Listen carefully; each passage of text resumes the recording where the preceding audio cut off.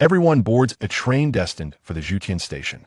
Each stop is a world of its own, and the items you discover on the platform will determine your ability to survive on the endless tracks.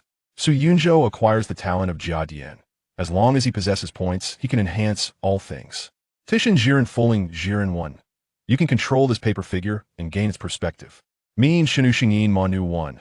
Consuming 10 points of spiritual power, your next arrow will strike the target's head as long as you aim. Hakamai Huju Lingmao 1. When the master encounters danger, it will immediately transform into Stegosaurus form to withstand all harm. Can the train also be enhanced? Liechashin Yuan and Liecha 1. The basic resources required for upgrades are reduced by 90, and each time, random attributes will offer 3 choices instead of forcing one. If higher level points can be obtained, it may even reach 2, 3, 4. Su Yunzhou.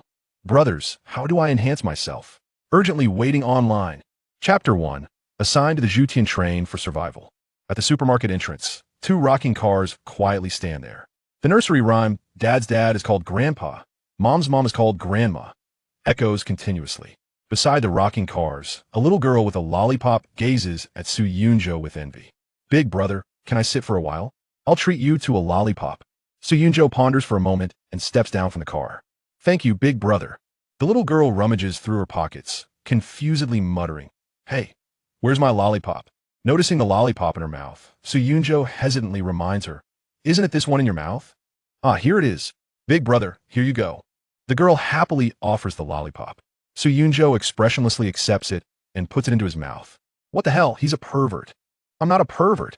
Startled, Su Yunzhou hurriedly pulls the lollipop back and puts it back in the girl's mouth. The air instantly freezes. I wasn't quite sure before, but now I'm completely convinced. A bystander coldly remarks, someone like you should be sent to. Before the words finish, darkness envelopes Su Yunzhou. The multiverse train for survival, activate. May the spark of the stars endure, and may order persist. Su Yunzhou gazed around in a daze. He found himself within a moving train carriage, with an endless expanse of wasteland visible through the window, devoid of cities, mountains, trees, or any signs of life. The tracks stretched infinitely ahead, as they did behind him. What in the world is happening? Just moments ago, he had been at the entrance of a supermarket. Could it be that he had truly been dispatched to this so-called multiverse train for survival? All train conductors have taken their positions. Please hold on and sit tight. Next, please remember the following rules. 1. As a train conductor, do not abandon your train, and do not let your train abandon you. 2. The train will stop at each station for a basic duration of 3 hours. You may choose whether or not to disembark for exploration. 3. Please return to the train before it departs the station. Even the kindest train will not wait for you. 4. All trains will leave the station 24 hours after arrival at the next stop. 5. Upgrading the train is of utmost importance. Each upgrade will grant you an enhancement to a stat. 6. Do not disembark unless the train has reached a station. 7. Do not die. 8. Do not be caught. The train will arrive at the first station in 1 hour. All conductors, please prepare. Su Yunzhou rose and approached the control panel, beginning to grasp the situation. The screen displayed. Current area population, 10,000/10,000. Information exchange, chatroom appraisal. He opened the chatroom and was met with a cacophony of chaotic messages. I have money. My father has 2 trillion in assets. Let me go back. I'll pay any amount. Oh, family, who understands? What is this cursed train? There isn't even a place to sit. If I don't get a mirror soon, I'm going to explode right here. Mom, I can't tell. Am I in a mental hospital or on a train? Ha ha. As expected, it's here. Apocalypse survival. I'm the chosen one. Wah, I worked 10 years to pass the exam. Why is this happening now? Edimowi, why did you only give me 18,000 when you promised 88,008 as the bride price? Hurry up and send me back. Is it really so simple to return? Just don't follow the train. I can get off and walk back.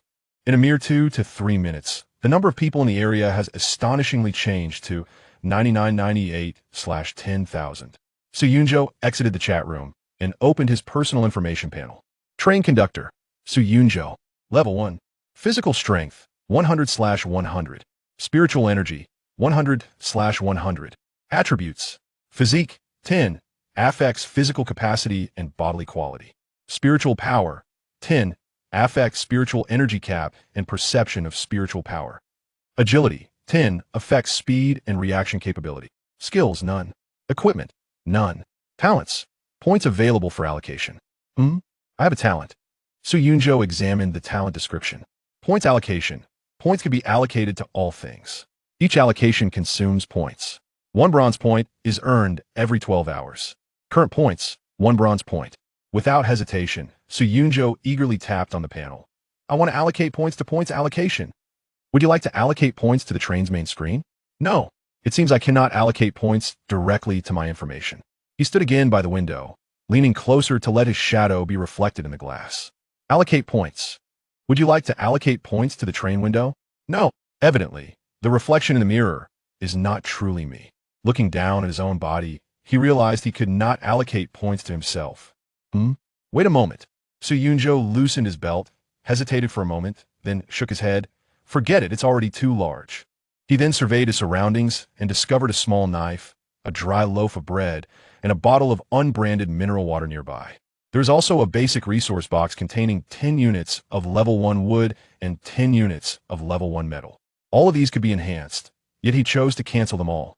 Subsequently, he stepped back a few paces, leaning against the very edge of the train, encompassing nearly the entirety of the train's front in his field of vision. Would you like to enhance the train? Enhance, enhance, enhance. Train heart energy, train 1. Effect 1.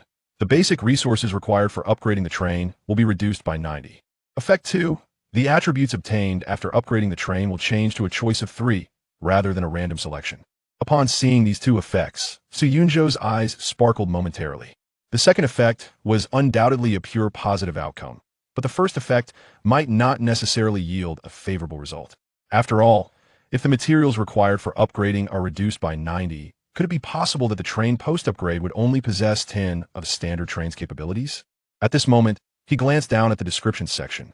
Description. Some may wonder, if the resources for upgrading the train are diminished, will my train be inferior post-upgrade compared to others? It won't, my brother. The Heart of Steel has already compensated for it. Chapter 2. The Fastest Level 2 Legend. At this point, Su Yunzhou noticed subtle changes in his train.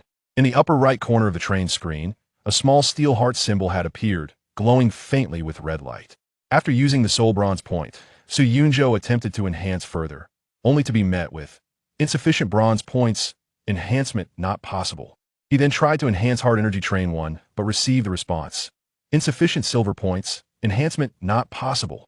Su Yunzhou's eyes lit up as he picked up the initial small knife beside him, a mischievous smile crossing his face. Enhancement. I want to add -1 point to this knife, and then you'll return me 1 bronze point.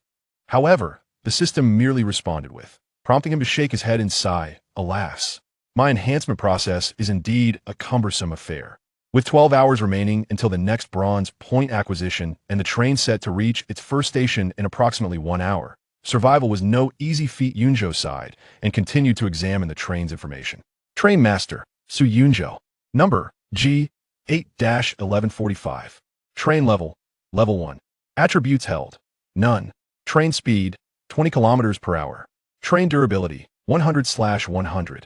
The requirements for upgrading are 10 level 1 timber and 10 level 1 metal, with the foundational resource demands reduced by 90.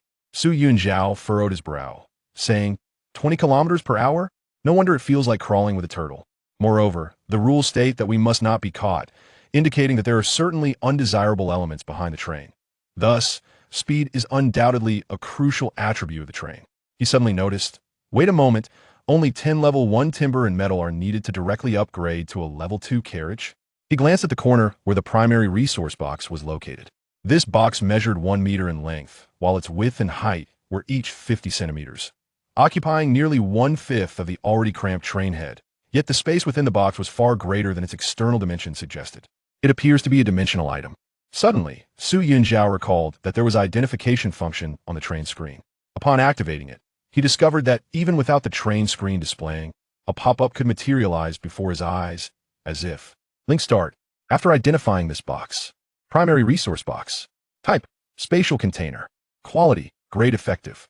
Effect, can only contain and simultaneously hold up to 100 level 1 timber/metal each. Description, friend, the train head is only so large. It naturally will not force you to squeeze in with a pile of timber and metal. Before, the upgrade requirements were 100 each for timber and metal, which the train head could not possibly accommodate. let alone upgrade. In this light, this primary box is indeed a timely solution. However, we will certainly need to manufacture our own boxes later. Otherwise, the supplies will soon fill the train, which is highly unreasonable. Without hesitation, Su Yunzhao immediately deposited all the timber and metal, then shouted, "Upgrade my train." The rules stated that each train upgrade would yield a new attribute, and his hard energy train could allow him to choose one from 3 attributes. If he could randomly obtain a favorable attribute, there would be hope for reaching the next station. Train upgrade successful. Train level, level 2. Train speed, 40 kilometers per hour. Train durability, 200/200. Upgrade requirements, 20 level 2 timber, 20 level 2 metal. Foundational resource demands reduced by 90, 10 silver, 1 gold. In the next moment, the train suddenly accelerated, and Su Yunzhao felt a slight shift before quickly stabilizing his stance. Your train has broken the record for upgrading to level 2 speed. Gain the title Relentlessly Advancing. Relentlessly Advancing. Type, title, quality, perfect. Effect, you may leave the platform up to 3 hours early, departing immediately. Description, only the brain is delivered. Leaving the platform early? A great boon. If danger arises at the platform, this ability could save my life. Yet this was not the end. Information continued to pop up one after another. You are the first conductor in this region to ascend to the 2nd level of the train, and you may choose one of the following rewards. Broadcast within the regional channel. Substantial increase in resource rewards at the next station. Obtain a random find item. Su Yunzhao hesitated not at all and directly opted for the second choice. Selecting the first was meaningless, and he did not trust luck with the third. Immediately after, another piece of information popped up. The train has been upgraded. Please select a trait. The random probabilities for 2nd-level train traits are 60 black iron, 30 bronze, 9 silver, 1 gold. 3 traits appeared before Su Yunzhao. Blind to the obvious, bronze lose all pupils. Gain 5 points in spiritual energy attributes and acquire the skill spiritual eye. Foreseeing vision. Gold, you can anticipate the danger level and resource abundance of the next station. You may receive additional hints. Unforeseen complications. Silver, obtain a random, fine quality race modification item. Do I have a choice? Su Yunzhao cautiously lingered his gaze on the middle option, foreseeing vision, and then gradually confirmed, fearful of inadvertently selecting blind to the obvious. If he did, he could only laugh and tell the world to restart. Trait foreseeing vision selected. There are 10 minutes remaining until the next station arrives. Foreseeing vision is now active. Alas, time flies. He felt as though not much time had passed. Astonishingly, only 10 minutes remained of the hour. Next station, Wuguei, Suan. Difficulty, level 1. Type solo. Danger level, more fright than danger / self-induced fear. Abundance level, ordinary. Special hint, flowers in the mirror. The train gradually slowed down, accompanied by hissing and creaking noises, culminating in a thud. The train has arrived at the first station. Su Yunzhao glanced at the chat room once more, hoping to find some useful information. Hey, friends, are you getting off? Why have I stopped in the middle of a desert? There is nothing in sight. The next stop is 24 hours away. If you believe a bottle of water and a dry loaf of bread can sustain you for a day, you may choose not to disembark. To survive, one must venture out in search of supplies, even if it entails danger. Exploration is necessary. No way, that's too frightening. Why is it night here? Why have I stopped in front of a graveyard? There's a thick black fog. There must be something sinister. I cannot get out. Upon seeing this message, Su Yunzhao turned his gaze to the window. Night, an eerie night, a quiet and desolate night. Not far away lay a mountain village of moderate size. Though dimly lit by street lamps, not a soul could be seen. The shift in position and the change in celestial phenomena. This is spatial traversal. No wonder it is called the Zhuqian Liecha survival. After exiting the vehicle and securing the door, Su Yunzhao made his way toward the mountain village. The narrow dirt road of the village, the bizarre moonless night, and the deathly silence left Su Yunzhao somewhat breathless. He removed his jacket and turned to put it on. In truth, he had little to fear. The foreseeing vision had already informed him that the greatest danger at this stop was scaring oneself. As long as he maintained his stance as a true skeptic of the supernatural, nothing could harm him. Soon, Su Yunzhao arrived at the entrance of the village. He turned back to glance, still able to see a train head faintly illuminated in the darkness. There were no lights on the train. With the moonlight obscured tonight, it was naturally difficult to see clearly. Subsequently, he stepped into the village. This village is called Wugue, so in Chapter 3, The Young Residents. Morning hall before him lay a mountain village reminiscent of the ordinary rural landscapes of the 2000s and 2010s. Though basic electrical infrastructure existed, there are no 3- or 4-story villas to be seen. The few who returned to their hometowns to build such dwellings were exceedingly rare. At this moment, however, the entire village appeared to have been abandoned for many years, at least in the eyes of Su Yunzhou. He entered the courtyard of a particular house, where wild grasses thrived and a solitary well stood in desolation. The front door of the house was left unlocked. With a creak, the door swung open, accompanied by the sound of decaying wood. The interior was sparsely furnished, containing 2 tables, 8 long benches, a wooden chair, and 2 wooden cabinets. These could certainly be considered timber, he mused. After a moment's hesitation, he refrained from moving anything immediately, opting instead to search the entire house thoroughly. Soon, a smile crept across his face. A flashlight. Although it was an exceedingly old model, it was undeniably crucial in the darkness. Without it, transporting those items back would require navigating in pitch blackness, as the dirt road from the train to the village lacked any streetlights. Suddenly, a gust of wind eerily swept through, slamming the door shut. Su Yunzhou was taken aback. Was someone there? The door opened inward, making it impossible for an outside breeze to close it. Chuckling softly, he teased himself for being startled. Approaching the door, he opened it again and resumed his search. Oh, and he had also closed the window in the living room that faced the front door. The flashlight came with a matching set of batteries. He hoped they would function. Until now, he had barely managed to see by the dim light of the street lamp outside, which provided little more illumination than complete darkness. Light begins with the pioneers, he thought. The flashlight flickered and, to his surprise, emitted a faint white glow that illuminated the surroundings. It was only at this moment that Su Yunzhou could fully discern the arrangement of the room. He continued his search but found little else of value. There were some wooden planks and metal scraps, but they were of inferior quality. He also stumbled across a yellowed newspaper, the headline reading, 12-year-old girl murdered and body disposed of in reservoir. Killer still at large. Su Yunzhou had no time to linger over the newspaper. He had only 3 hours, and this village boasted at least 100 households. He needed to hasten his pace. While the streetlights still glimmered outside, it was evident that the house lacked electricity. The appliances and lights within were utterly non-functional. Was it due to long overdue, unpaid bills? Venturing into several more homes, he continued his search. He discovered that this small mountain village had been uninhabited for at least a decade. In a warehouse belonging to a household, he discovered a large vat of rice. However, it had long since expired. The rice was brittle, crumbling at the slightest touch, and exuded a foul odor, rendering it inedible. It seemed that the quest for sustenance posed considerable challenges, and procuring tools and appliances would prove far more practical. Certain implements and devices, even after a decade of neglect, could still retain some value. Su Yunzhou chose to disregard the smaller, dilapidated houses, focusing instead on the more affluent residences. Approaching the heart of the village, he stumbled upon a true estate of grandeur. Enclosed by an ornate wall, the courtyard boasted a basketball court and a swimming pool, while the house itself resembled a luxurious villa, flanked by 2 stone lions at the entrance. A plaque inscribed with the name of the Yang family hung prominently above the door. Ah, Master Yang. It appeared that he would have to redistribute wealth from the rich to the poor. The gate stood ajar, and Su Yunzhou stepped inside without hesitation. He forcefully pushed open the villa's door, illuminated by the dim glow of the streetlight, casting his gaze into the interior. The first thing that caught his eye was a chair, followed by a pair of delicate, pale feet suspended in midair. Wait, something felt amiss.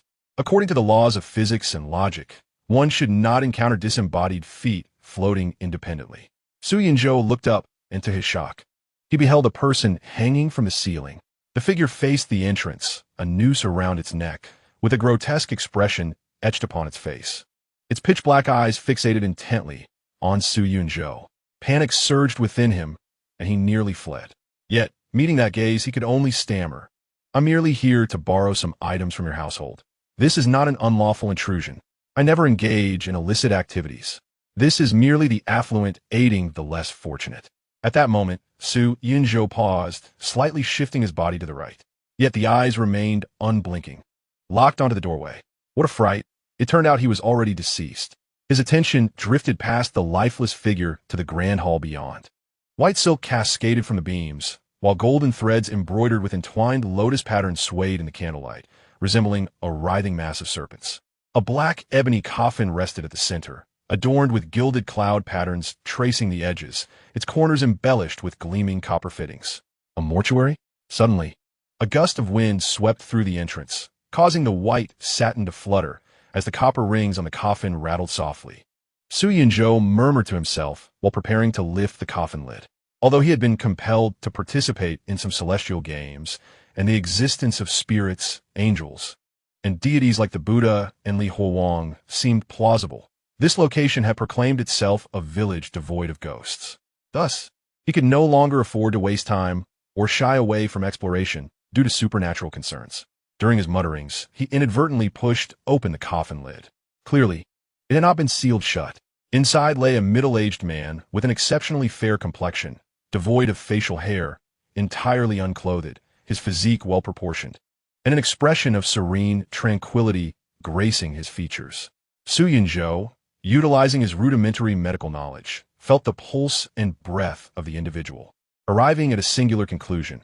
Unless this fellow was adept in the art of breath-holding, he was likely indeed deceased. However, he quickly came to a realization. The texture of the skin felt rather peculiar. As he spoke, he began to press against the body, leaning closer to the coffin to inhale gently. This texture? This scent? Could it be of the same material as that of Ronyang? Goodness, this was merely a silicone dummy. It must be said that the craftsmanship of this figure surpassed that of any silicone mannequin available on the market today in terms of exquisite detail and realism. Had Su Yunzhou not physically touched it or observed it from a close distance, he would have never discerned anything amiss. Of course, a rational individual would never dare to touch or inspect a corpse so closely. Upon realizing that this was not a genuine body, Su Yunzhou decisively retrieved the small knife bestowed upon him initially and proceeded to cut through the silicone dummy. Subsequently, near the heart of the figure, he discovered an intricately crafted black wooden box. White treasure chest, type, chest quality, ordinary, effect, guarantees at least one energy crystal and randomly yields 13 ordinary items, with a minuscule chance of acquiring superior goods. Description: offer devout prayers thrice. The chest may yield a few hundred more. To his astonishment, this was indeed a treasure chest, hidden within the corpse of a dummy. How could an ordinary person ever stumble upon such a thing? Quickly regaining his composure, he approached the suspended figure, stepping onto a chair to embrace it. Logically, this should also be a silicone dummy. No, it felt too light. Su Yunzhou promptly dismissed this hypothesis. The weight resembled that of paper. Was it truly a paper figure? Yet the visage bore an uncanny resemblance to that of a living person. At that moment, Su Yunzhou noticed a transformation in the expression of the paper figure. The previously grotesque and terrifying face, with wide, fierce eyes, now adopted a countenance of tranquility, devoid of joy or sorrow. Su Yunzhou maintained a placid demeanor, unfazed by the paper figure's change of expression. How intriguing. A quick appraisal was in order. Substitute paper figure, type, item, quality, ordinary, effect. After applying blood, it mimics the user's aura and appearance, capable of attracting enemy attacks. Description: a standard paper figure. Do not expect it to withstand substantial damage. He reflected on the items he had encountered thus far, most of which were of dull quality. Yet this paper figure was of ordinary quality, possessing a unique effect. Excellent. I shall take it back to the vehicle. He also refrained from recklessly opening the white treasure chest, opting instead to bring it back to the car as well. He wished to see what this object would transform into after some enhancements. On this trip, he only moved a chair, a blanket, a paper figurine, and a small wooden box back to the vehicle. Indeed, the system had not provided an initial backpack, so he had to devise a way to transport these items himself. By the end of this journey, his stamina had dwindled to 93/100. Su Yunzhou glanced at the time. There remained 2 hours and 30 minutes. If he were to focus solely on hauling supplies without searching, each round trip would take approximately 10 minutes. He could still make several more trips. However, the front of the vehicle could scarcely accommodate much more. If the materials required for the train's upgrade could be submitted directly, they would not occupy space. Chapter 4. The Freezer Food. Su Yunzhou returned to the Yang residence, first scouring the first floor's spirit hall. Unlike the other houses outside, Some wooden furniture and metal items in the Yang residence could be disassembled into secondary materials. For instance, the 3 mahogany benches and the mahogany table in the living room could be broken down into secondary wood. Naturally, he could not transport these large items, but he could carry some smaller wooden chairs back, each capable of yielding 1 to 2 units of secondary wood. Subsequently, he proceeded to the second floor of the villa, which comprised the bedroom area. After devising a method to dismantle wooden items like bedside tables, he collected some secondary wood. At this point, it was already his 3rd trip back to the train. Stamina, 69,100. Once again, he returned to the Yang residence. On the 3rd floor, there was a fitness area. Although the exercise equipment was somewhat rusted, it could still be disassembled into secondary metal. Clearly, the metal used in these fitness machines was of excellent quality. After managing to make 2 more trips, he found himself with only an hour and a half left, while his stamina had plummeted to 50,100. He felt utterly exhausted and completely disinclined to move. He sensed that 50 points of stamina represented a threshold. Once it fell to this level, the fatigue became palpably evident. At this moment, the train's upgrade requirements were as follows: secondary wood, 1, 420 secondary metal, 920 silver, 0 gold. 0, though he had yet to acquire bronze, silver, or gold. Wait a moment, silver and gold? How can my expansive Yang residence lack even these trifles? Relying on sheer willpower, Su Yunzhou immediately stood up and returned to the Yang residence once more. This time, he no longer fixated on the items plainly displayed before him. Instead, he rummaged through boxes and cabinets in search of concealed treasures. Before long, he discovered a trove of ornaments in a cabinet within a lavishly appointed bedroom. Indeed, there was silver and gold. Su Yunzhou quickly found a wooden barrel to collect all these items, preparing to carry them back. At that moment, he noticed that the arrangement of this room was exceedingly peculiar. The mirror on the vanity faced directly towards the head of the bed. Once again, he recalled that enigmatic hint. Flowers in the mirror? Su Yunzhou continued to examine the exquisite vanity. In fact, he had already rummaged through this refined dressing table while searching for gold and silver. However, this time, he pulled out every drawer and even contemplated a more forceful disassembly. As he extracted the middle drawer, 2 yellowed sheets of paper tumbled out. Both sheets depicted bizarre formations, accompanied by their respective names: Paperman's Substitute Technique and Funeral Returning to the Lost Soul Formation. Just as he prepared to scrutinize the ghostly symbols inscribed on these papers, they seemed to ignite in the air, vanishing swiftly before Su Yunzhou's eyes. He withdrew all the drawers from the vanity, only to discover a passageway concealed within, wide enough for an average adult male to crawl through. Did it lead to a basement below? Armed with a flashlight, he crawled for a stretch, gradually finding more space until he could stand upright. Following the staircase downward, he arrived at a formidable iron door. The sight of this door made him gasp in surprise.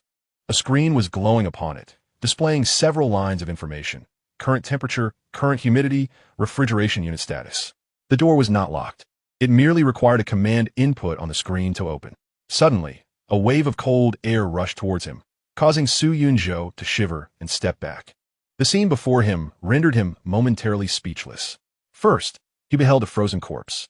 Next, he spotted a small cold storage room, roughly the size of half a train engine, yet brimming with provisions. Moreover, all the items were capable of long-term preservation without refrigeration: canned meats, canned vegetables, canned fruits, compressed biscuits, and military rations. Goodness, was this the bountiful reward? Su Yunzhou recalled that in the initial prompt for reaching level 2, he had been presented with 3 choices: a regional announcement, a random exquisite item, and lastly, an enhancement of material rewards for the next stage. He had initially thought the supplies in the villa were already ample. Little did he know, there were still delightful surprises in store. Without hesitation, Su Yunzhou moved the corpse to the back and proceeded to extract all the provisions. He began with the compressed biscuits, as they were genuinely effective at staving off hunger, albeit causing increasing thirst. After one trip, he noted that only 1 hour and 10 minutes remained. There was still ample time. However, upon checking his stamina, he found it had dwindled to a mere 42 points. The fatigue of the body, tempered by an exhilarating spirit, seemed to dissipate slightly. He consumed the dry bread and took several sips of water, restoring his physical strength to above 50. Subsequently, he continued his journey to the Yang residence. After making 4 round trips, he finally transported all the food back, along with a barrel of gold and silver ornaments. At this moment, the interior of the train's engine was nearly filled to 4/5 of its capacity.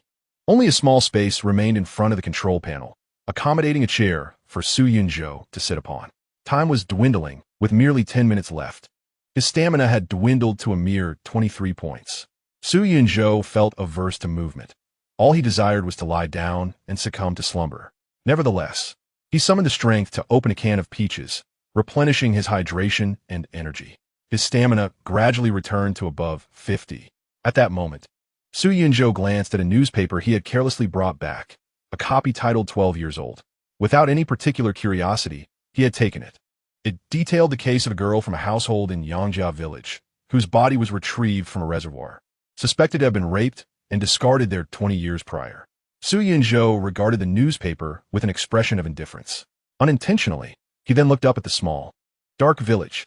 Suddenly, a pale-faced girl with twisted features, clad in ill-fitting, tattered clothing, stood outside his train window. Her garments were stained with blood, and in her hand, she appeared to hold a spherical object. Her eyes, devoid of whites, pierced through the window, locking onto Su Yunzhou's gaze. After a brief moment of astonishment, he regained his composure. Was this supposed to be a ghost-free village? Why, just as he was about to depart, did a specter appear. Regardless, Su Yunzhou could not convince himself otherwise. He absolutely refused to consider the girl outside the train as human. At this juncture, the girl smiled. Her lips moved as if she were uttering something, but Su Yunzhou could not discern her words. Sister? He guessed based on her lip movements. But I'm the older brother.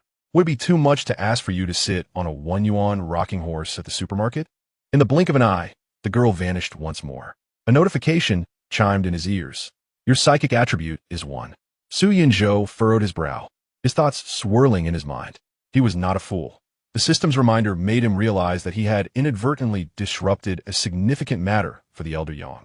Upon reflection, the corpse in the cold storage, the silicone mannequin in the coffin, and the paper figure that had originally hung were all the same face, albeit with entirely different expressions, which had led to his initial failure to recognize them. Su Yunzhou looked at the paper figure he had brought back. Now, it seemed to have lost its connection to the elder Yang, transforming into an ordinary paper figure devoid of facial features. Su Yunzhou shook his head. Elder Yang, you cannot hold me accountable for this. He pondered over the fact that neither the coffin nor the paper effigy appeared to be in demand. Subsequently, he submitted an entire barrel of silver and gold, silver amounting to 1,010 and gold to 11. Both metrics were immediately filled, while the barrel contained scarcely any gold ornaments, with a third of the silver ornaments still remaining. At that moment, he began to tally the food he had gathered during this expedition. There were 80 cans of meat, 50 cans of vegetables, and 50 cans of fruit, alongside 100 packs of compressed biscuits and 20 bags of individual rations. A cursory glance revealed that many of these food items had surpassed their expiration dates. However, they had been stored in a freezer, and despite the villa losing power, the freezer had remained operational. Clearly, it shared the same power source as the streetlights. Thus, it was conceivable that these canned goods could be preserved for over a decade. Yet, Su Yunzhou had no refrigeration equipment at hand and did not intend to retain these items indefinitely. He understood that his bountiful harvest was solely due to being the first individual in this region to reach the second-tier train. The rapid advancement was attributable to his unique talent for enhancement. What if he were to become the first to ascend to the third-tier train? Surely, the rewards would surpass those of the second tier. Therefore, the most pressing matter at hand was to devise a means of converting this food into useful resources for himself. Suddenly, the train resumed its journey. The station stop time has ended. Those who failed to board have been abandoned. Now, please continue the journey of Starfire. The next station will arrive in 24 hours. The next 24 hours are absolutely safe. Everyone can rest assured on the train. Current population in the area, 966, 210, 000, a few hundred had vanished. Su Yunzhou paused, furrowing his brow in contemplation. If the next 24 hours are absolutely safe, does that imply that dangers will arise once the train is in motion again? This was evidently the case. Otherwise, the train's speed would serve no purpose, as something must be pursuing it. He shook his head, casting aside these chaotic thoughts. Opening the chat room, he sought any useful information. The first message caught his attention. Yi Feng, 20 pieces of second-tier wood for exchange. I want weapons, food, and medical supplies. Chapter 5. Prism Entry, Sovereign Throne. Second-tier wood? I haven't even gathered a few pieces of first-tier wood, and you're already offering second-tier wood? My friend, no one finds this useful right now. Food and weapons are far more precious, and no one would trade with you. Indeed, if you had it, why not keep it for yourself?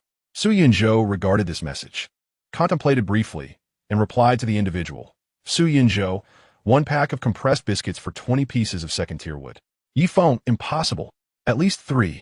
Su Yunzhou hesitated for a moment before sending over the information about the compressed biscuits. Su Yunzhou, 1 piece of this biscuit can sustain hunger for a whole day. The choice is yours. After that, he did not respond again. In another carriage, a young boy sat helplessly on the train floor, his expression one of pain and despair. Yifeng sent Su Yunzhou 2 more messages, but the other party did not reply at all. How infuriating. The secondary resources were clearly vital for upgrading the subsequent train. How could they only be exchanged for 1 piece of compressed biscuit? At that moment, he felt another wave of weakness wash over him, his stomach twisting in pain. I cannot endure this any longer. I must replenish my energy, or I shall surely perish before the next stop. Yifeng, 2 pieces of compressed biscuits. It cannot be any less. Yifeng, 1 piece is utterly meaningless to me. I will still die. Meanwhile, Su Yunzhou had already traded with another individual named Qin Ruoshui, exchanging 3 pieces of compressed biscuits for 20 pieces of secondary metal. He was too indifferent to continue fishing for a response, and simply agreed. In fact, he had initially considered the price of 3 pieces acceptable, but given the circumstances, the priority of the metal was much higher. Thus, he opted to handle another transaction first. When he returned, the other party had even voluntarily lowered the price, which was fortuitous. In total, he expended 5 pieces of compressed biscuits, allowing Su Yunzhou to finally upgrade the train once more. Up. Train upgrade successful. Train level, level 3, train speed, 60 kilometers per hour, train durability, 300,300 upgrade requirements, 40 level 3 wood, 40 level 3 metal, basic resource requirements reduced by 90. 100 silver, 10 gold, 1 any level 3 energy stone, firestone, thunderstone, radiant stone. Su Yunzhou gazed at the upgraded train panel, stroking his chin in contemplation. The level 3 resources, silver, and gold should not pose much of a problem. However, this level 3 energy stone appears to be a challenge. Shortly thereafter, a series of notifications popped up incessantly before him. You are the first train conductor in this area to upgrade to a level 3 train. You may choose one of the following rewards. 1 announce in the regional channel. 2 receive a random exquisite carriage. 3 randomly re-roll one of your existing train attribute effects. The quality of the newly random attribute will not exceed that of the original. A classic 3-choice scenario that leaves little room for decision. He passed on option 1. And as for foreseeing vision, Su Yunzhou could not possibly trade it for an unknown attribute. Thanks to this golden talent, he had dared to explore the haunted village without fear and discovered the cold storage behind the mirror. In his view, this ability was immensely useful and powerful. After some deliberation, he chose to receive a random, exquisite carriage. In the very next moment, after making his selection, he discovered a stretchable door at the rear of his train's engine, spacious enough for 2 individuals to pass side by side. Simultaneously, a schematic of the train materialized on his control panel, revealing a solitary engine and a single carriage. Su Yunzhou promptly examined his sole carriage. Carriage, basic storage carriage, quality, superior, effect, capable of storing basic materials, cannot accommodate living beings or perishable items. Capacity, 100 slots, each slot limited to 1 type, but may stack up to 100 units. Description: this carriage is typically utilized for the storage of fundamental materials such as metals and timber. What a remarkable find! He then glanced at the adjacent primary resource box. Could it possibly be stored inside? Spatial items cannot contain another spatial item. Well, it appears that's not feasible. This box must continue to occupy its designated space. Su Yunzhou attempted to enter the storage carriage, although he could indeed enter. The passage was merely wide enough for a single person. Both sides of the carriage were obstructed by sturdy iron plates. Unable to store food, he resorted to placing some miscellaneous items and materials inside. With 100 slots available, there was ample room for these resources. Following this, a new selection of entries awaited him. Train upgrade. Please make a selection from the entries. Level 3 entry, random probability. 50 black iron, 35 bronze, 10 silver. 499 gold, 001 prism. Oh, the probability for higher tier entries has increased, and a seemingly more advanced prism entry has appeared. It seems that as the train upgrades, increasingly superior entries will be obtained. 3 entries once again materialized before Su Yunzhou. 7 serpent pearls, gold. For the next 7 stations, a serpent pearl will randomly refresh at each stop. The collection difficulty is high, but upon gathering them all, a grand prize awaits. Bronze ticket, bronze. Acquire a bronze ticket. Upon usage, your next station will undoubtedly be a second-tier difficulty platform, bypassing current train stage restrictions. Dominion Throne, Prism. If you're the highest ranked and the first conductor to reach that level within your area, the station you visit will be the most optimal one accessible to you at your current level. Select 3, select 3, select 3. I could actually draw this one in a million chance, and it aligns perfectly with my desires. What I yearn for is the Dominion Throne. This upgrade is extraordinarily rewarding. It further solidified Su Yunzhou's determination. To upgrade the train, he would stop at nothing. Without hesitation, he posted the purchase information for level 3 metals, timber, silver, gold, and even energy stones on the trading platform, offering compressed biscuits in exchange for the following resources: level 3 metals, timber, silver, gold, or any 3-tier energy stones. Immediately, someone noticed this message, and discussions swiftly erupted in the chat room. Upgrading to a level 1 train necessitates level 1 resources. Thus one could deduce that this train, named Su Yunzhou, has already reached level 3. Brother, have you truly upgraded your train? The rules state that upgrading a train grants additional attributes. Could you share with us what attributes you have acquired? Goodness, to upgrade a train so swiftly and already to level 3. How is that possible? I sense something amiss. He likely hasn't truly reached level 3, but merely procured resources for it in advance, especially since there is currently minimal demand for such resources. Nevertheless, it's still a worthy endeavor. I possess 1 unit of silver. I wish to exchange it for compressed biscuits. Su Yunzhou observed the messages in the chat room, but chose not to respond. He decided to take a nap before addressing anything further. Although trading was possible at the moment, the hunger among the participants was not yet sufficient. Once everyone grew hungry and recognized the value of food, he would engage in trading. With this thought in mind, Su Yunzhou cleared a small area, grabbed a blanket he had brought from the villa, and lay down to rest. Despite being covered in dust, a good shake rendered it usable. At least lying down posed no issue. Chapter 6. White Treasure Chest. 1. Upon awakening, Su Yunzhou received a new bronze point. He could allocate points once more. With this in mind, he took out the White Treasure Chest. Would you like to allocate points to the White Treasure Chest? Yes. Yes, yes. White Treasure Chest 1. Type: Treasure Chest. Quality: Superior. Effect 1. Guarantees the acquisition of 1 energy crystal and randomly provides 13 ordinary items, with a minuscule chance of yielding a superior item. Effect 2. Additionally grants 1 energy crystal and 1 ordinary item. Guarantees at least 1 superior item. Description: a treasure chest that guarantees the acquisition of a superior item. Can it still be called a white treasure chest? He opened the chest.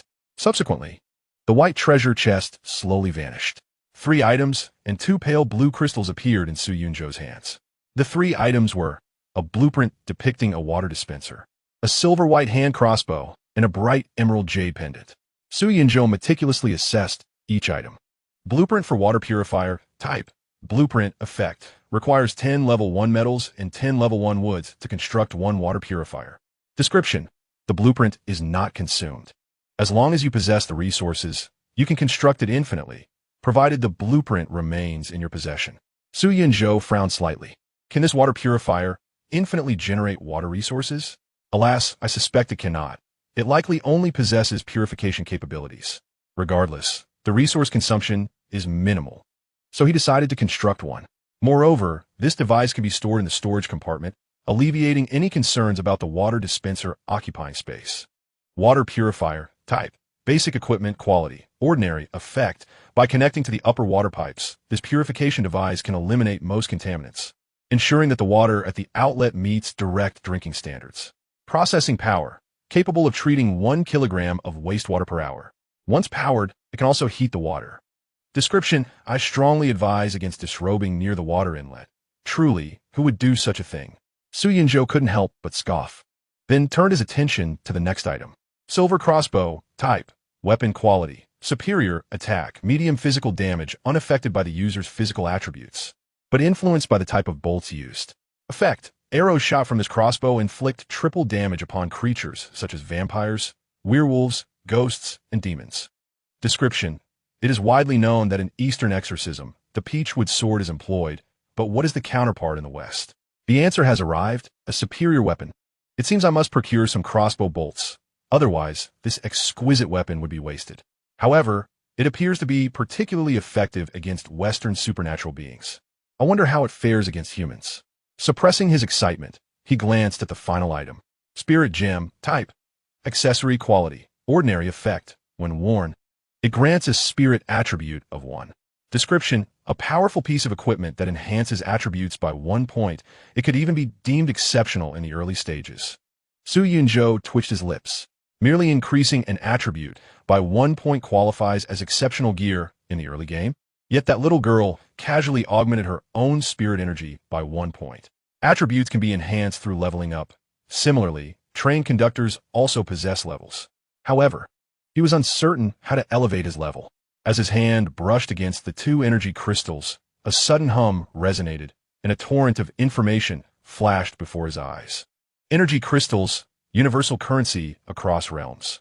Once an energy crystal is utilized, even a fragment cannot be used as currency again. The primary function of energy crystals is to enhance personal levels.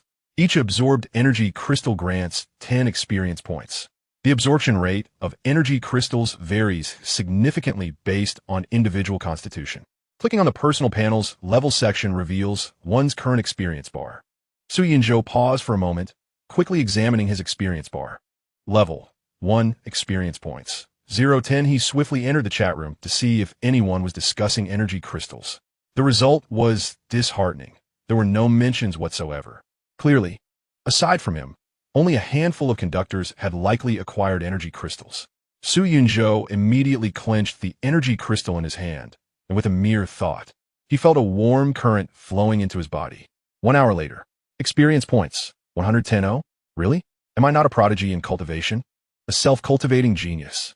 It took an hour to absorb merely 1 experience point. He would require 10 hours to advance to LV2. However, upon reflection, there was little else to do on the train, so he decided to continue absorbing energy crystals.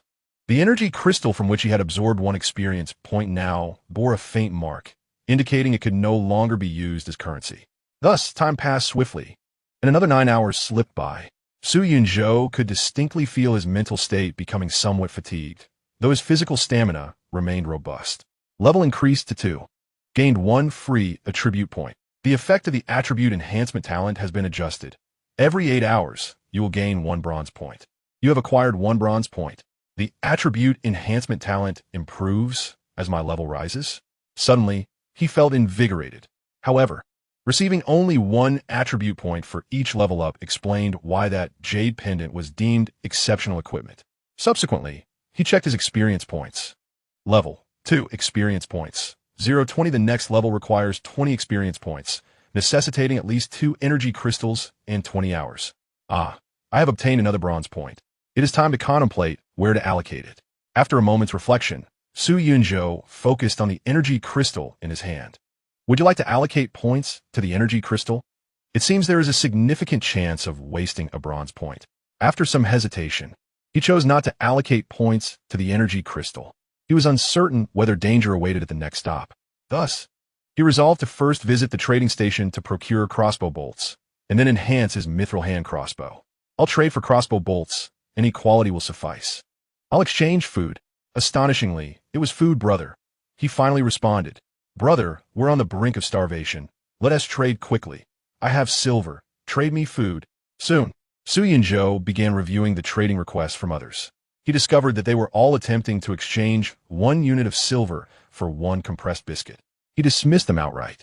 Then, he noticed a person named Huang Yangcheng offering 1 unit of gold for 10 compressed biscuits.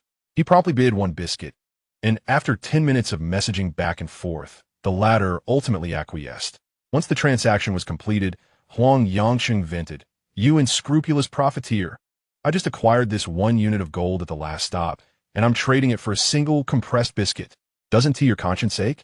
Su Yunzhou swiftly blocked the incoming messages from him.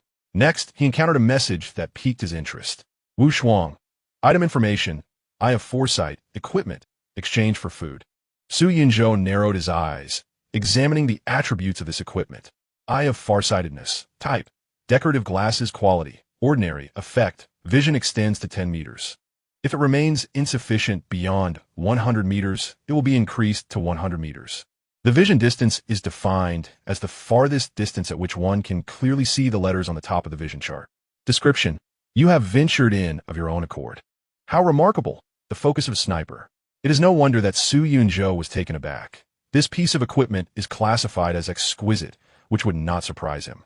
After all, this item is extraordinarily potent, guaranteeing visibility several hundred meters away, undeniably extraordinary. Su Yunzhou, name your price. Wu Shuang. 3 pieces of compressed biscuits. Chapter 7. The spirit paper figure. Su Yunzhou observed the peculiar comma, stroking his chin. This individual, is he perhaps lacking in intellect? The chat input on the train includes both language and text input options, with the latter accommodating spelling, handwriting, and Wubi input. A rational person would not frivolously misuse a comma. Does he think himself adorable? Su Yunzhou, while this equipment is decent, it is not a weapon. I can offer a maximum of 2 pieces of compressed biscuits. At this moment, on another train, a girl with a striking yet somewhat vacant expression stood before the operating screen, clutching a sword in her arms, intently reading the message sent by Su Yunzhou. Is it merely 2 pieces? She glanced behind her, where 3 barrels of over 12 liters of well-packaged bottled water stood. Beside these barrels lay the dismembered corpse of a hawk-like creature, measuring over a meter in length and devoid of eyes. Starving, she contemplated, and ultimately decided to capture a photograph of the bottled water and send it over. Capturing images of items within the train can be accomplished through the item appraisal function. Thus, Wu Shuang, who had scarcely utilized electronic devices, managed to grasp the basics. At the very least, she recognized characters. She then opted for voice input, a barrel of water in exchange for food. Her speech was halting, seemingly indicative of a speech impediment, as if she had not received much language education. The pauses between her words were excessively long, resulting in the voice input automatically inserting commas. She attempted to eliminate the peculiar comma, but was unsure of how to use the keyboard, let alone identify the delete key. The girl clutched her sword tightly, anxiously awaiting a response.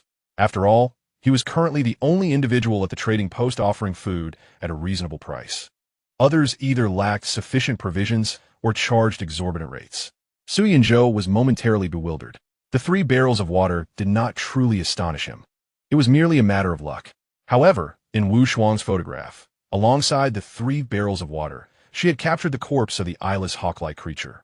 This creature had been severed at the neck, resulting in a clean, flat incision. The current scenario suggested that someone had, at the first station, slain a 1-meter-long hawk with a cold weapon. Previously mentioned, Su Yunzhou possessed a rather superficial understanding of medicine.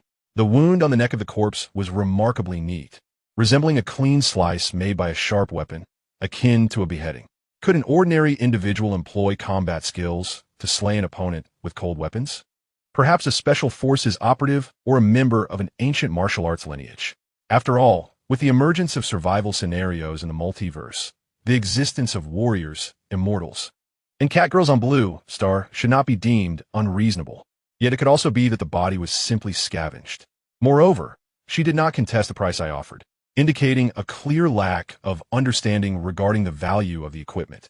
Su Yunzhou could already envision a hulking figure, brawny yet simple-minded. The name Wu Shuang certainly sounded formidable. Invincible, claiming the heads of 10,000 foes, Su Yunzhou declared. For a barrel of water and that piece of equipment, I can offer a total of 10 compressed biscuits. However, these biscuits will be distributed over 5 days, 2 per day. Additionally, you must agree to one condition. Any future items you wish to sell must first be brought to me for trade. Can you comply? This price was naturally a product of Su Yunzhou's contemplation. He might consider employing the individual for a maximum of 5 days. Should the individual manage to procure any equipment within that time, he would not mind extending the contract. Conversely, if the individual achieved nothing, he would have done his utmost. Furthermore, this served as a test.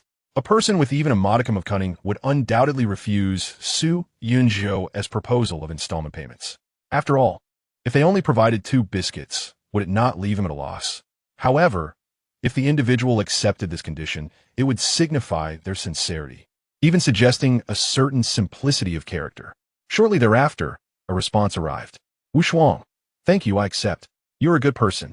Soon, the transaction was concluded. Su Yunzhou gazed at the unopened barrel of water he had acquired. He promptly placed it atop the water purifier, awaiting its flow. At that moment, the train's announcement rang out once more. The train will arrive at the station in 10 minutes. All conductors, please prepare. Next stop, abandoned goblin camp, difficulty, level 1 type. Solo, danger level, weak and infirm foes, bounty level. Excellent, the highest bounty level at this difficulty. Special reminder, the orbs atop the 4-cornered arrow towers. With only 10 minutes remaining, Su Yunzhou swiftly retrieved a compressed biscuit and exchanged it with an individual named Zhang Qilong for 20 crossbow bolts. The bolts were of a dull gray quality, thus their price could not be high. After all, they were not strictly consumables and could be reclaimed. Zhang Qilong was elated to find a buyer for such items and had no intention of haggling. Subsequently, Su Yunzhou prepared to enhance the silver crossbow. Yet a sudden thought struck him as he glanced at the paper effigy beside him. Perhaps it was unnecessary to equip the frail and the infirm with formidable weapons. However, a substitute figure might serve to shield him from unforeseen calamities. His mind wandered back to the impression left by the little girl in the previous station. He couldn't help but speculate. Could this paper effigy truly possess the ability to deflect disasters and take on death in his stead? Should I enhance the substitute paper effigy? Yes. Spirit-infused paper effigy 1. Type. Item. Quality. Superior. Effect 1. Upon bloodletting, it mimics the user's aura and appearance, effectively drawing enemy attacks. Effect 2. Requires minimal spiritual energy for manipulation, capable of simple actions such as walking and speaking, while granting the user access to the effigy's vision and hearing. Description: this paper effigy is animated, but I advise against harboring excessive thoughts. Su Yunzhou gazed at the paper figure before him, astonished. Initially, upon close inspection, one could discern its nature as a paper effigy. Now, however, it resembled nothing more than a silicone doll. If one did not scrutinize closely, it bore no distinction from an ordinary human. Su Yunzhou touched the palm of the effigy. Its texture was surprisingly akin to flesh, only revealing its true nature when grasped firmly. He promptly punctured a pimple on his skin and smeared the blood upon the effigy. Blood binds the master. In the next moment, the previously ambiguous figure slowly transformed to mirror Su Yunzhou almost perfectly. Simultaneously, he glimpsed his own visage. He had gained the effigy's perspective. Goodness, is there an echo? Is there truly an echo? Su Yunzhou concentrated, discovering he could lower the effigy's volume and even obscure its vision. Then, he mentally guided the effigy to take 2 deliberate steps. The movement was fluid. What a remarkable treasure! In this light, the silver crossbow seemed utterly worthless. Its effects were disappointingly underwhelming. Unless he encountered a vampire or a demon, it was merely an ordinary crossbow, despite its superior designation. Train has arrived. Reflecting on this, Su Yunzhou nestled beneath the train window, allowing the paper effigy to survey the scene outside. Once again, as if traversing through time and space, the desolate expanse transformed into a dilapidated encampment. He instructed the effigy to disembark, securely closing the door behind it, while he remained aboard. Yet, the effigy's range of movement was constrained to a 300-meter radius from the encampment. Beyond that, an invisible force impeded his progress. It appeared that even the paper effigy could not escape the confines set by the station. The effigy soon ventured into the ruins ahead. It is evident that this place once resembled a stronghold, encircled by wooden stakes, with towering arrow towers at each corner. The grand entrance has long been damaged, allowing the paper figure to enter effortlessly. Su Yunzhou intended to commence a search, but was approached by an elderly man whose face radiated surprise. Cough, cough. Who would have thought that someone would still venture here? The paper figure merely gazed at the old man and, in a remarkably calm tone, inquired, "May I ask what transpired here?" Su Yunzhou discerned that while he could control the paper figure's speech, he was unable to imbue it with emotion or expression. The old man, with a voice laden with age, lamented, "We were once the inhabitants of this place. A decade ago, an army swept through, pillaging and destroying everything, capturing all the villagers, leaving only this frail body of mine to survive. Chapter 8. The Second Stop. The ruins of the goblin camp. Su Yunzhou squinted, pondering. Only one remains? Wasn't it said there were two? Moreover, why was there a human amidst the goblin ruins? The paper figure continued to inquire. Are you the sole survivor here? There is another, the old man replied, who, to evade the attacks of beasts, resides in a cave. Would you care to accompany me to see? The paper figure responded, I appreciate your kindness. After the paper figure and the old man had ventured far, Su Yunzhou finally emerged from the train. With the paper figure's perspective, he felt no concern about losing track of them. Soon, the old man guided the paper figure through the ruins to a remarkably concealed cave entrance, obscured by dense foliage. Had one not intentionally approached, the cave would have remained undiscovered. The paper figure followed the old man into the cave, while Su Yunzhou quietly positioned himself at the entrance. The old man warned the paper figure, beasts roam freely here, and it becomes perilous after dark. If possible, please stay the night to rest. Su Yunzhou, gripping his silver hand crossbow, adjusted the bowstring and secured a bolt in place. He donned his vision-enhancing eye to easily ascertain the cave's interior. Just then, the paper figure replied, If it pleases you, I would be grateful. Before the words had fully escaped his lips, a diminutive figure leaped from the shadows, striking the back of his head with a stone. Thud! The blow caused the paper figure's head to cave in instantly. Su Yunzhou, too, lost control and awareness of the paper figure. Nevertheless, he remained composed and unperturbed. Inside the cave, before a flickering campfire, the diminutive figure was finally revealed to Su Yunzhou. It was a grotesque, green-skinned creature, its features twisted and wrinkled, with tufts of white hair. It was astonishingly an aged goblin. What was once the elderly man had transformed into yet another ancient goblin. Esteemed chieftain, it is indeed surprising that after all these years, your shape-shifting ability continues to deceive humanity. The goblin chieftain shook his head, lamenting, Alas, our tribe now consists of merely the two of us. It is exceedingly difficult to obtain a human for sustenance. If only we could acquire a female human, we might sow the seeds of our lineage and perhaps bolster our numbers once more. With a heavy sigh, the goblin chieftain continued, Bolster? Do not harbor such illusions. As long as that individual remains, our goblin clan shall never flourish again. Merely surviving like rats is already a considerable feat. His tone grew somber as he lamented. That human is a veritable madman, intent on exterminating all goblins, seeking to obliterate our kind completely. Suddenly, another goblin, trembling with fear, exclaimed, Chieftain, this human's mind is shattered. But why? Why is there no blood? What? The goblin chieftain was about to investigate when, swoosh, an arrow suddenly flew in from outside the cave, piercing straight through the chieftain's chest. To Su Yunzhou's astonishment, what appeared to be a mere slender bolt had created a gaping hole the size of a fist in the goblin chieftain's torso. With his keen vision, he observed that the arrow had not only penetrated the chieftain, but continued its trajectory, embedding itself halfway into the cave's stone wall. Goodness! The range and damage are comparable to that of a standard rifle. Su Yunzhou mused, My apologies, exquisite crossbow, I may have spoken too loudly. You are indeed of superior quality, as your reputation suggests. As he spoke, he methodically prepared another bolt for his crossbow. Meanwhile, another goblin, witnessing the demise of his chieftain, was utterly panicked. Grasping a rusty iron axe, he gazed fearfully towards the cave's entrance, shouting frantically, Who is there? Come out. I know it is you, you wretched demon. Monster. Madman. What more do you desire? You have already destroyed our home and slaughtered our entire goblin clan.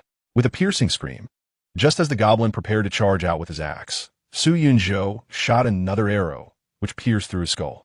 Rather than recklessly entering the cave, Su Yunzhou opted to wait a few minutes before proceeding. Soon, he rummaged through the cave and discovered a trove of spoils. The goblins had amassed quite a collection. He even stumbled upon a novice resource chest in a corner, containing 80 units each of metal and wood. Initially, Su Yunzhou pondered how he might transport the chest, only to then notice a small cart within the cave. It seemed the cave was well equipped for his needs. However, he refrained from taking the cooking utensils and some peculiar items, as it was evident from their earlier conversation that these goblins were cannibals. Who knows what those pots had previously contained? He certainly was not Hannibal. Simultaneously, he retrieved the paper figure that had been decapitated, hoping to devise a means of restoration. After its head was blown off, the paper figure naturally lost its connection to Su Yunzhou, rendering it impossible to manipulate further. Pushing a small cart, he departed from the cave and made his way back into the train. To repair the enchanted paper figure, 2 kilograms of hard paper are required. Please prepare. He searched the trading post and indeed found someone selling hard paper, but the seller was currently unreachable, likely engaged in exploration. Given that the only threat at this station had been eliminated, there was no longer any need for vigilance. He decided to postpone the restoration of the paper figure until after departure. With that thought, Su Yunzhou exited the platform once again, of course, pushing a small cart. Soon, amidst the ruins of the goblin camp, Su Yunzhou's gaze settled upon the 4 arrow towers. Although the camp had been largely destroyed, with most structures collapsed, the 4 arrow towers still retained their basic form. Su Yunzhou could at least discern that these were indeed arrow towers, or perhaps more fittingly, watchtowers. He recalled the hints provided by foreseeing vision and directed his attention to the apex of the tower. There he spotted a dim red orb, approximately the size of a human head. It was nearly imperceptible unless one looked closely. With the aid of his distant vision, Su Yunzhou could clearly see the faintly glowing red orb. Each of the 4 corners of the camp housed one of these orbs atop the arrow towers. Without further hesitation, Su Yunzhou drew his crossbow and began to load it. The ladders of the arrow towers had long since deteriorated, making it too perilous to climb. He could only attempt to shoot them down. If they broke, so be it, for he had no means of retrieving them. Whoosh! The bolt struck the orb with precision. Clang! Subsequently, the bolt was deflected, and the orb remained unscathed. Yet, the once dim orb now began to emit a striking crimson glow. Is this the way it is? Without delay, Su Yunzhou proceeded to illuminate the remaining 3 orbs at the other corners. Then, he observed with astonishment that a section of the ground at the very center of the camp began to sink slowly, revealing a bowl-shaped depression. Within this depression lay several items: a resource box that Su Yunzhou had encountered before, a document pouch, a green treasure chest, and a pitch-black box. Chapter 9. Departing ahead of schedule. Su Yunzhou meticulously assessed each of these items. Level 2 resource box, type, spatial container, quality, white, effect, capable of storing up to 200 units of level 2 metals and wood. Description: no need to open it. It is indeed already full. Su Yunzhou took a glance inside and confirmed that it was filled to capacity. Document pouch, type, container, quality, ashen, effect, generally used to contain paper-based documents and items. Description: so what of it? What exactly do you wish to ascertain from file bag? Fingerprints? Green treasure chest, type, chest, quality, fine, effect, guarantees a minimum of 3 energy crystals, and randomly awards 13 fine items, with a minuscule chance of yielding a perfect item. Description: oh, my friend, it is vastly superior to the white one. Magic box, type, psychic container, quality, perfect, effect 1. Upon opening, the box will return the items to their rightful owner. Effect 2. The box is sealed, rendering it invisible to any unassigned beings, preventing them from discerning its nature, contents, location, or opening it. Description: perhaps this is a gift? Su Yunzhou merely cast a cursory glance before stacking all 4 chests onto the cart. He was not foolish enough to open the treasure chests here. He would certainly board first. At that moment, on the horizon beyond the camp, Su Yunzhou squinted and observed a swarm of indistinct figures. His vision was extraordinarily keen. Under unobstructed conditions, he could discern vague silhouettes even 5 to 10 kilometers away. Of course, this ability was influenced by numerous factors such as weather and light. The reason he could see was twofold. The terrain was open, and there were an overwhelming number of individuals approaching from that direction. A rough estimate suggested there were at least several hundred green-skinned humanoid creatures rushing towards him. Hiss! Su Yunzhou inhaled sharply and quickly pushed the cart away from the camp, racing towards the train. Once aboard, he realized it was a horde of goblins. Moreover, these goblins were equipped quite impressively, donned in armor, wielding fine weapons, and exuding the aura of elite monsters. Upon boarding the train, Su Yunzhou wasted no time activating his tidal effect. Relentless Advance. Effect: you may depart the platform up to 3 hours early and immediately set the train in motion. At this moment, there was still over 2 hours before the train was scheduled to leave. Nonetheless, Su Yunzhou opted to depart immediately. if that horde of goblins managed to blockade the train. He could not guarantee that the train, traveling at 60 kilometers per hour, could break free. Thud thud. The deep rumble of the engine resonated as the train slowly pulled away from the platform, gradually picking up speed. Su Yunzhou glanced back to see the goblins reaching the camp ruins, with some attempting to pursue his train. However, soon a towering human figure emerged. This individual was entirely encased in tightly fitted dark gray armor, with a shield in his left hand and a sword in his right. A plume of fiery red feathers adorned the back of his helmet, emanating an aura of calm and formidable strength. In that instant, a multitude of thoughts flashed through Su Yunzhou's mind. Perhaps these hundreds of goblins posed no real threat to me, and the armored figure would likely come to my aid. The notion of a single individual confronting a multitude of goblins arises in my mind, conjuring a familiar yet indistinct figure. Subsequently, the train swiftly departs from the ruins of the encampment, where the elite goblin battalion and armored soldiers vanish from Su Yunzhou's sight. He finds himself once more upon that desolate expanse. You have disembarked early. By disembarking early, you have gained an additional 212 hours, during which you will encounter no peril in this segment of the world. An alarm has been set for you, which will remind you when the 212 hours of safety have concluded. Seated upon the chair, Su Yunzhou retrieves 4 boxes. The first is a secondary resource box, which requires no further elaboration, as he places it atop the primary resource box. As for the green treasure chest, he intends to wait until he acquires bronze points to allocate before opening it. Consequently, he picks up the document pouch along with the entirely black box, harboring a profound curiosity about the latter. However, at this moment, he is even more intrigued by another item. What precisely is this explanation? Is it artificial intelligence? Or perhaps a superior entity monitoring me in real time, offering commentary in this manner? In fact, he had previously sensed that this explanation appeared to be elucidating the items. More often than not, it felt akin to conversing with him. After a brief moment of hesitation, Su Yunzhou tentatively calls out to the train's operating screen. Xiaoming? There is no reply to be heard. Xiao Che, the system responds. If you wish to activate the train's explanation system, please state your inquiry. Inquiry. In the next instant, a remarkably similar interface, almost an exact replica of a certain deep sleep interface, materializes upon the train's operating screen.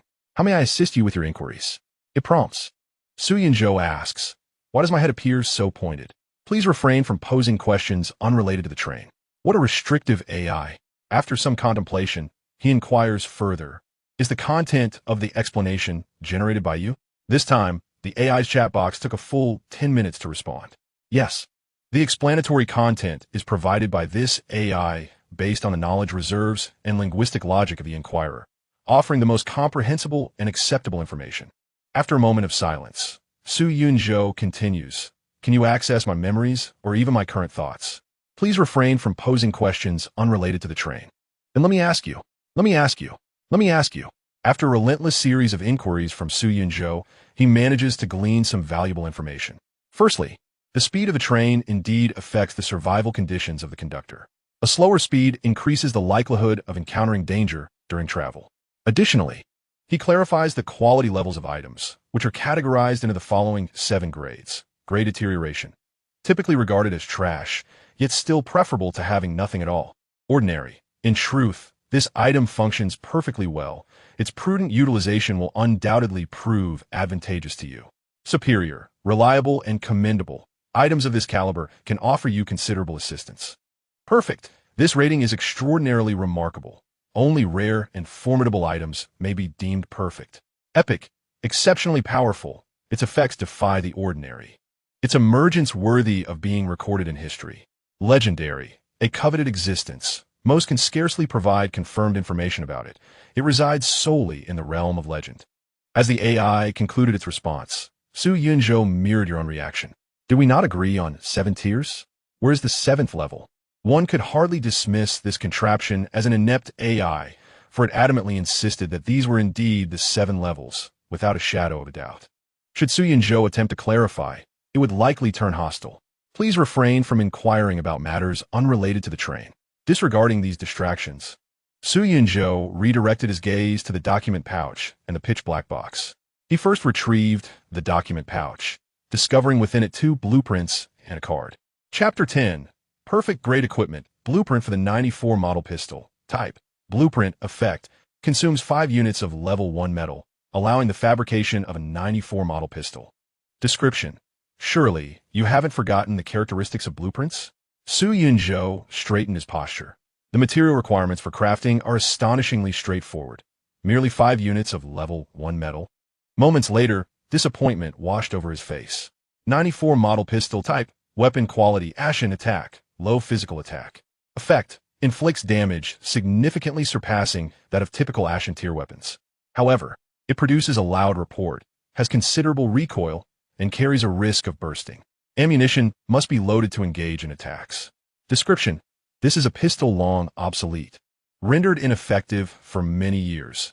You would be wise to contemplate your decision before utilizing it. My crossbow delivers mid-level physical damage, capable of breaching a fist-sized hole in a goblin. Yet this pistol only offers low physical attack. The initial gifted broken knife even registers as extremely low in physical attack. It seems that in this world, the disparity between firearms and melee weapons may not be as pronounced as one might presume. Furthermore, the specifications for ammunition are not distinctly categorized. Bullets for different firearms may well be interchangeable. Lacking any ammunition, Su Yunzhou found it of no use. Casually listing this weapon on the trading post with a base price of 20 metal. A profit of 300 hardly seems excessive, does it? He then turned his attention to the other blueprint. Blueprint for level 1 wheels. Type. Blueprint effect. Consumes 20 units of level 1 metal and 10 units of level 1 wood to produce a pair of level 1 wheels, which would be affixed to the train, enhancing its speed by 10 kilometers per hour. Only one pair may be equipped. Su Yunzhou stroked his chin, pondering as he spoke. If the speed of the vehicle proves beneficial, then this wheel must surely fetch a handsome price. His gaze then fell upon the final card, which astonishingly revealed a carriage module. Constant temperature carriage module card. Type. Carriage module. Effect. Upon use, it adds a carriage to the train, maintaining a constant temperature of 26 degrees Celsius. Description. No matter the means employed, the temperature within this carriage cannot be raised or altered. Though material and energy exchanges can occur between the inside and outside, the internal temperature remains unchanged. Furrowing his brow, Su Yunzhou suddenly realized, indeed, the platform they were heading towards could alter space and time. It was reasonable to expect variations in weather, should extreme heat or frigid conditions arise. The utility of the temperature-controlled carriage would be self-evident. Thus, he promptly utilized the carriage module card, augmenting his train with an additional carriage. Upon entering this new compartment, he stroked his chin and decisively declared, "This carriage shall serve as my bedroom henceforth. If I could procure a bed, it would be even better." Of course, most people were struggling just to find sustenance. Yet Su Yunzhou, with his current provisions, was inclined to think of comfort and rest. Finally, he produced a small, jet-black box, its name obscured. According to the item description, once opened, the box would return to its original owner. Therefore, he did not intend to enhance it. Upon opening, Su Yunzhou witnessed the contents vanish as if evaporated, leaving no trace behind. In his hands remained only a delicate vest. Mirror wall corridor armor. Type. Armor quality. Perfect defense. High defense power. Effect 1. Reduces ranged attack damage by 75. The reduced damage cannot exceed the armor's defense limit. Effect 2. Absorbs a single lethal blow. Upon activation, this armor will be completely destroyed. Description. It is difficult to fathom the designer who envisioned a mirror as a piece of armor. This is certainly a mild curiosity. Su Yunzhou paused for a moment. His thoughts momentarily tangled. Nevertheless, he equipped the vest without hesitation. He soon discovered that the garment conformed to his skin, gradually transforming into a material resembling a mirror surface. It felt as though he had been coated in a layer of reflective glass, and the defense it provided should be quite formidable. Moreover, being a piece of perfect-grade equipment, the potential for enhancement was simply beyond imagination. The bounty from this goblin camp was indeed substantial, yet it also prompted a multitude of speculations to arise in Su Yunzhou's mind. The gift of foresight should only predict the immediate dangers I may encounter upon disembarking. The subsequent chain reactions caused by my actions on the platform, leading to unforeseen dangers, are simply beyond its capacity. This is quite understandable. After all, foresight cannot truly predict the future. If Su Yunzhou were to whimsically decide to detonate several tons of TNT and obliterate a platform, along with himself and a train, could foresight possibly foresee such an event? If so, it would be more aptly named Future Diary. It is evident that both the little girl at the first station and the goblin army at the second station were consequences of Su Yunzhou's actions. Had he not destroyed the silicone dummies, taken the paper figures, or triggered the mechanism with his shots, the subsequent dangers would be moot. Indeed, the potency of a golden talent is not as miraculous as I had imagined. With a gentle sigh, Su Yunzhou reconsidered. However, the dominion of the imperial throne is indeed a remarkable asset. The abundance of resources at the second station is nothing short of extraordinary. Just a piece of perfect-grade armor alone qualifies as a marvel. Having come to this realization, he produced an energy crystal. I required 20 experience points to ascend to level 3, and I should obtain several more energy crystals when I next unlock a green treasure chest. Therefore, my current objective is to cultivate. I strive to reach level 3 before the fourth station, enhancing the efficacy of my talents. As Su Yunzhou resumed drawing experience points from the energy crystal, in the ethereal realm atop the sacred Qian Peak stood a magnificent and intricate palace. This edifice, constructed from Kunlun black jade as its foundation, adorned with glazed stones as walls, and crowned with lunar dew as its ceiling, is a breathtaking architectural wonder. Within the grand hall, a solitary deity gazes serenely into the distance.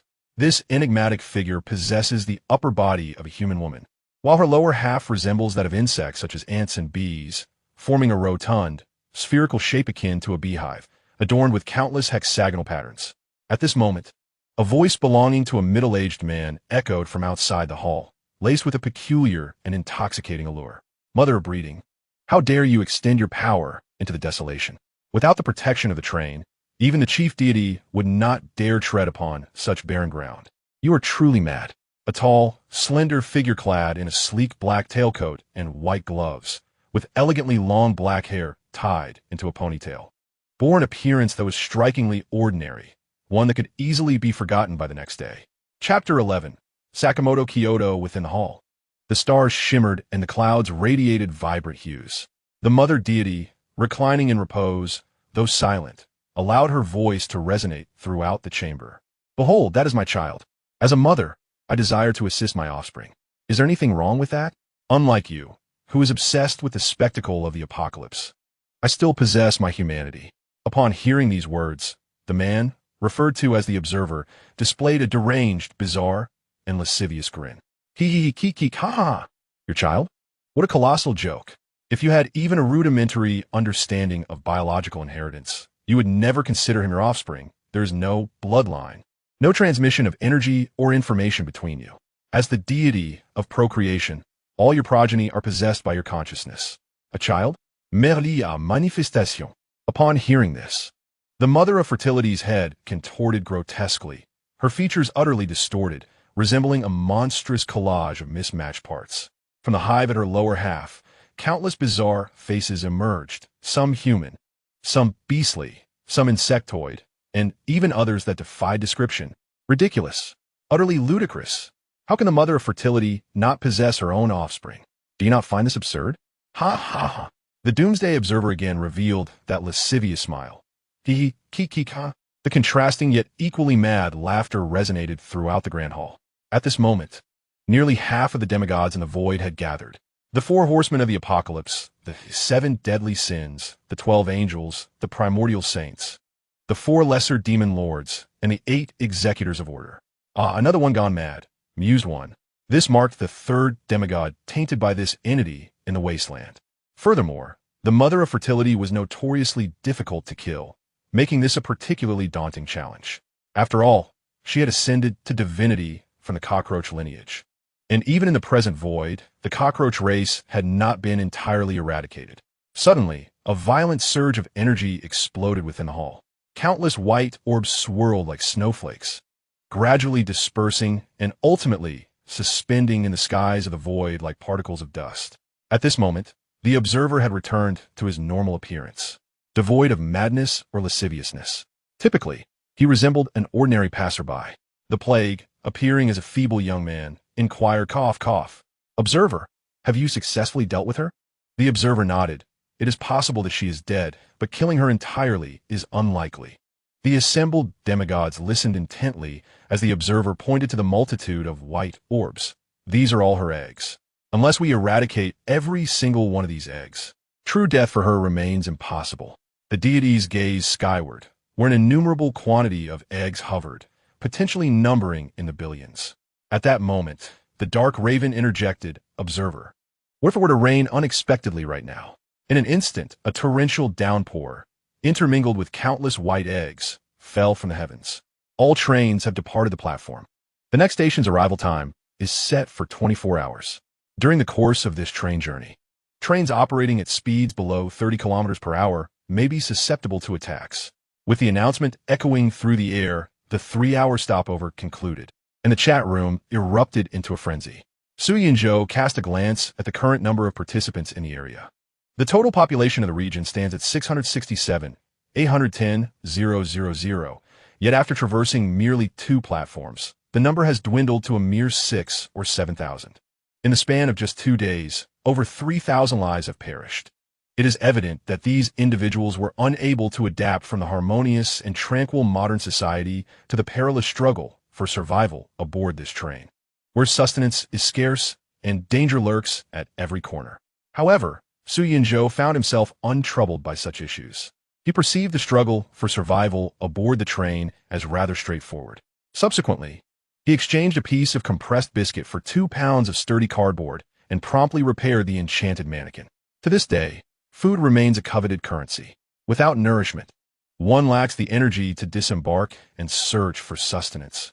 And without searching, one cannot replenish their strength. It is a vicious cycle. Although the taste of the compressed biscuit leaves much to be desired, it indeed restores a considerable amount of vitality. He then opened a can of meat and a can of fruit, comfortably retreating into the temperature-controlled carriage to indulge in a delightful meal. However, he also began to reflect on the circumstances of the previous station. Initially, he had to confront 2 frail goblins. The only danger lay in the fact that one of the goblins, Old Deng, could transform into a human guise. As long as Su Yinzhou maintained a modicum of vigilance, he would not foolishly follow the creature into its cave. As for the subsequent horde of hundreds of goblins that rushed in, he felt they posed little threat to him. After all, he had witnessed a fully armored warrior fearlessly facing the multitude of goblins as he departed. He pondered deeply. By allocating points, he had upgraded his train to level 1, and subsequently to level 2, acquiring the attribute of foreseeing vision. This attribute enabled him to swiftly comprehend the dangers of each station and provided crucial insights.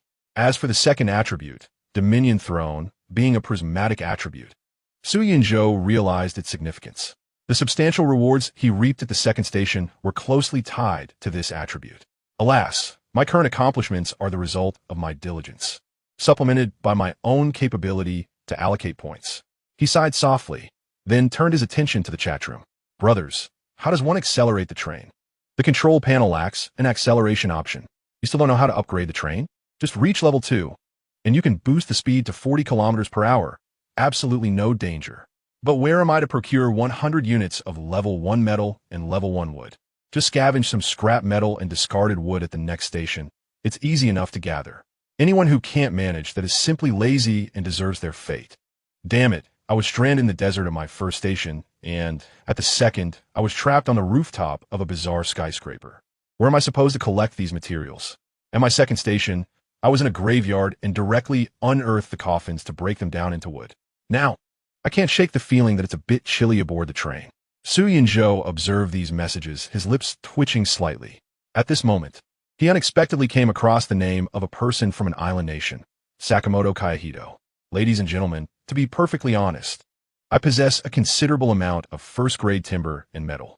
If possible, I would like to trade some food in exchange. Instantly, another familiar name appeared, addressing Su Yinzhou. Huang Yancheng. Su Yinzhou, don't you have an abundance of food? Why not exchange some for metal and timber? I have a feeling that many will perish tonight. Hurry and offer some first-grade metal and timber to save everyone. In an instant, a multitude of voices chimed in agreement. Indeed, you possess so much food. Just trade a bit for some first-grade metal and timber to elevate our train to level 2. We are all citizens of the Great Xia. You cannot stand idly by and watch us perish. Sue, you're like a brother to me. Even a father would do. Just give me some timber and metal to elevate the train to level 2. Sakamoto Kayahito observed the chatter in the room with a cold gaze, a faint smile playing on his lips. The people of the Great Xia are indeed so united. It merely requires a slight manipulation. And this Su Yunzhou will surely be compelled to engage in trade with me. In reality, he had already attempted to contact the individual several times to exchange resources for food. However, Su Yunzhou was entirely disinterested in first-grade resources and would never entertain the idea of trading with him. Thus, Sakamoto Kayahito swiftly conceived such a scheme. Yet, to his surprise, Su Yunzhou seemed utterly unfazed by the situation in the chat room, devoid of any anger or resentment. It was as if he were merely an observer, finding amusement in the spectacle of others transitioning from persuasion to threats and ultimately to curses. As a gentleman willing to let a little girl use the amusement ride, he naturally disregarded their verbal assaults. Why concern oneself with a group of individuals who were on the brink of death? If ascending to level 2 was so arduous for them, how would they fare at level 3 or 4? Would they be among the survivors? Of course, Su Yunzhou was no devil. He produced the design for a first-grade wheel, a hint of amusement glimmering in his eyes. Instead of requiring 100 units each of metal and timber to upgrade the train to level 2, this wheel demanded merely 20 metal and 10 timber to increase speed by 10 kilometers per hour. For most, they would surely be willing to part with everything to grasp a sliver of hope for survival. Originally, this hope necessitated the payment of 100 units of first-grade materials. But now, only a pair of first-grade wheels would suffice. Soon, Su Yunzhou crafted the first-grade wheels and set a base price of 40 first-grade metal and 20 first-grade timber. If they could provide food, equipment, or other items of interest to him, he would consider selling a reasonable price. Chapter 12. Selling first-grade wheels. After listing the first-grade wheels in the trading market, Su Yunzhou did not linger further, continuing instead to absorb experience points from the energy crystals. He must race against time to upgrade and then enhance his attribute points talents. His bronze points are utterly insufficient, not to mention the forthcoming silver and gold points, which will undoubtedly require a rise in his own level to unlock. On the other hand, Su Yunzhou has already allocated the one free attribute point gained upon reaching level 2 to his physique. He can distinctly feel an enhancement in his physical condition. This sensation resembles the gradual and imperceptible improvement in the constitution of an ordinary person who perseveres daily, suddenly bestowed upon him in an instant. This gratifying positive feedback has further fueled Su Yunzhou's desire to level up. Meanwhile, the chat room has erupted with excitement. Goodness, with that level 1 wheel, wouldn't he be able to evade today as peril? Indeed, the train's original speed is 20 kilometers per hour. With that wheel, it could reach 30 kilometers per hour. But it requires 40 level 1 metals and 20 level 1 woods. Why isn't Su Yunzhou seizing them? Exactly. We are all citizens of the Great Xia. Why can't it be given to us directly? Shouldn't we be helping each other and striving to survive together? Perhaps the manufacturing cost of this level 1 will consist solely of those materials. If you do not provide them, do you expect Su Yunzhou to conjure them for you? Let him trade food with that islander for materials. It's not like he can't acquire them. Why is he so selfish? Those lamenting in the group often lack both capability and resources, and it is difficult to ascertain their intelligence. In contrast, dozens of vibrant young women have candidly sent their photographs to Su Yunzhou. Some individuals without materials, but possessing other goods, have approached him. Brother Su, I have an unopened bag of Angel Gundam models. Can I trade it for a wheel? I have the magical Crazy Deer massage set. Although it appears quite old, it can still function if powered. Brother Su, let us trade. Good brother, this bed is absolutely comfortable. Trading for a level 1 wheel is a sure profit for you. Attached image. Luxurious heart-shaped bed JPG. Brother Su. Good brother. Dear brother, would you like to try cat meat? It's from my own pet. Guaranteed clean. You could give it a try. Attached image. A somewhat frail black cat JPG. Of course, there are also some pieces of equipment. Wu Shuang. Equipment information. Sneaker. Common. Exchange for wheel. Sneaker. Type. Armor quality. Common defense. Extremely low defense effect. Reduces stamina consumption by 50 while walking, which includes brisk walking, shuffling, moonwalking, and backward walking, but excludes all running and jumping actions. Description. Undoubtedly, it will help you walk farther. There are also those who are self-important and dismissive. Yifeng, Su Yunzhou. I admit you are impressive, but I have also leveled up to a 2-level train now. I have established an organization named the Great Xia Alliance, and I sincerely invite you to join. Yifeng, I am aware that you possess blueprints for firearms and level 1 wheels. Should you provide these blueprints, I can elevate you to the position of second-in-command within this alliance. Yifeng, Su Yunzhou, please respond to my message promptly and do not disregard me. Yifeng, are you choosing to ignore me? How intriguing. Rest assured, we shall cross paths eventually, and it will not be long. Given that the station has provisions for both solo and group engagements, our encounter is inevitable. I assure you. Naturally, there is also Sakamoto Kyoto, who approached Su Yunzhou from the outset. Sakamoto Kyoto, Su, I am willing to pay for materials. I hope to purchase at least 20 level 1 wheels from you. I eagerly await your swift response. 2 hours later, Su Yunzhou suddenly noticed a pair of crimson eyes emerging from the desolate expanse outside the train. Utilizing his farsight ability, he could discern the silhouettes on the wasteland with greater clarity. They were colossal red-furred wolves, each roughly the size of an elephant. Even a single one of them could pose an insurmountable challenge for this train. There must be at least 50 or 60 of them, if not more. Su Yunzhou promptly checked the chatroom situation. Indeed, a cacophony had erupted among the majority. Moreover, many discussions revolve around Su Yunzhou himself. As the specter of death loomed closer, their true natures began to manifest. Some cursed Su Yunzhou, others pleaded with him. Some revered him as a deity, while others condemned him as a demon. Su Yunzhou paid little heed to their words. Those who could offer him equivalent or greater benefits were the ones to whom he would provide level 1 wheels.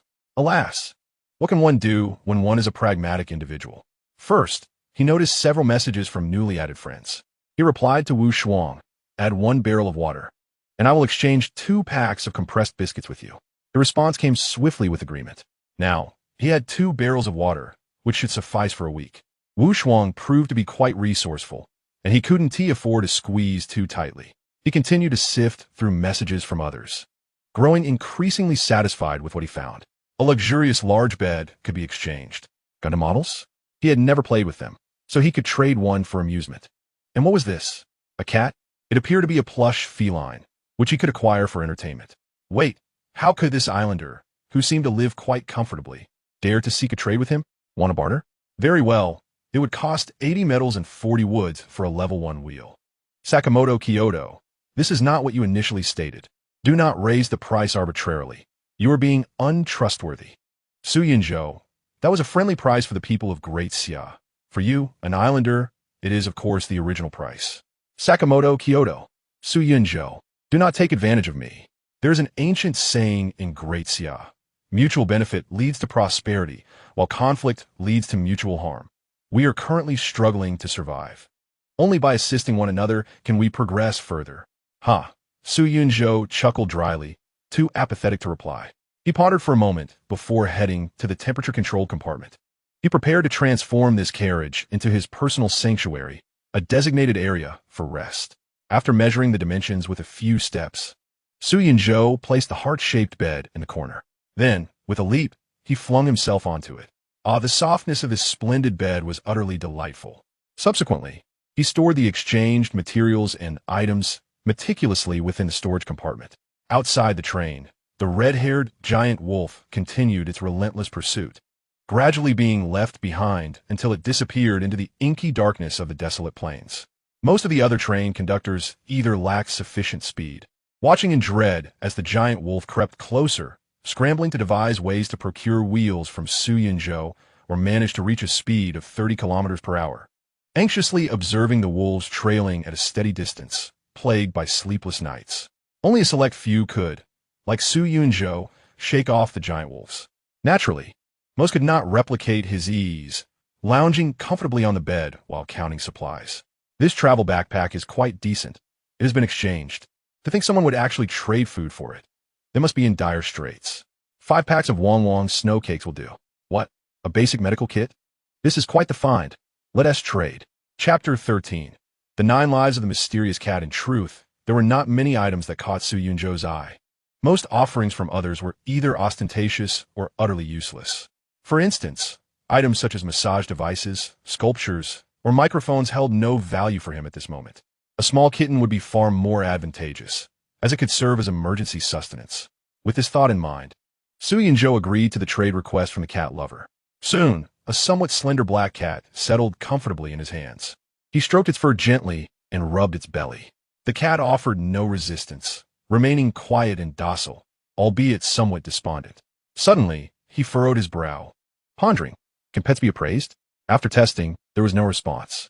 However, Su Yunzhou remained undeterred and approached the control panel, summoning his little assistant. Can such a creature be appraised? If the creature is entirely yours, it can be appraised. However, the information provided will not be particularly detailed.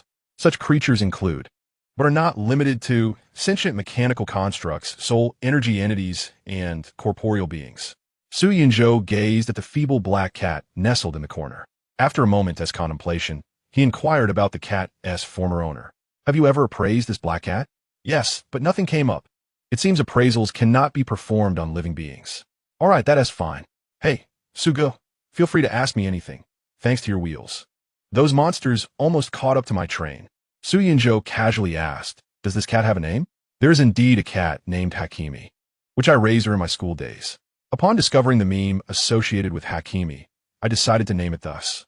To bestow such a name upon a feline suggests that the household must possess some remarkable talent. Wait a moment. During school, did this cat come from Blue Star? Su Yunzhou stroked his chin, a habitual gesture when deep in thought. Is it possible that you possess your own cat train? Hakimi merely glanced at the male human before languidly resuming its position on the ground. Then, a can of beef was placed before it. Instantly, it sprang up and began to devour it voraciously. Moments later, Su Yunzhou realized he could appraise Hakimi. Dark cat, type, pet quality, excellent effect. Dark cat's 9 lives. The dark cat has 9 lives, each death making it slightly stronger, albeit increasing its corruption value. After 3 deaths, the dark cat will begin to experience hallucinations. After 6 deaths, it will become unable to distinguish between friend and foe. After more than 6 deaths, one should flee. Description: most conductors participating in the train survival scenario can only bring themselves and the clothes they wear. However, this cat has accompanied the conductor, indicating it is no ordinary Hakimi. Goodness, I stumbled upon a splendid find in a roadside box. Yet, the effect seems rather mediocre. The more it dies, the stronger it becomes. But does that also lead to a decline in sanity? Su Yunzhou reclined back on his bed once more. This time, however, he cradled a playful little kitten in his arms. Previously, numerous assertive young women, eager to survive, sent him various photos through different means. After carefully examining each one, he earnestly advised them, you must safeguard your dignity as women. You should not forsake your purity merely for survival. This statement drove those desperate to barter their bodies for survival into a frenzy. In a society governed by law, they had enjoyed an abundance of privileges granted to women under the guise of equality. Yet, in a ruthless environment, they felt their own fragility and helplessness. Abusive messages, pleas, anger, and madness flooded in. However, Su Yunzhou was indifferent to their plight. After all, they could hardly send many more messages. Soon, their communications abruptly ceased, leaving no further messages to be sent. Su Yunzhou then retrieved the green treasure chest he had acquired previously, adding the recently obtained bronze points to it. Green treasure, chest 1. Type: treasure chest quality, excellent, effect 1. Guarantees the acquisition of 3 energy crystals and randomly grants 13 excellent items, with a minuscule probability of yielding a perfect item. Effect 2. Ensure that you receive one of the following 3 rewards: 6 energy crystals, a perfect grade item, or a skill book. This could turn the tide. Su Yunzhou stood in stunned silence upon seeing the contents of the treasure chest. How extraordinary! 1 item, 9 energy crystals. This item was a refined grade consumable. Antidote serum. Type: potion quality, refined effect. Can be consumed or injected. Upon use, it grants immunity to most zombie viruses, plagues, AIDS, and other infectious diseases that may prove fatal. Ineffective against curses and injuries. Description: if possible, I hope you never have to use it. Nevertheless, it could save your life in critical moments. Su Yunzhou placed the serum into his backpack, then gathered the energy crystals and continued to absorb experience points. Feeling drowsy, he took another nap. Time continued to pass. Less than half an hour remained until the next destination. Glancing at the number of players in the area, Su Yunzhou noted that after a night, the count had dropped below 5,000. It had only been 2 days, and half of the players had already exited the game. Even for Earth Online, a game with nearly a 90 negative review rate, the rate of players quitting within 2 days was not so high. Su Yunzhou murmured to himself, then looked at the 2 bronze points he had accumulated. This time, there was no hesitation. Silver hand crossbow. Points allocation. Holy silver magic crossbow 1 type. Weapon quality. Perfect attack. High physical attack, unaffected by the user's physique attributes. Effect 1. Arrow shot from this crossbow deal triple damage to vampires, werewolves, ghosts, demons, and similar creatures. Effect 2. Purification magic arrow. Active effect consumes 10 spirit points. Automatically loads a magic arrow, ensuring your next shot can perfectly hit the target's head within 100 meters and inflict horrific damage on vampires and other beings. Description: please aim as accurately as possible. It cannot guarantee a headshot if you aim at the sky. Mirror wall armor.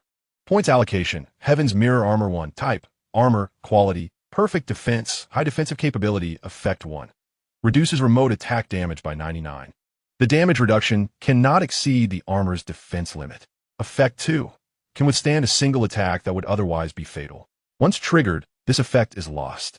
Description: drunkenly unaware of the heavens reflected in the water, a boat full of clear dreams pressing down upon the starry river. Chapter 14. The third stop. Bloody Town. The refined grade crossbow can be enhanced to perfection, but the originally perfect grade armor remains at its perfect status. It appears that the armor has not been able to surpass the limit of perfection, thus cannot ascend to the next level. Undoubtedly, there exist subtler gradations in quality levels. However, after examining these 2 pieces of enhanced equipment, Su Yunzhou felt a sense of reassurance. The next stop should be secure. Yet why? Despite both being of the exquisite tier, did the green treasure chest fail to elevate to the perfect level? Perhaps this enigma could only be unraveled when I allocate points to the next green treasure chest. At that moment, the announcement signaling the train's imminent arrival echoed. The train will arrive in 10 minutes. Next stop, Bloody Town. Difficulty: Tier 1 type. 4-person danger level. Vampiric zombies infesting the town. Reward potential. Exquisite special note. Attachment: Vampiric zombie identification panel. Click to view all. This time, the notification pertains not to resources, but rather to information about the monsters. Su Yunzhou clicked on the information panel regarding the vampiric zombies. Vampiric zombie. Level: Tier 1 combat. Average traits: slow movement, sunlight phobic, highly averse to the scent of garlic, susceptible to silver weaponry, low intelligence, keen sense of smell, particularly sensitive to the scent of blood, combat prowess enhanced during nighttime. Description: vampires that have succumbed to zombification for reasons unknown. Their combat abilities have not significantly improved. Yet they amalgamate the vulnerabilities of both zombies and vampires. It is difficult to fathom the rationale behind the creation of such a creature. Upon reading this, Su Yunzhou reaffirmed that this platform presented a considerable advantage for him. After all, he had just enhanced the Holy Silver Crossbow I. However, if these vampiric zombies were to swarm the entire town, I may still find myself in peril. After all, the crossbow, while powerful, only fires a single shot, limiting its lethality. Thus, he promptly accessed the trading hub to search for garlic. Remarkably, someone was selling it. Yet, as it classified as food, the seller's price was rather steep. He could either barter with food or exchange it for Tier 1 metal or wood. 10 cloves of garlic for 50 Tier 1 metal or 50 Tier 1 wood. Without a second thought, Su Yunzhou proposed a deal that was nearly impossible to refuse. 1 compressed biscuit for 20 cloves of garlic. The brother who had been gnawing on garlic for 2 days, tears in his eyes, immediately opted to trade with Su Yunzhou. A total of 20 cloves of garlic landed in Su Yunzhou's possession, each of decent size. The train is about to arrive. Thud! With a muffled sound of cessation, the train came to a steady halt at a somewhat desolate town. Outside the train windows, several slow-moving humanoid creatures aimlessly wandered about. As the train emitted noise upon stopping, these vampiric zombies began to converge towards this direction. Their pace, akin to a brisk walk of an ordinary person, could hardly be described as swift. As they approached the train window, they did not launch an assault on the train. Instead, they merely pressed their faces against the glass, incessantly howling at Su Yunzhou inside. After a moment of contemplation, Su Yunzhou opened the window just a crack. He then took a bite of garlic. Huh? How? Ugh, oh, oh, oh. Oh, woo. In the next instant, these vampire zombies began to scatter in all directions, their panic rendering them directionless. Two even stumbled as they fled. Witnessing this scene, Su Yunzhou couldn't help but break into an excited grin. This town appeared to be a significant improvement over the previous desolate village and the ruins he had encountered. The bloodstained town before him resembled a city out of a zombie film, marred by varying degrees of destruction, with damaged vehicles littering the roads and most windows of the houses shattered. Nevertheless, it was far better than a village that had languished in desolation for over a decade and a camp of ruins. If he could locate a large supermarket within the town, acquiring some essentials and food should pose no challenge. Strapping on his backpack, Su Yunzhou stepped off the train. This map was unsuitable for the paper figure to navigate, as its aura mirrored his own, drawing the attention of the zombies. Though he could devise a means to coat the paper figure with garlic water, he certainly did not wish to share a train with a garlic-scented paper companion. On the other hand, there was the matter of the heavenly mirror armor, with a 99 immunity to ranged damage, not to mention a life-saving effect. It was more than sufficient to ensure his safety. He had no fear of the other 3 train conductors plotting against him. Hakimi, keep up. Meow. The small black cat promptly followed its master off the train. Su Yunzhou was unsure whether the cat had recognized its owner or if it was inherently clever. Regardless, it seemed to comprehend simple commands, its intelligence comparable to that of a trained border collie. The 4-platform station had 4 trains arranged in the cardinal directions. Su Yunzhou's luck was rather poor. Upon disembarking, he encountered several wandering vampire zombies. In stark contrast, Lin Zhanliang, a corpulent man situated to the north, was exceedingly fortunate. His train was stationed at the northern edge of the town, devoid of any zombies. Moreover, after just a few steps from his train, he stumbled upon a pork shop. Though not particularly bright, Lin Zhanliang had visited numerous pork shops and knew that these establishments often stored unsold pork in their freezers. After some effort in breaking down the wooden door, he squeezed his ample frame inside and quickly located the freezer. Indeed, while this town had succumbed to the zombie apocalypse, it had yet to experience water or power outages. This indirectly indicated that the ruling throne had indeed led Su Yunzhou to a remarkably advantageous station. Even an ordinary person could effortlessly evade those zombies. Finding a container to hold a sufficient supply of tap water should pose no challenge. If one can locate a supermarket or a small convenience store, it is likely that some food can be procured. In dire circumstances, one might even venture into a household and, with industriousness, transport a few wooden pieces of furniture or appliances, thus elevating one's status from a mere first-class passenger to a second-class one. Currently, Lin Zhanliang has discovered a freezer in a butcher's shop, brimming with neatly cut morsels of meat. Although he is on the verge of fainting from hunger, he is not desperate enough to consume raw meat. Given that the freezer is powered, kitchen appliances can undoubtedly be utilized, alongside access to running water and seasonings. Lin Zhanliang promptly prepared a pot of meat, relishing a hearty meal. The satisfaction! As he dined, he emitted sounds of contentment akin to a pig's grunt. The flavor was exquisite. After devouring a substantial pot, he cooked another, feeling pleased as he patted his belly. Well, I'm only half full, but I must eat sparingly. Food is scarce, and I must devise a way to shrink my stomach. Once one is satiated, it is easy to succumb to laziness and drowsiness, a tendency particularly evident among the corpulent. Lin Zhanliang reclined on the sofa, pondering whether to turn on the television, only to discover that there was no signal whatsoever. Thus, he casually picked up a prominent notebook from the table and flipped it open. It appeared to be a diary of sorts, yet it resembled more of a random collection of notes. She used to complain about my cold hands. Now, when I touch her arm, it feels akin to a piece of pork submerged in ice water. I have long asserted that that dreadful demon should be burned alive. She will ruin the lives of everyone in our town. She has already infected my wife, my beloved, who once gazed at me with eyes full of affection, now only harbors a look of insatiable hunger. How can I save her? A gaping wound has marred half my face, and I can no longer endure her presence. I have confined her to the freezer, hoping she can remain there a while longer, just a bit longer. The town has descended into chaos.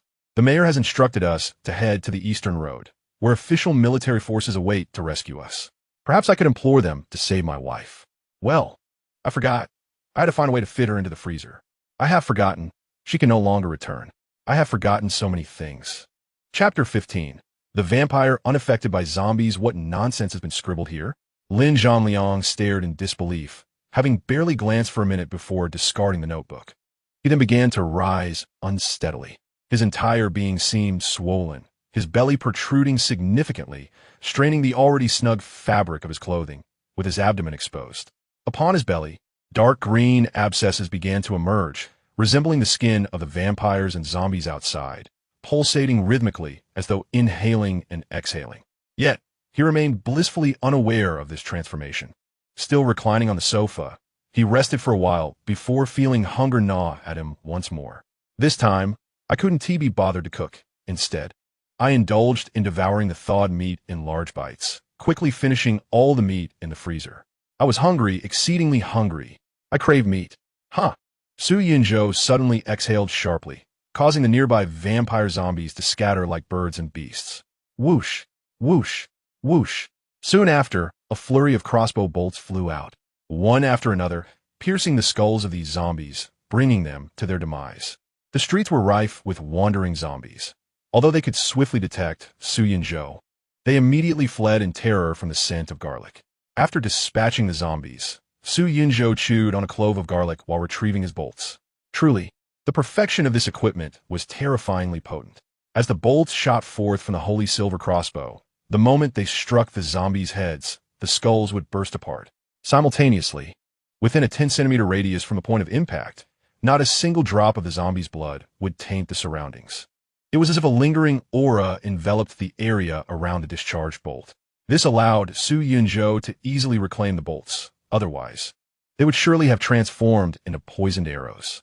Su Yinzhou first passed by a bookstore, stepping inside to procure a few novels that piqued his interest. To his surprise, he also discovered a newspaper and a map of the town. The map, albeit rudimentary, marked special locations such as the supermarket, police station, and the mayor's residence. Additionally, there was an address marked with a red cross, clearly indicating a place that the map's creator advised against visiting. After a moment's contemplation, Su Yinzhou employed an appraisal on the map. Special event detected. Quest. Marked location difficulty level 1 content. Proceed to and explore the marked location. Unexpected rewards may await. Although the map's details were not fully appraised, this information emerged. So, there's a quest system? I wonder why I didn't receive any quests at the previous 2 stations? Is it due to the multiplayer stations? Or perhaps the first 2 locations were too small and straightforward, rendering specific instructions unnecessary? As Su Yinzhou pondered, he did not falter in his steps. Soon, while clearing the streets of zombies, he arrived at a small building with a door sullied by filth and excrement. The grime had dried, yet the stench was increasingly repulsive. Surrounding the house, there were even no wandering vampire zombies in sight. To enter, would he have to tread upon that ominous, dark substance? Su Yinzhou scoffed, glancing at the black cat. Hakimigo. The cat immediately bristled, meowing incessantly at Su Yinzhou. It was evident that it was unleashing a torrent of curses. I meant for you to jump on my shoulder. Hurry up. Hakimi leaped, landing gracefully on Su Yinzhou's shoulder. Su Yinzhou did not enter through the front, but rather circled around, scaling a 2-meter-high wall to reach the backyard. He had previously observed that only a section of the pathway at the main entrance was cluttered with filth, while the other 3 sides remained untainted. Accompanied by the mysterious black cat, Su Yinzhou indeed discovered a clean entrance at the rear. Although it was locked, it posed no challenge for him in his current state. With a swift motion, a crossbow bolt struck the doorknob, creating a gaping hole the size of a fist. Upon entering, he was met with a nauseating stench, clearly emanating from the main door. After a moment of contemplation, he resolved to search the second floor first.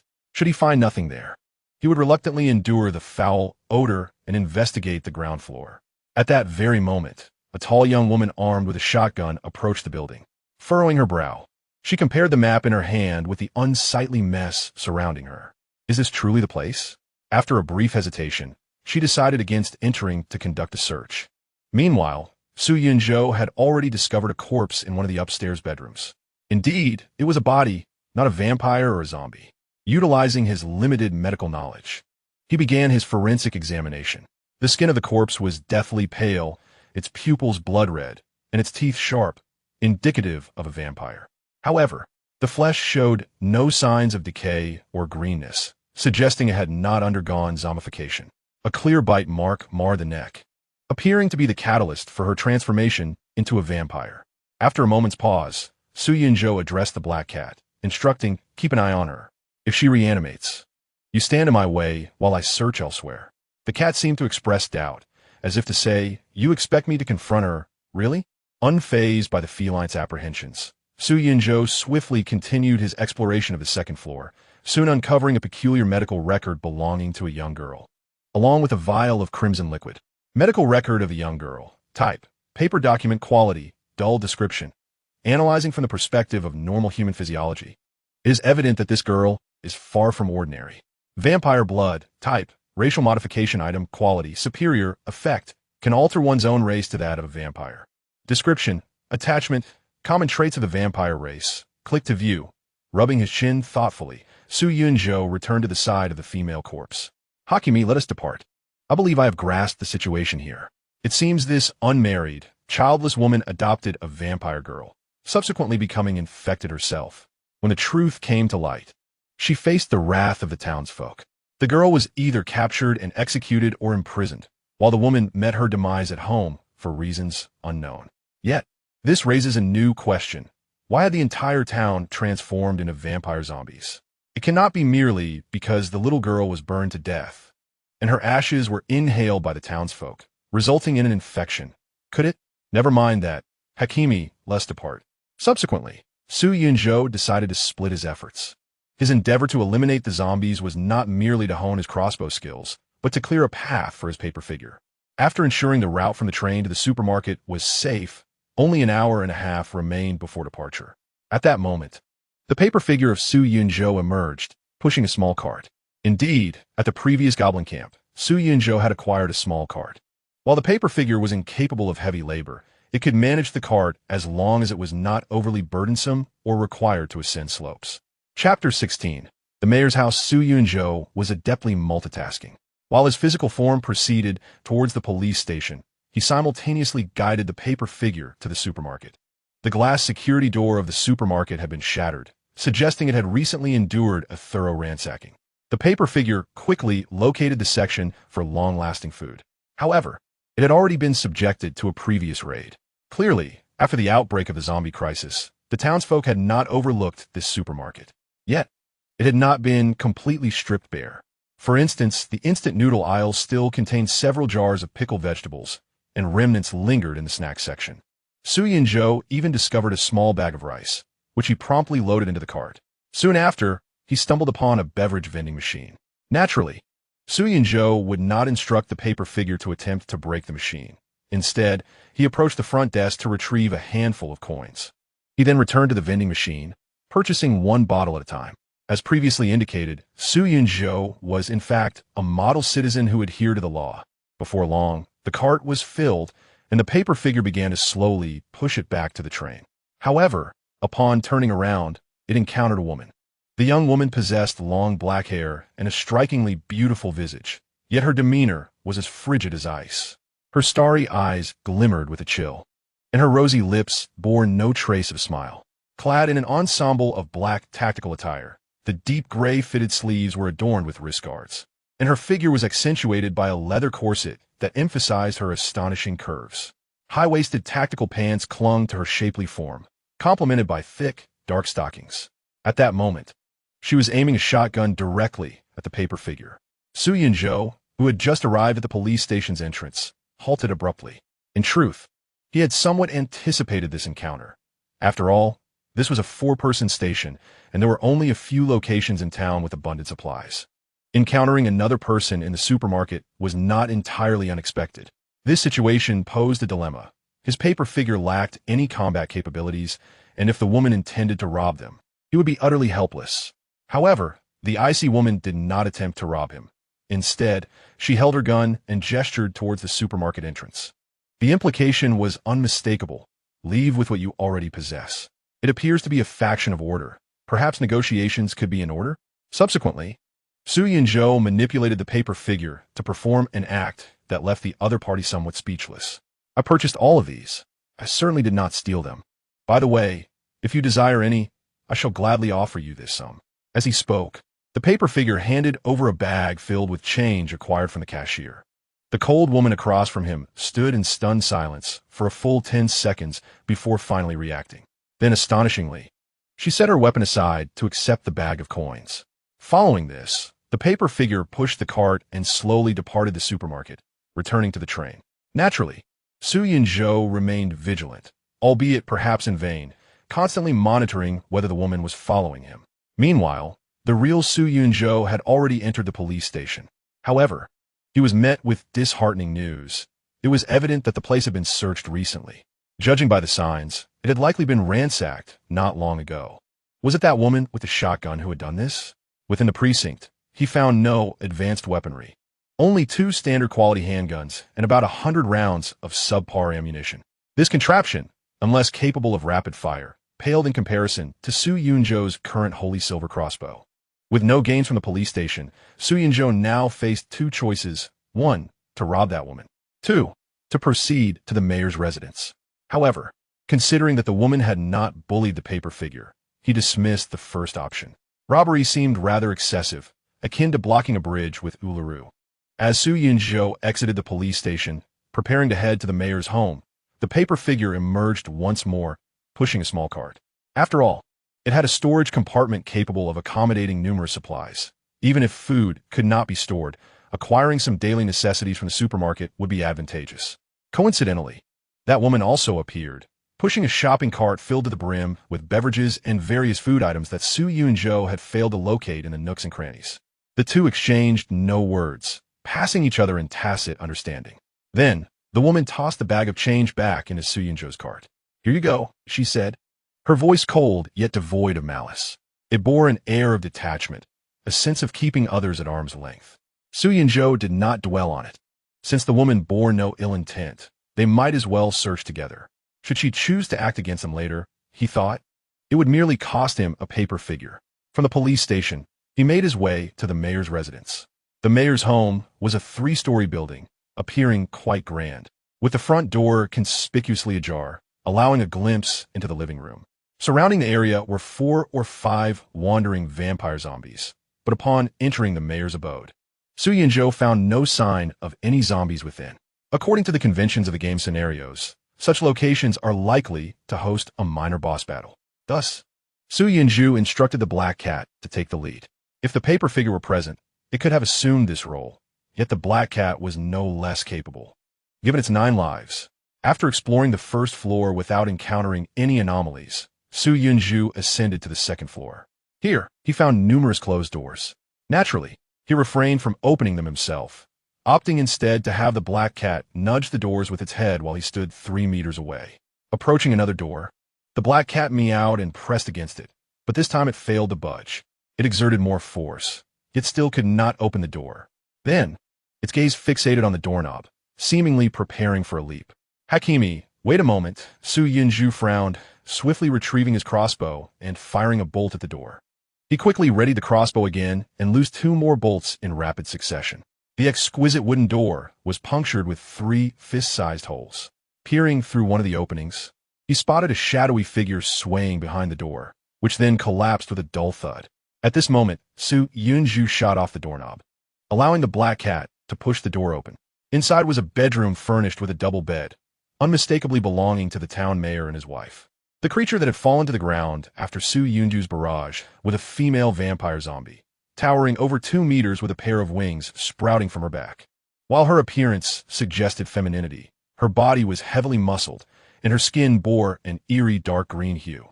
The 2 protrusions on her chest resembled festering boils, grotesquely dark and repulsive.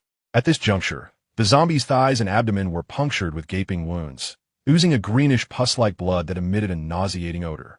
Yet, she appeared not to be entirely lifeless.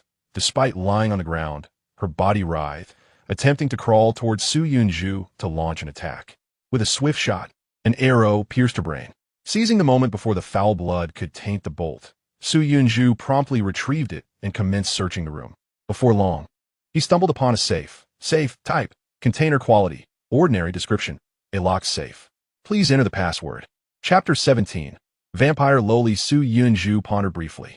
666,666? Password incorrect. 888,888? Password incorrect. Hint: you have one last chance. If the password is entered incorrectly again, it will be permanently locked. A toast refused is a punishment served. Su Yunju declared as he raised his crossbow, aiming at the safe's lock and shooting directly at it. To avoid damaging the contents within, he angled his shot. With a resounding bang, the lock of the safe was destroyed. Subsequently, a few crossbow bolts were discharged, and Su Yunjo directly shot down the entire lock, causing it to fall from the safe. Inside lay a diary, a heart encased in a glass container, and a key. Mayor's diary, type, notebook, quality, dull description, chronicles the actions of the mayor of this small town. The reasons behind these actions remain a mystery. November 12th. I once believed that only those with troubled minds would resort to writing a diary. Now, I find myself increasingly in agreement with this sentiment.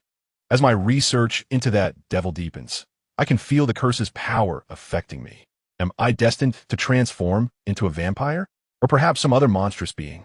I am compelled to write this diary, for I find myself forgetting certain things. Will becoming a vampire alter my mind? November 13th. It is all due to that wretched creature's lack of cooperation. I have attempted blood feeding and transfusions, but to no avail. Why can we not transform into vampires like that woman? Must a human obtain consent from another vampire to undergo such a transformation? But why? She is so weakened, yet still resists us? November 14th. I should have anticipated this. Her regenerative abilities are absurdly robust. Even if I were to sever one of her organs, it would quickly regrow. In that case, perhaps we could attempt a heart transplant. I hope this plan succeeds tomorrow. Many in the town have already discovered this secret, and my memories are becoming increasingly muddled. Only by transforming into vampires can we save ourselves. Su Yunjo flipped through the pages repeatedly, ultimately arriving at a conclusion. In a diary as thick as his fingers, he had only written for 3 days. He then glanced at the heart. Corrupted vampire heart. Type, racial modification item, quality, ordinary, effect. Allows the user to change their race to a vampire zombie while retaining a significant degree of sanity, with a 3 chance of becoming a mutated variant. Description, attachment, common characteristics of the vampire zombie race. Click to view. Su Yunjo inhaled sharply, contemplating the appearance of vampire zombies, and instinctively shook his head. Even if sanity could be preserved in such a state, one would be neither human nor ghost. Surely no one would choose this path. The previous vampire transformation was understandable. Indeed, many might opt to become vampires. However, the notion of becoming a vampire zombie was something Su Yunjo could not accept on a physiological level. He picked up the key and ascended to the 3rd floor. He had assumed the layout would mirror that of the 2nd floor. However, upon reaching the 3rd floor, he discovered only an iron door blocking the way. Su Yunjo produced a key and unlocked it. He stepped back a few paces, positioning Hakimi protectively in front of him.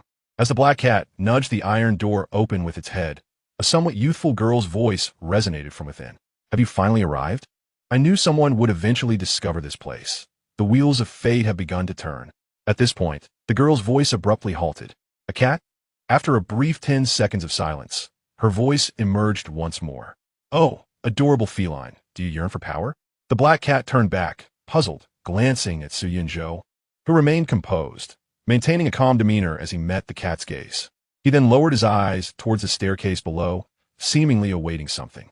With a faint sound of footsteps, the girl reassured, "Do not be afraid. I promised I would wait for you." 15 minutes prior, as the paper figure transported the final supplies, it encountered the woman once again. The two had developed a remarkable rapport, seamlessly coordinating their scavenging efforts in the supermarket. Observing the woman, the paper figure inquired, "Do you wish to continue moving supplies for another hour, or proceed to the mayor's house?" Su Yunjo understood that the woman likely possessed a map, for locating both the supermarket and the police station in this small town simultaneously was no small feat. If she had a map, she must also know the location of the mayor's residence. "Are you going there too?" the cold woman asked. "Of course," came the reply. Their conversation resembled an exchange between machines, emotionless, with a tone as steady as a deceased person's heartbeat. "Very well," she conceded. Upon completing the final transport, the paper figure was instructed to remain on standby within the train. It was only after Su Yunjo discovered the woman at the mayor's house that he permitted the paper figure to continue gathering supplies from the supermarket deliberately concealing its existence. However, whether he could truly keep it hidden was another matter altogether.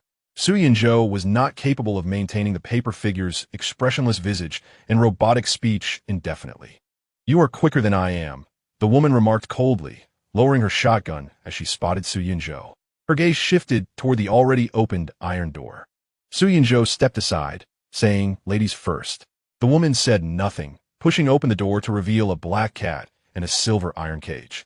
Inside the cage was a petite and charming girl dressed in a children's frock, adorned with some endearing vampire elements. The vampire girl, with her large, watery eyes and chubby cheeks, pouted her lips, exuding a pitiful expression as her small hands were shackled by iron cuffs. "Where did your cat come from, sister?" Su Yunzhou, following closely behind the woman, interjected, "It's my pet, please do not mind it. It is a lovely cat." Neither the cold woman nor the vampire girl paid much attention to the cat. Soon, the little girl spoke, her voice soft and tender, evoking a sense of pity. "Dear older brother and sister, my name is Nawir. As you can see, I am a vampire, but I have never tasted human blood. My mother provided me with plasma to drink, and I could have continued to live discreetly. However, those avaricious humans coveted the power of our kind and sought to transform me into one of them using my blood.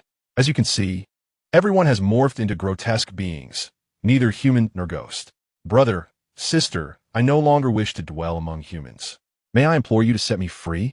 I long for liberation, and I promise to return to the territory of my kin, behaving as a proper vampire, never to trespass into the human world again."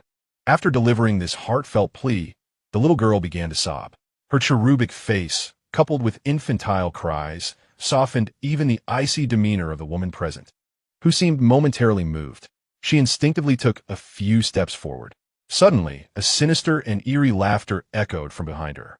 In the laughter of Su Yunzhou, there lay a blend of malevolence, madness, and the coldness of the elder of the Soul Palace. "Oh, poor little vampire girl, you are indeed a tragic figure. You were adopted by humans, yet your mother perished. You ought to have been exiled, yet you find yourself imprisoned, even at the brink of death. You are not executed, but rather subjected to torment and experimentation like a mere guinea pig due to their selfish desires. Undoubtedly, your plight evokes sympathy. However, the issue lies in the fact that those not of our kind harbor different intentions. Why should I trust that upon returning to your kin, you will not nurture a hatred for humanity, ultimately evolving into a murderous fiend? Therefore, no matter how pitiable, innocent, or wronged you are, you must die today. I shall personally ensure that your chance of release is extinguished." Upon hearing these words, both the cold woman and the vampire girl gazed at Su Yunzhou with astonishment. Ignoring their looks, Su Yunzhou addressed the icy maiden. "My lady, please use your shotgun to pierce her abdomen. The lower half will belong to you, and the upper half to me." With a click, the cold woman aimed her shotgun at Su Yunzhou's forehead. "Leave." Her tone was devoid of warmth, her gaze fierce enough to shatter him into pieces. All right, I surrender." Su Yunzhou raised his hands and continued, "But before that, may I ask her a few questions?" "Go ahead, brother," Nawir replied, her voice tinged with fear and helplessness. "First, why did everyone in this town transform into vampire zombies, while the woman who adopted you remained unaffected, merely becoming an ordinary vampire?" I do not know," Nawir stammered. Nawir responded with a sense of bewilderment. "You don't know? Hee. That makes it even more peculiar. The woman who adopted you has transformed into a vampire. It must surely be a consequence of your actions. How could you be unaware? I truly cannot fathom why you would wish to kill the woman who raised you. She has done nothing wrong, has she? She loved you as her own daughter, sheltered you, nurtured you. Why would you take her life? I have no idea what you're talking about." Nawir's visage twisted in anguish as she began to scream in hysteria. Su Yunzhou disregarded her madness and continued his methodical analysis. "Initially, I believed that everything here stemmed from the mayor's selfish desires, using your blood to concoct some bizarre potion, hoping to transform himself into a vampire. He then intended to use the townsfolk as test subjects, with you as the raw material for his concoction. However, upon perusing the mayor's diary, I realized I was mistaken. It was not a quest for vampire transformation that drove him to experiment on you, but rather a desperate attempt to rid himself of the vampire zombie virus, compelling him to conduct experiments upon you. The diary revealed that on November 12th, the mayor exhibited signs of transitioning into a vampire zombie. Yet the newspaper stated that you were only captured on November 11th. As Su Yunzhou spoke, he produced the mayor's diary and tossed it to the frigid woman beside him. Her expression wavered between skepticism and uncertainty, yet she reluctantly set aside her shotgun and began to leaf through the diary. At the time of your capture, you must have employed some method to infect them all with the vampire zombie virus. Subsequently, the mayor sought to study you, hoping to escape zombification through the means of transformation into a vampire. Clearly, he failed, as the entire town succumbed to the spread of the virus, and the mayor, before losing all consciousness, chose to end his own life. You have provided nothing but conjecture, and you possess no evidence. The vampire girl continued to scream in hysteria. Su Yunzhou raised his hands in surrender. Indeed, I currently have no evidence, but that will change shortly. With that, he made his way towards the innermost part of the third floor, where numerous instruments and several monitors were arranged. The technology of this world is not markedly different from that of Blue Star. I cannot believe that the mayor would confine you here without implementing any surveillance measures. Fortunately, this town has yet to lose power. Before long, Su Yunzhou located the footage from November 12th and swiftly focused on a segment featuring a dialogue between the mayor and the girl. Why do you insist on spreading this virus? How can we unravel its hold? Oof. Foolish humans. If you wish to prevent the entire town from becoming zombies, then release me at once. The video primarily captured the heated exchange between the mayor and Na Wei-er, although the mayor sought to eliminate the zombie virus. He was not a fool and would not genuinely consider releasing Na Wei-er. Thus, they remained locked in a stalemate, neither able to attain their desires. The young girl observed from the side, her icy countenance darkening ominously. At this juncture, the expression of the vampire Loli had transformed into a serene calm. She smiled and said, "Indeed, you are entirely correct. And then what? I assure you, even if you do not assist me in unraveling this argent iron cage, you shall not be able to slay me.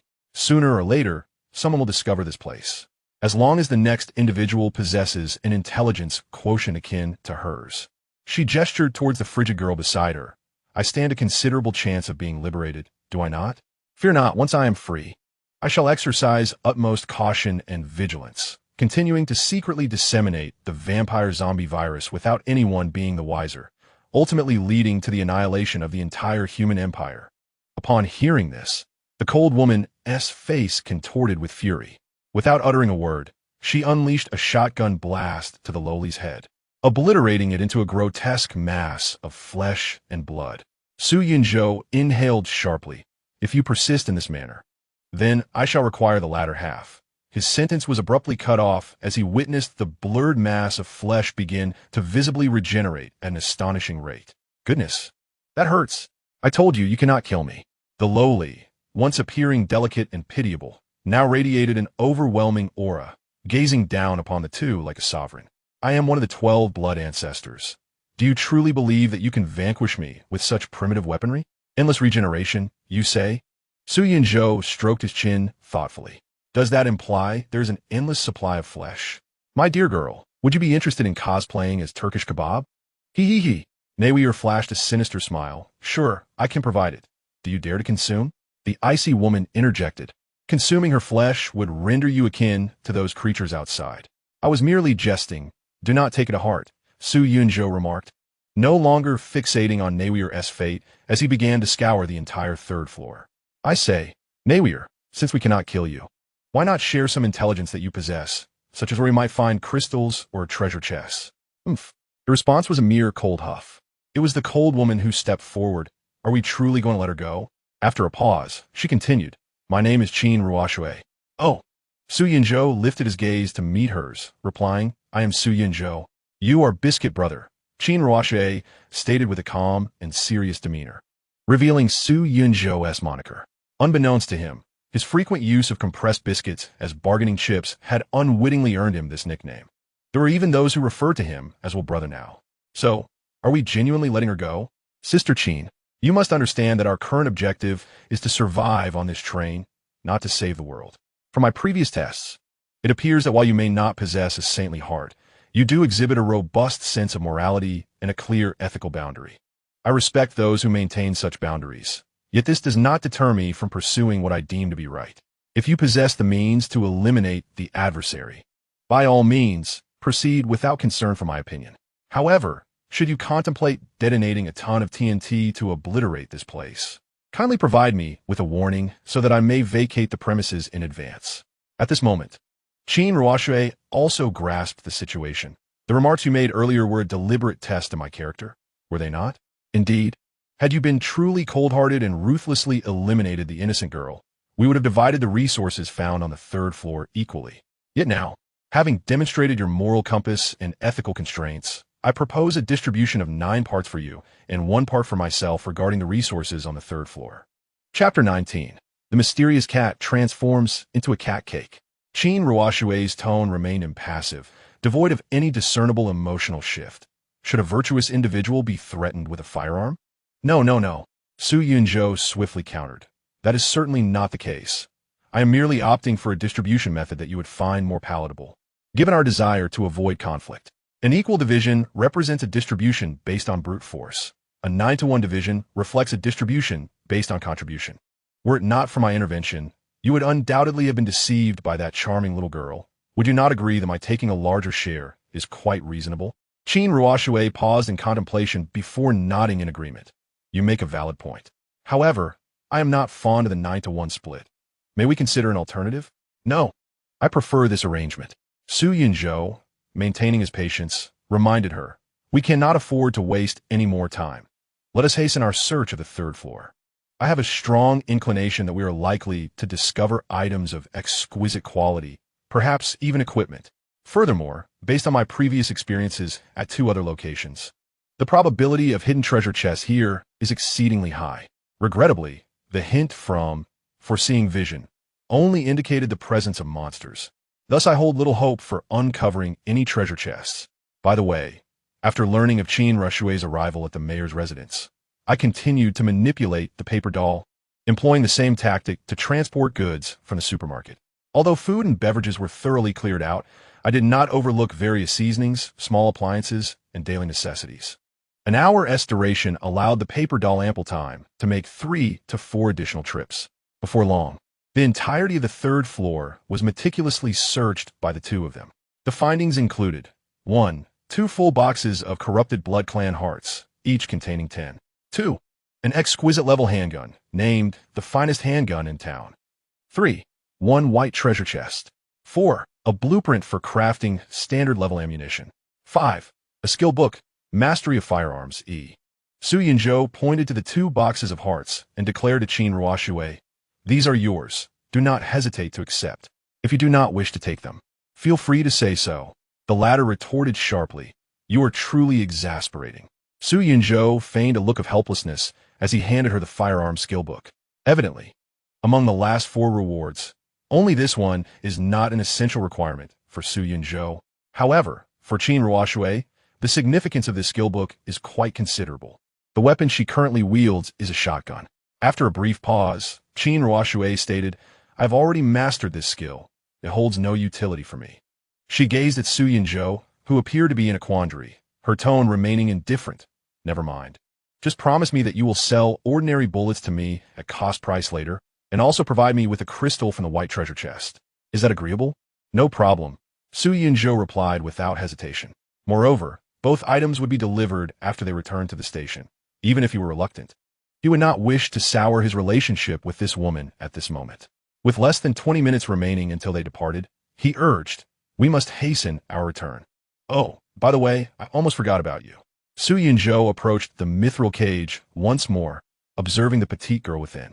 He slowly raised the holy silver crossbow and quietly expended 10 points of his mental energy.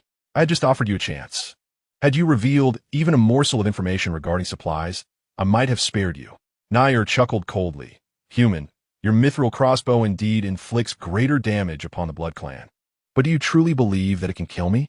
Qin Ruoxue, watching from the side, added, my shotgun is of superior quality, and even it cannot slay her. Your crossbow arrows stand no chance. Su Yunzhou hesitated momentarily, then nodded. You have reminded me. With that, he produced a whole clove of garlic and began to chew it slowly. Suddenly, he spat a mouthful of garlic bits, mixed with his saliva, directly onto the hair, face, and chest of the blood ancestor. A profound silence enveloped the atmosphere. 2 seconds later, a sharp explosion echoed. Ah, human, I shall kill you. I will tear your body asunder. I shall flay you alive. I will dismember you. I will pierce your heart. I vow that you shall not die a peaceful death. Whoosh! In the next instant, a silver-white energy arrow surged forth from Su Yunzhou's crossbow, striking precisely at the opponent's head. Upon impact, it was as if a balloon had burst. Nayer's brain exploded with a resounding pop, vanishing in an instant and subsequently evaporating into a fine mist of blood. The headless corpse stood for several seconds before it wobbled and fell. This time, the lost head did not regenerate. Is she truly dead? Qin Ruoshui gazed at the fallen headless body, incredulous. How did you accomplish that? Her regenerative abilities are terrifyingly strong, yet you managed to slay her in an instant. Su Yunzhou, however, disregarded her query, collected the supplies, summoned the black cat, and swiftly exited the mayor's residence. Let's hurry. I do not wish to be pressed for time as we board the vehicle. Just as the duo of man and cat dashed out of the mayor's door and into the street, an unexpected turn of events unfolded. A massive, 2-meter diameter fleshy sphere, akin to a rolling stone, came barreling down the left side of the street towards Su Yunzhou. Although the rolling speed cannot compare to that of a fully accelerated transport vehicle, it is still remarkably swift. Su Yunzhou, quick-witted and agile, swiftly dodged to the side. Yet the mystical black cat, Xian Miao, gallantly leaped in front of him. In an instant, it was crushed beneath a massive spherical object, flattened into a mere cat pancake. Hakimi. Upon witnessing the unfortunate state of the flattened cat, Su Yunzhou momentarily forgot that it would revive, his heart racing with anxiety. He glanced at the spherical object and promptly drew his crossbow, expending another 10 points of spiritual energy to charge a magical arrow. At that moment, the spherical object slowly rose. It was a corpulent zombie, standing a towering 2 meters tall, its body grotesquely swollen as if suffering from edema, with skin radiating an eerie green glow. Particularly disturbing were the numerous bulging growths on its belly, gurgling and pulsating like grotesque tumors. Extremely repulsive. Its appearance could be likened to the boomer from Left 4 Dead. As the overweight zombie stood upright, it let out a furious roar. Hungry, hungry, hungry. Upon seeing its form, Su Yunzhou deduced that this creature was undoubtedly a minor boss. However, the magical arrow, capable of instantly vanquishing a blood ancestor, should pose no challenge to this foe. With a silver-white crossbow bolt released, the boomer-like zombie's head exploded, and its rotund body collapsed with a resounding thud. At that moment, Qin Ruoshui had just exited the mayor's residence and witnessed the scene. Are you all right? She inquired. Su Yunzhou shook his head. I'm fine, but what about my cat? They both turned to see the black cat, now transformed into a pancake, miraculously reinflating into a 3-dimensional form as if it were a balloon. However, Hakimi was now covered in gruesome, gaping wounds, resembling a plush toy that had been slashed open multiple times. This sight startled both Su Yunzhou and Qin Ruoshui. Hakimi, come here. Despite its bloodied and mangled appearance, the black cat exuded an even more formidable and sinister aura. It slowly approached Su Yunzhou. He produced a vial of green liquid and without hesitation poured it into the cat's mouth. I certainly do not wish for you to become a zombie cat with 8 lives. Meow. Hakimi, whether thirsty or not, did not resist consuming the antidote.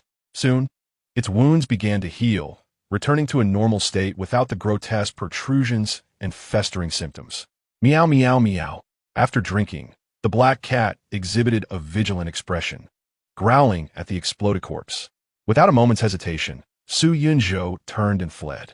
Run. Chapter 20. An ordinary hot day, Su Yunzhou had no inkling of what Xian Miao was alert to, but he always prepared for the worst. What was the current situation? Though Qin Ruoshui was a girl, she surprisingly outpaced Su Yunzhou and quickly caught up with him. As Su Yunzhou sprinted, his mind was abuzz with contemplation and analysis. I deduce there are 2 possibilities. First, this individual likely transformed into an even more formidable hybrid vampire zombie after slaying that young girl. Second, the other conductors who arrived at this station alongside us have, for various reasons, evolved into such elite monstrosities. These 2 conjectures were formulated by Su Yunzhou through the unique attributes of foreseeing vision. It is known that, without disturbing the tranquility of this small town, the only danger encountered would stem from the external vampire zombies. Thus, it is evident that the 4 passengers who ventured here must have directly incited this anomalous zombie attack. Su Yunzhou remained remarkably composed. Soon, he realized that the grotesque zombie, resembling a massive mound of excrement, was not pursuing him. However, a far more horrifying event transpired. The tumors on the zombie's bloated belly began to burst one after another after its demise, unleashing writhing white maggots, each as thick as an arm. The streets were soon teeming with these gigantic maggots, all surging towards Su Yunzhou and his companions. Upon witnessing the sheer number of maggots, Su Yunzhou understood that his hand crossbow would be utterly ineffective. Qin Ruoshui attempted to fire a couple of rounds from her shotgun into the writhing mass, but the damage inflicted was minimal. They quickly split up to return to their respective trains.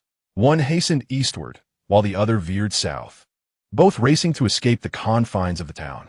It appeared that, due to Su Yunzhou being the one who had slain the creature, the giant maggots were solely fixated on him, neglecting Qin Ruoshui entirely. How absurd! Surely, the girl over there seemed far more delectable. Though Su Yunzhou shouted this aloud, his feet did not falter in speed. Driven by his instinct for survival, he maintained a distance of 200 to 300 meters from the throng of maggots, dashing towards the front of the train. The train door had already been opened by the paper figure. Su Yunzhou and the black cat leaped inside in unison. The paper figure promptly shut the train door. Onward, relentlessly onward. With a thunderous roar, the train gradually accelerated and swiftly reached a speed of 60 kilometers per hour. Although the maggots moved at a considerable pace, it was unlikely they could catch up to the train.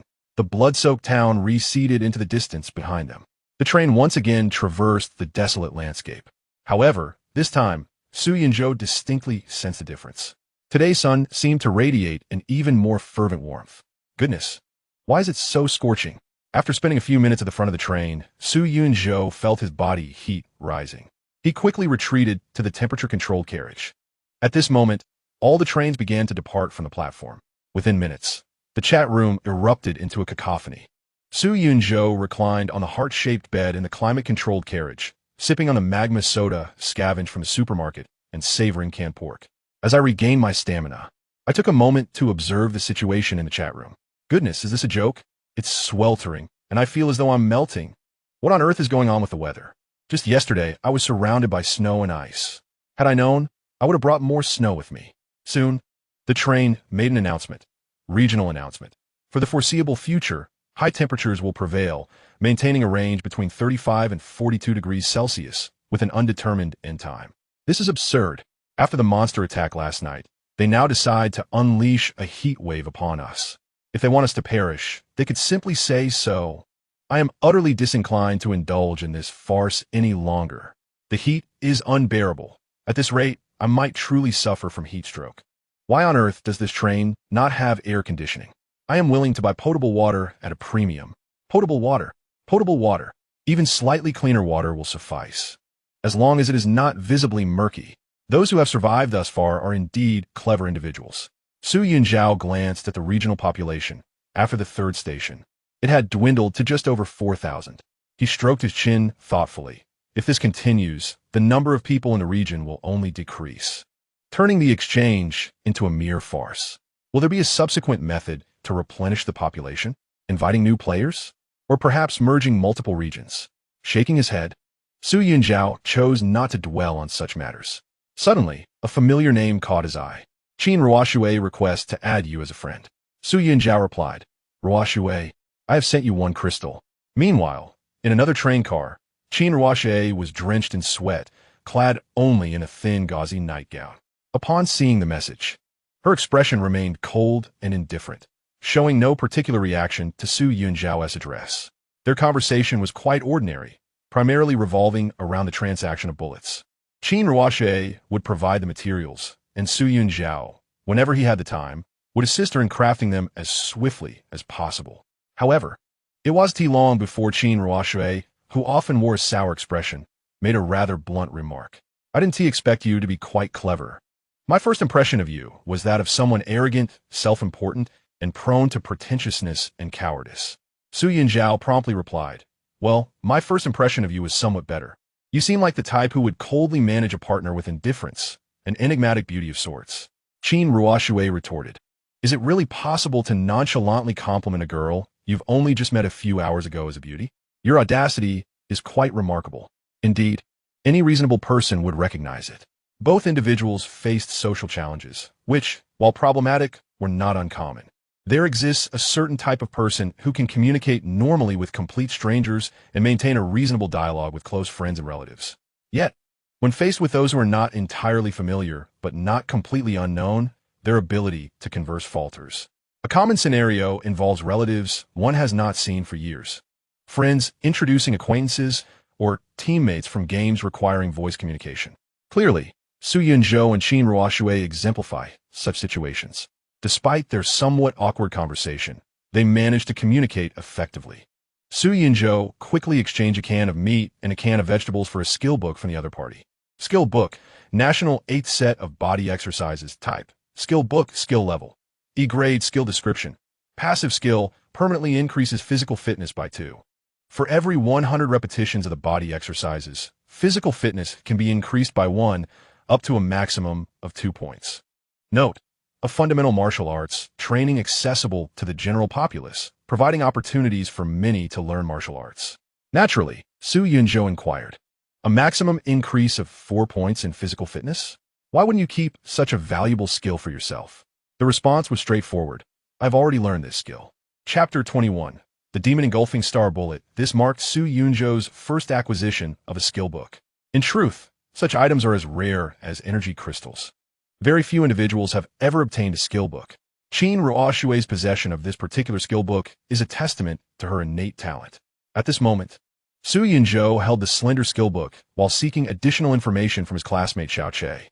Consulting AI when faced with uncertainty had become a well-established habit of his.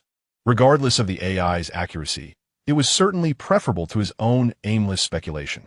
Soon enough, he received several crucial pieces of information. 1. Skill books are consumable items. Most are single-use, although there are some that can be used multiple times, albeit rarely. 2. Upon utilizing a skill book, one may experience a sensation of knowledge forcibly entering the mind, often accompanied by mild dizziness and disorientation, which is considered normal. 3. Skill books are neither waterproof nor fireproof. Exposure to water. Well, the content following the third point is of little relevance. After a moment's hesitation, Su Yunzhou decided to store the skill book away. Theoretically, it could also be used for point allocation, so it was best to keep it for now. This haul was indeed substantial. Firstly, he acquired nearly 60 bottles of beverages, sufficient for Su Yunzhou to indulge himself for 2 months without issue. Additionally, he gathered an ample supply of seasonings such as soy sauce, cooking salt, and chicken essence, all of which can be stored for extended periods. As for food, the quantity was rather meager, amounting to only half a small cart, consisting mostly of snacks to alleviate greasiness and mediocre instant noodles. It is evident how unappetizing food left untouched since the outbreak of the zombie crisis must be. If these were the only acquisitions, one could hardly deem them bountiful.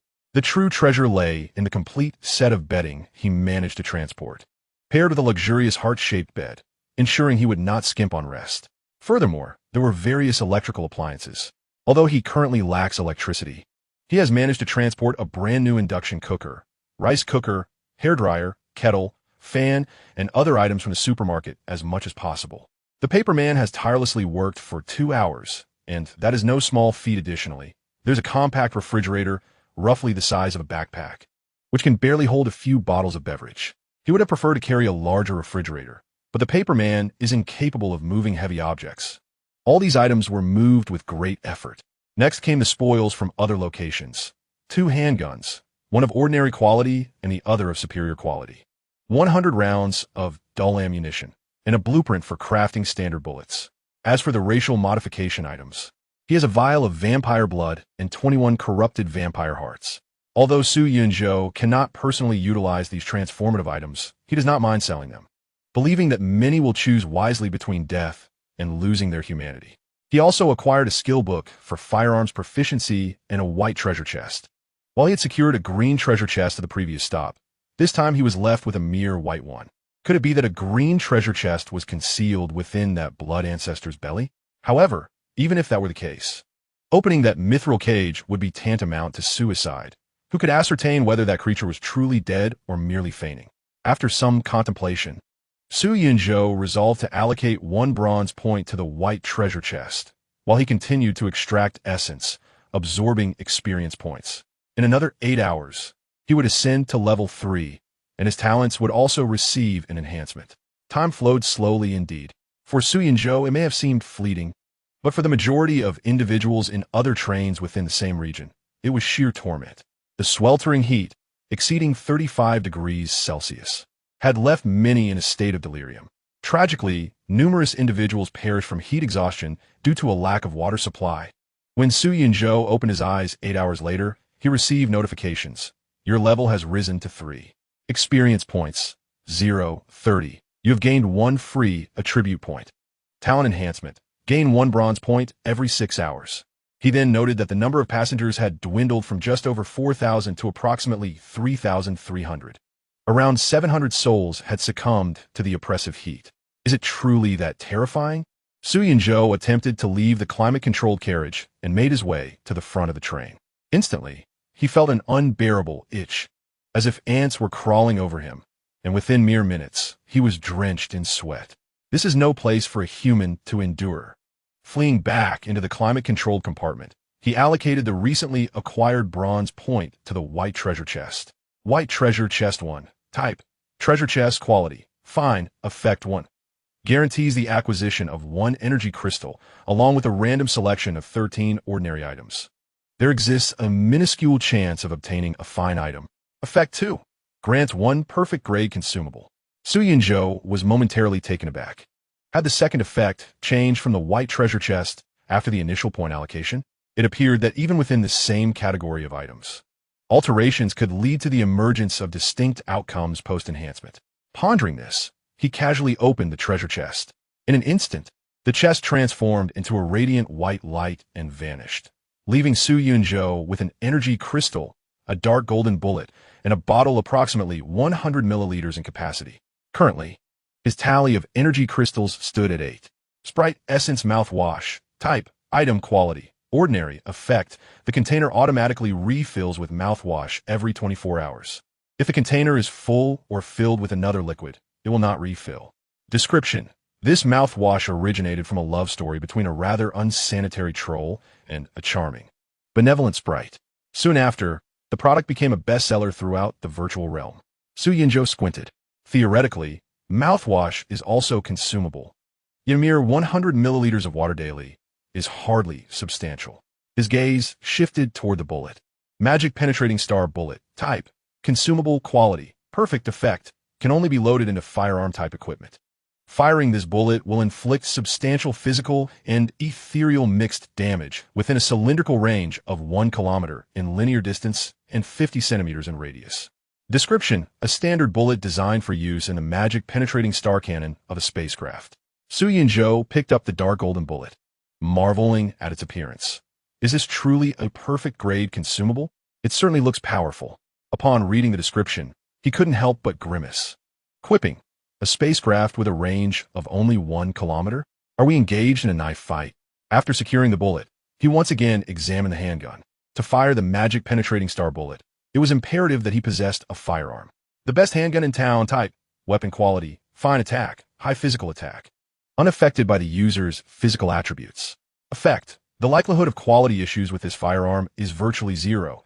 Its lifespan is guaranteed to be at least 268 years. Description: as human civilization transitioned into the industrial era and urbanization progressed, the finest sword in the village gradually evolved into the best gun in town. How on earth did he arrive at the estimation of a lifespan of at least 268 years? Chapter 22. The Potent Blood of the Vampire. Su Yunzhou cast his gaze once more upon the vampire blood and the 21 vampire hearts. He initially intended to part with these items sooner. However, the recent sweltering heat has rendered them unlikely to fetch a good price.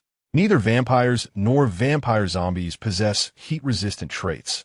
In fact, they harbor a certain fear of elevated temperatures. It is therefore evident that no one would be willing to pay a premium for such items at this time. On another note, there are the blueprints for manufacturing standard ammunition, which require 10 units of metal and 1 unit of gunpowder to produce 50 rounds. Presently, firearms remain the most superior weapon type of comparable quality. Moreover, Due to the universality of the ammunition, there is no need for each type of firearm to be equipped with specialized bullets for operation. Nevertheless, despite this, there remains a persistent shortage of ammunition. Incidentally, the worthless handgun that Su Yunzhou put up for sale has yet to attract any buyers. It is evident that those who can acquire ammunition are not in need of firearms, while those wishing to purchase guns lack access to bullets. Clearly, enabling everyone to obtain ammunition is the key to encouraging gun sales. Thus, Su Yunzhou entered the trading post to search for gunpowder. Regrettably, there were no sellers of this resource at that moment. It was quite a challenge. However, he soon set aside such thoughts. After consuming some food, he drifted off to sleep. The following day, he awoke after a full 10 hours, with 6 hours remaining until his next destination. Currently, his bronze point stood at 2. As he enjoyed canned fruit for breakfast, he checked the chat room's activity. Over the night, the number of participants stabilized at 3,000, without further decline. This casualty rate was somewhat alarming to Su Yunzhou, 7,000 dead in just 3 days. In reality, apart from the 7,000 who were eliminated, the remaining 3,000 were all living in dire conditions. There was not a single individual in the G8 area who enjoyed a comfort as Su Yunzhou did. In Sakamoto Kiyoshi's train, he lay on the ground like a dog, panting, entirely unclothed, with a sweat-stained outline on the floor.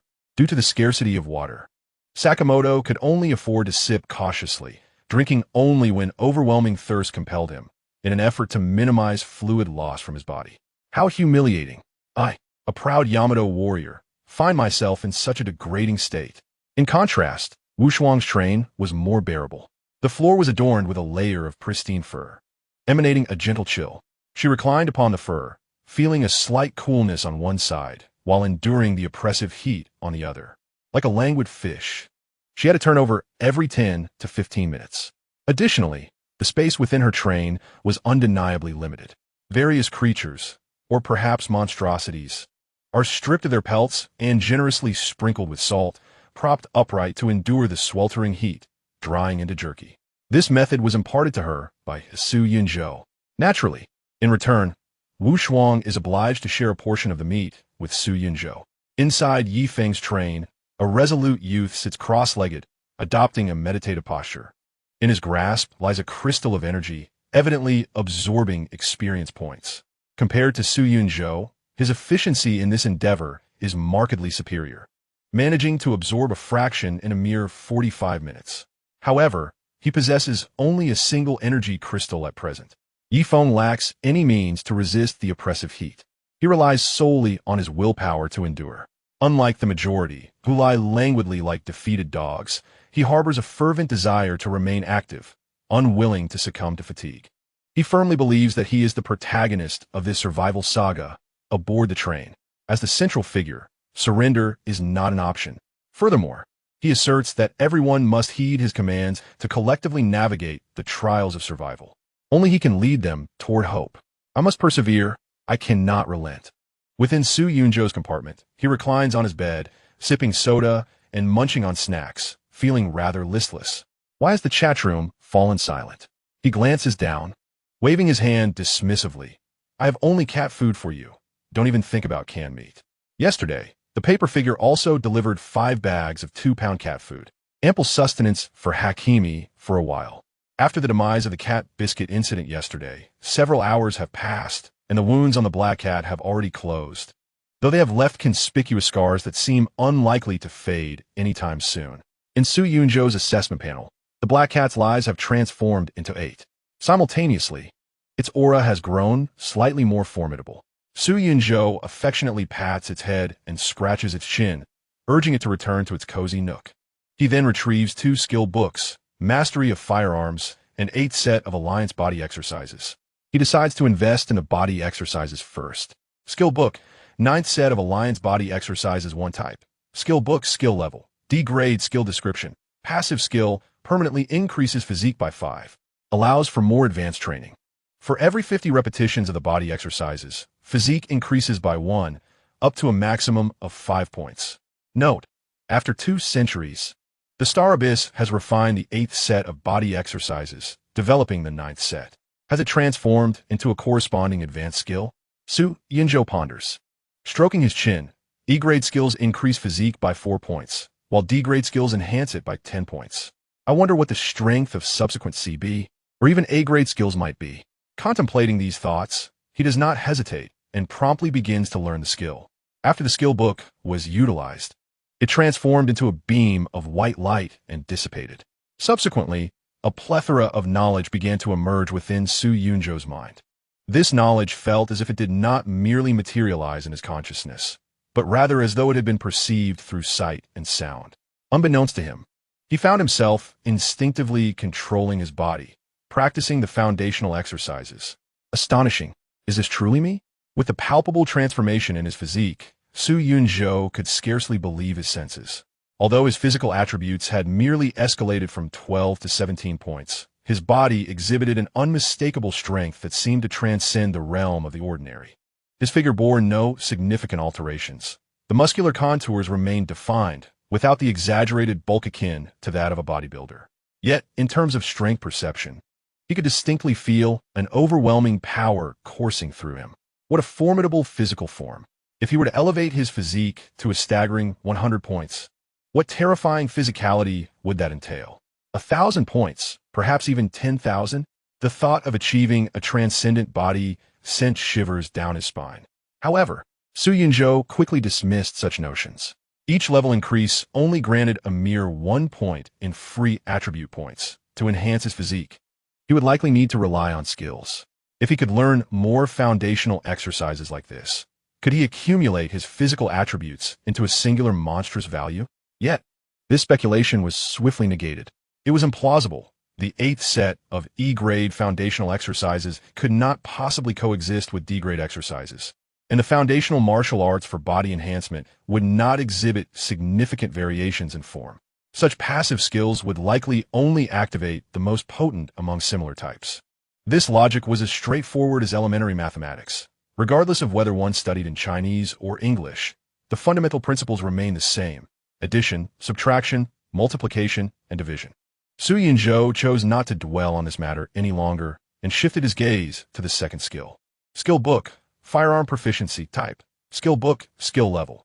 E-grade skill description, a passive skill that enables mastery of most firearms, enhancing hit rate by 10 and mitigating the physical harm caused by recoil. Note, if you still believe that an ordinary person who has never wielded a handgun can fire it one-handed without injury on their first attempt, I suggest you watch fewer television dramas. Chapter 23, Guardian Spirit Cat. After half a minute of contemplation, Su Yunzhou resolved to allocate points to this skill. From his recent experience with foundational exercises, it was evident that there existed a considerable disparity between D-grade and E-grade skills. Furthermore, having acquired a fine quality handgun, it was illogical not to master a more advanced firearm skill. On another note, bronze points would become increasingly accessible in the future, rendering it unnecessary to hoard them. Skill book, firearm shooting mastery I. Type. Skill book, skill level. D. Skill description, a passive skill that enables mastery over the operation of most firearms, enhancing accuracy by 30 and providing immunity to a portion of recoil. Su Yunzhou once again felt a torrent of knowledge regarding firearms flooding into his mind. He pondered for a moment, clicking his tongue. Has a D-level proficiency in firearms shooting already reached the caliber of a sniper elite? If so, wouldn't a C-level mastery equate to the prowess of a wolf? Knowledge is boundless. Without books, one remains limited. After several hours, Su Yunzhou completed 50 repetitions of physical training, enhancing his physique once more. Simultaneously, he earned a new bronze point. After a brief hesitation, his gaze fell upon the scarred little black cat. Hakimi, your valiant act of rescuing me truly deserves commendation. Come here and show me your cat-girl transformation. Meow. The black cat nuzzled against Su Yunzhou's calf, then rolled over, exposing its belly and gazing up at its master with a cute demeanor. However, on its sparsely furred belly, the numerous gruesome scars were more apparent, resembling a shattered smartphone screen scattered across its abdomen. Although the black cat could resurrect, the scars left from its transformations were challenging to fully heal. After a moment of silence, Su Yunzhou decided to enhance the black cat. Regardless, it was a premium grade pet, and adding points could only yield benefits. Following the enhancement, to Su Yunzhou's astonishment, the wounds on the black cat began to vanish rapidly. He quickly inspected the black cat's attribute panel. Guardian Spirit Cat I. Type. Pet quality. Perfect effect 1. 9 lives. The black cat possesses 9 lives. During rest. If it has less than 9 lives, it will gradually recover based on its comfort level until it regains 9 lives. Current lives? 9. Effect 2. Spinosaurus form. When the black cat or its master is in danger, it can assume the Spinosaurus form to withstand significant damage. Upon death and exiting combat, it will revert from Spinosaurus form and enter a cooldown. Description: Black cat. Hiss. Su Yunzhou gazed at the effects of the perfect grade black cat, nodding with satisfaction. The detrimental effects had been removed, yet its ability to recover lives had been enhanced. Moreover, it had acquired the capability of Spinosaurus form. At that moment, the black cat sat upright before Su Yunzhou, its demeanor impeccably composed, confident, unperturbed, and exuding a certain feline elegance. Nevertheless, even when cradled in Su Yunzhou's arms and playfully petted, it offered no resistance, not even a meow. It was evident that it was indeed a noble and refined cat. At that moment, the train's announcement chimed once more. The train will arrive in 10 minutes. All conductors are to prepare accordingly. Next station, Demon Shadow Cave, difficulty, level 1 type, solo, danger level, high, richness level. Excellent special hint. Formation. Su Yunzhou narrowed his eyes. The danger alert this time did not specify the names of any monsters, but merely warned of high danger. What does formation mean? Is there a substantial reward within the formation, or is it a certain death upon entry? As Su Yunzhou contemplated these thoughts, the train gradually came to a stop on a small island, only a few hundred square meters in size. In the center of the island stood a distinctly inverted bowl-shaped structure. To Su Yunzhou's astonishment, a large pile of resources, metal and wood, had already been transformed into resource blocks and laid directly on the island. Surrounding the island was an endless expanse of ocean. Such is the benefit of ruling an empire. These resources are all laid before me. However, Su Yunzhou did not forget that this was a high-danger platform. He and the black cat concealed themselves within the train. In the form of a paper figure, he advanced toward the bowl-shaped structure. The interior was not large, only a few dozen square meters, and it was quite spacious. The only feature within was a blood-red formation drawn in the center, where an elder was seated in meditation. The elder wore a dark blue robe, bore a long sword on his back, and held a feather duster in his arms, his eyes closed and expression solemn. You have arrived, the elder spoke, his voice imbued with an ancient weariness and a sense of profound resignation. I am the master of the Xianyue Cave, Xianyue Zhenren. Having been ensnared by an enemy's scheme, I've been trapped in this formation for 60 years. At that moment, the paper figure of Su Yunzhou, almost instinctively, bowed slightly. I am Yi Feng, a wandering cultivator with no sect or affiliation. The elder opened his eyes, a flicker of surprise crossing his features, momentarily rendering him speechless. After a brief silence, he hesitantly replied, but I can only perceive a faint aura of spiritual energy surrounding you, devoid of any traces of cultivation. Senior is unaware that this is a unique skill, great concealment technique, which allows one to mask their cultivation aura. Oh, I see. Now, Xianyue Zhenren was momentarily at a loss for words. After another pause, he continued, having been trapped here for so long, I fear I may never escape. Would you be willing to accept my legacy? Before he could finish, Su Yunzhou had already half knelt, clasping his fists in a gesture of respect. Master, please accept my bow. A day as a master, a lifetime as a father. From this day forth, I will follow you through fire and water without hesitation. This left Xianyue Zhenren utterly flabbergasted. He increasingly harbored doubts in his heart. Could this individual possibly be a practitioner of demonic arts? With such an approach, does he not fear the backlash of inner demons? He turned his gaze once again towards Su Yunzhou and said, though you bear the countenance of stoic, you possess a heart genuinely devoted to the path. I shall impart to you a fundamental technique of the Xianyu heart method. Let us see if you are able to grasp it. Master, please teach me without hesitation. As a wandering cultivator, unattached to any sect, I have learned a hodgepodge of skills and hold no reservations. Very well.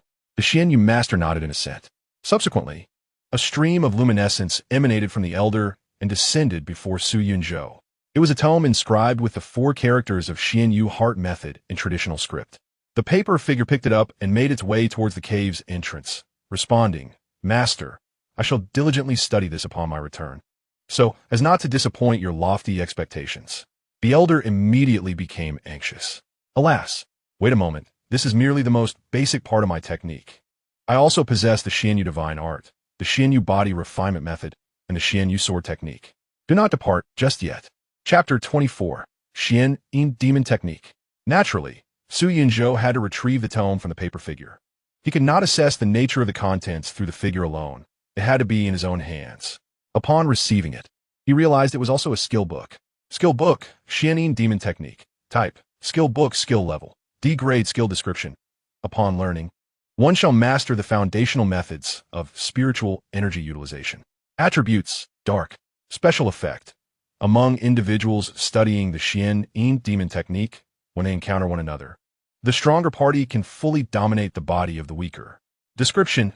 The Xian Yin Demon Technique is one of the nefarious methods of cultivating malevolent spiritual energy. Practitioners of this demonic art adhere to the primal law of the jungle, believing that the strong have the right to ruthlessly humiliate the weak. I shall not engage in such folly, Su Yunzhou resolutely declared, for he could never bring himself to learn such a thing. Even if he were to face an overwhelmingly powerful existence capable of erasing him effortlessly, he would rather perish in battle than be reduced to a puppet, controlled by another as if he were a feeble husband, devoid of autonomy. Subsequently, Su Yunzhou carefully stored the skill book and sent the paper figure back to the cave. Master, I have perused it for a moment and find it exceedingly obscure. I fear I may not be able to learn it. I wonder if there is anything else you might teach me? Upon seeing Su Yunzhou return, the Xianyu master felt a wave of relief wash over him. He quickly assumed a benevolent expression and inquired, I possess techniques in swordsmanship, Taoist arts, and body refinement. Which would you prefer to learn? My skills are numerous and shall not burden me, master, so please feel free to impart your knowledge. The Xianyu master swallowed hard, then remarked, I have a splendid idea. I can transfer all my power to you, allowing you to master my ultimate techniques with minimal effort. Please, master, enlighten me. You need only step into my formation, and I can convey my power directly to you. Come now, enter the formation. Su Yunzhou indeed approached, yet paused at the boundary of the array. Master, this formation has trapped you for 60 years. If I were to enter, would I not also be ensnared within? The Xianyu Taoist gazed at Su Yunzhou as he approached the edge of the formation, only to halt, his eyes nearly bulging with anxiety. Yet, he maintained a calm demeanor and spoke, Fear not, my disciple. In truth, this formation does not bind me, but rather serves to ensure my body and soul endure. Observe the 16 corners of this formation. Each harbors a crystal, through which energy continuously flows into my being, enabling me to sustain myself until now. Su Yunzhou, perplexed, inquired, So, does this mean you can leave the formation at will? Yes and no. Should I step outside the formation, my spirit would dissipate in an instant, for I am gravely injured. Without this formation to prolong my life, I would not survive. Master, do you possess any texts on formations? I find myself quite intrigued and wish to study further. Upon hearing this, Xianyu Zhenren grew somewhat impatient. He produced a tome from his possession and declared, Within this book lies the culmination of my lifelong mastery of formations. If you wish to enter, I shall gladly share it with you. Master, your words are contradictory. Did you not state earlier that you were trapped within this formation? How now do you claim to rely on it for your survival? Realizing that suspicion had arisen in Su Yunzhou's mind, Xianyu Zhenren hastily suppressed his agitation. I was wronged and left gravely injured on the brink of death. This formation merely allows me to cling to life. How can that be construed as being ensnared? With that, he swiftly shifted the topic. By the way, did you not wish to study formations? Take this book. He unexpectedly tossed the tome outside the formation for Su Yunzhou to retrieve. Without hesitation, Su Yunzhou picked it up and returned to the station in silence. This time, the old man did not deceive him. Skill book, Spirit Formation Mastery. Type, skill book, skill level. D-class skill description. Upon learning, one will grasp the foundational knowledge of arranging formations with spiritual energy, as well as the principles and methods for deciphering general formations. Note, a commonly encountered introductory text on formations within the realm of cultivation. With a sly smile, Su Yunzhou tucked the skill book away once more. The paper man returned to the cave dwelling. This time, Xianyu Zhenren finally sensed something amiss. His countenance dark as ink, his gaze towards Su Yunzhou brimming with malice. You cunning rascal, are you toying with me? The paper man's expression remained impassive. What leads you to that conclusion? I had thought you merely expressionless, but now I realize you possess the art of external incarnation. Given your capabilities, why covet my meager possessions? The paperman's demeanor stayed unchanged, yet Su Yunzhou was taken aback. Indeed, this old man was formidable. Had he not been ensnared within the formation, he could have easily obliterated the current Su Yunzhou in an instant. The paper figure spoke once more. You are trapped within the formation, and those items on your person are of no use to you. Why not relinquish them to me? Should I achieve mastery in my cultivation in the future, I would undoubtedly remember your kindness and return to rescue you. Upon hearing this, the true man of Xianyu fell silent. Su Yunzhou's reasoning was indeed sound. He was merely offering some items that held no value for him in exchange for a favor. Perhaps, in the future, the other party would genuinely come to his aid. However, the dilemma lay in the fact that he had been ensnared for 60 years. He was desperate to escape this confinement. If only Su Yunzhou could enter the formation, he would possess a means to seize a new life. Yet, the fellow before him was obstinately resistant to his ploys. Meanwhile, Su Yunzhou's thoughts were racing. From his previous encounter with Nai Weier, it was evident that she possessed some knowledge regarding the train. Otherwise, she would not have mentioned that others would come afterward. Yet, this self-proclaimed true man of Xianyu seemed entirely oblivious to the situation. He likely believed that if Su Yunzhou left, he would have to wait another 60 years. Wait a moment, 60 years. This indicated that he was completely ignorant of the outside world, and thus unaware of the train's arrival. As Su Yunzhou contemplated this, Xianyin, after a struggle, was reluctant to forfeit this opportunity. He stated directly, Yi Feng, I shall not deceive you. You enter the formation, and I will impart my skills to you.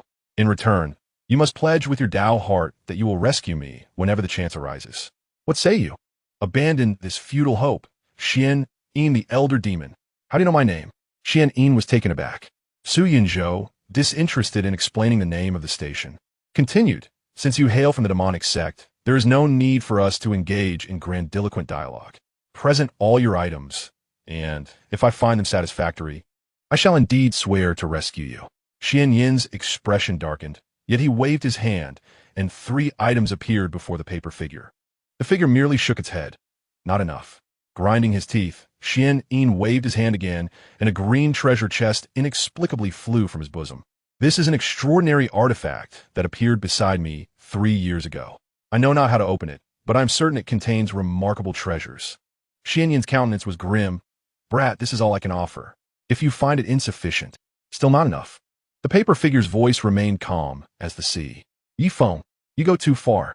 Xianyin seethed with rage, his aura surging dramatically. Chapter 25, A Devastating Strike. At this moment, outside the cave, the true man Su Yunzhou had already drawn his firearm, aiming at Xianyin. He feared that Xianyin, in a fit of desperation, might choose to perish alongside him. Xianyin's senses were restricted by the formation, and all his focus was on the paper figure. Although he recognized that the figure was merely a projection, he could not ascertain Su Yunzhou's true position. For a moment, he failed to notice the real Su Yunzhou outside the cave. Bang! With the sound of a gunshot, Su Yunzhou unhesitatingly unleashed his perfect-grade consumable, the demonic piercing star bullet. He harbored no regrets about employing this ammunition in the current situation. Firstly, his holy silver crossbow was specifically designed to target Western monstrosities, and its efficacy against this evidently Chinese cultivator would likely be diminished. On the other hand, given that foreseeing vision had rated this encounter as highly perilous for the first time, Su Yunzhou was determined not to underestimate it. At least one of Qin Ruoshui's initial impressions of him was accurate. Su Yunzhou was indeed a person who valued his life above all else. To ensure his safety, he relinquished the opportunity to loot Na Weier's corpse and, wary of any potential counterattack from Xianyin, decisively utilized his most potent attack. He aimed to minimize risk by any means necessary. Of course, such a decision came at the cost of sacrificing a formidable offensive maneuver. However, the demonic piercing star bullet was merely a perfect-grade consumable procured from White Treasure Chest 1. With a perfect-grade armor, the heavenly mirror armor, and a perfect-grade weapon, the holy silver crossbow, Su Yunzhou could hardly become overly attached to a consumable item. As he fired the shot, a brilliant burst of light erupted into a spiraling vortex of energy, coalescing at the muzzle of his weapon. The The surrounding air was forcibly drawn in, swirling up fragments of stone and dust, while the atmosphere was tinged with the acrid scent of burning. The beam of light, as thick as a colossal pillar, emitted a piercing shriek that could rupture eardrums, scorching and distorting the air along its path, plowing the ground into deep furrows, vaporizing debris before it could even take flight. This beam of light directly tore through Xian Yin's corporeal form. Terrifyingly, it failed to extinguish him completely. A translucent spirit now hovered in the air, wailing like a vengeful ghost, directing a chilling aura towards Su Yunzhou. This malevolent energy shot forth like a wave of light, striking Su Yunzhou. Cursed! I have languished here for 60 years, only to meet my demise at the hands of a treacherous youngling like you. Xian Yin howled as the ghostly energy hit Su Yunzhou. Yet, as a ranged attack, it inflicted no significant harm upon him. With his physical form annihilated, Xian Yin's power diminished drastically, and upon leaving the formation, his attack weakened further, coupled with a 99 reduction in ranged damage from the heavenly mirror armor. The ghostly energy failed to inflict any injury whatsoever. Not only was the corporeal form of Xian Yin unable to escape, but his spirit was also bound within the formation. He could only endure the sustained and horrific damage from the light beam of the demonic piercing star bullet. I still wish to ascend to the higher realms. I yearn for the void. I must join the kingdom of demons. I refuse to perish here. He raged. Damn it! Damn it! Yi Feng! Even if my soul is shattered, I shall not let you escape unscathed. Just as his spirit was on the verge of being completely consumed, Xian Yin unexpectedly produced a pitch-black talisman and ignited it with dark flames. Yi Feng, be cursed! In the next moment, Xian Yin's visage grew increasingly menacing. You are not even using your true name.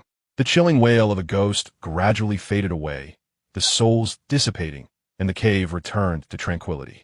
Although it appeared that Su Yunzhou and Xian Yin had conversed for an extended period, in reality, less than 20 minutes had elapsed. Su Yunzhou hesitated, refraining from recklessly entering the cave. Instead, he collaborated with the paper figure to transport all the supplies placed around the island into the train. The resources on this island were undeniably abundant. Approximately 300 units each of first-grade metals and timber, around 100 units each of second-grade metals and timber, 20 units of gold, and 150 units of silver. These resources sprawled across the island like a magnificent tapestry, forming a splendid tableau, but they were now entirely relocated by Su Yunzhou. Subsequently, he permitted the paper figure to enter the cave. Within this cavern, Su Yunzhou discovered an additional 50 units of third-grade timber and metals. After a moment of contemplation, he instructed both the paper figure and the Xian cat to explore the cave for 10 minutes, thoroughly traversing its expanse. Following this, he had them alternately step into the formation, waiting another 10 minutes. Only then did he cautiously enter the Xian Yin cave. Surely, this dark sorcerer must be considered deceased, right? If one could withstand the demonic annihilation star bomb, then Su Yunzhou would concede that he was indeed formidable. Fortunately, he had refrained from revealing his true name. It seemed the ability to curse with a name held genuine power. Next, Su Yunzhou and the paper figure worked in unison to transfer a plethora of third-grade metals and timbers back into the train. With these tasks completed, only an hour remained. At this juncture, the resources required to elevate the train to level 4 were nearly amassed, yet the issue of energy stones remained unresolved. Requirements for train upgrade: third-grade timber, 4,040 third-grade metals, 4,040 silver, 100,100 gold, 1,000 any energy stone. 1. Su Yunzhou glanced at the train's display panel, shook his head, and re-entered the cave. The 3 items recently bestowed by Xian Yin, along with a green treasure chest, had already been secured in his possession. While these 3 items appear to be of decent quality, they seem to be items that Xian Yin had deemed obsolete. Ghostly bell, type, item quality, ordinary, effect. Gently shaking the bell will allow enemies to hear the persistent wails of vengeful spirits, diminishing their mental fortitude. Description: the ghostly language does not deprive the opponent of their original hearing. However, if one were to loudly proclaim good fortune in their ear, it would lose all terror. Spirit power printer, type, item, quality, ordinary, effect. Infusing 5 points of spirit power enables the printing of an image from one's memory. Note: images should not be products of subjective imagination. They must be flat images that have been viewed and can be roughly recalled. Description: in this day and age, are we still resorting to hand-drawn talismans? Skill book, Hawan birth enhancement technique. Type. Skill book, skill level. D-grade skill summary upon learning. One will master the ability to accelerate the gestation of life in the target. For every 25 points of spiritual power consumed, 1 month of gestation can be expedited, ultimately allowing for birth. This skill cannot target non-pregnant entities. Description. One of the common spells of the Hawan sect. The infants birthed through this technique are often inherently flawed and are typically sold directly to the blood demon sect or the ghostly fiends as materials for cultivation. Su Yunzhou gazed at the 3 items, smacking his forehead in exasperation. Indeed, how could Xianin possibly provide me with anything useful? It is only a collection of rubbish. Chapter 26. The protagonist, Yi Feng. At this juncture, Su Yunzhou could only shake his head in resignation. Based on his conjecture, Xianin likely possessed storage rings or bags. Unfortunately, amidst the light waves of the annihilation missile, everything had vanished, leaving no trace behind. Only the formation on the ground remained largely unaffected, still emanating a faint glow. In the 16 corners, 10 of the energy crystals had completely dimmed, with only 6 still radiating light. Su Yunzhou attempted to extract those energy crystals, but to no avail, despite trying various methods. At that moment, the Xian cat surprisingly stepped into the formation, adopting a proper sitting posture and closing its eyes in meditation.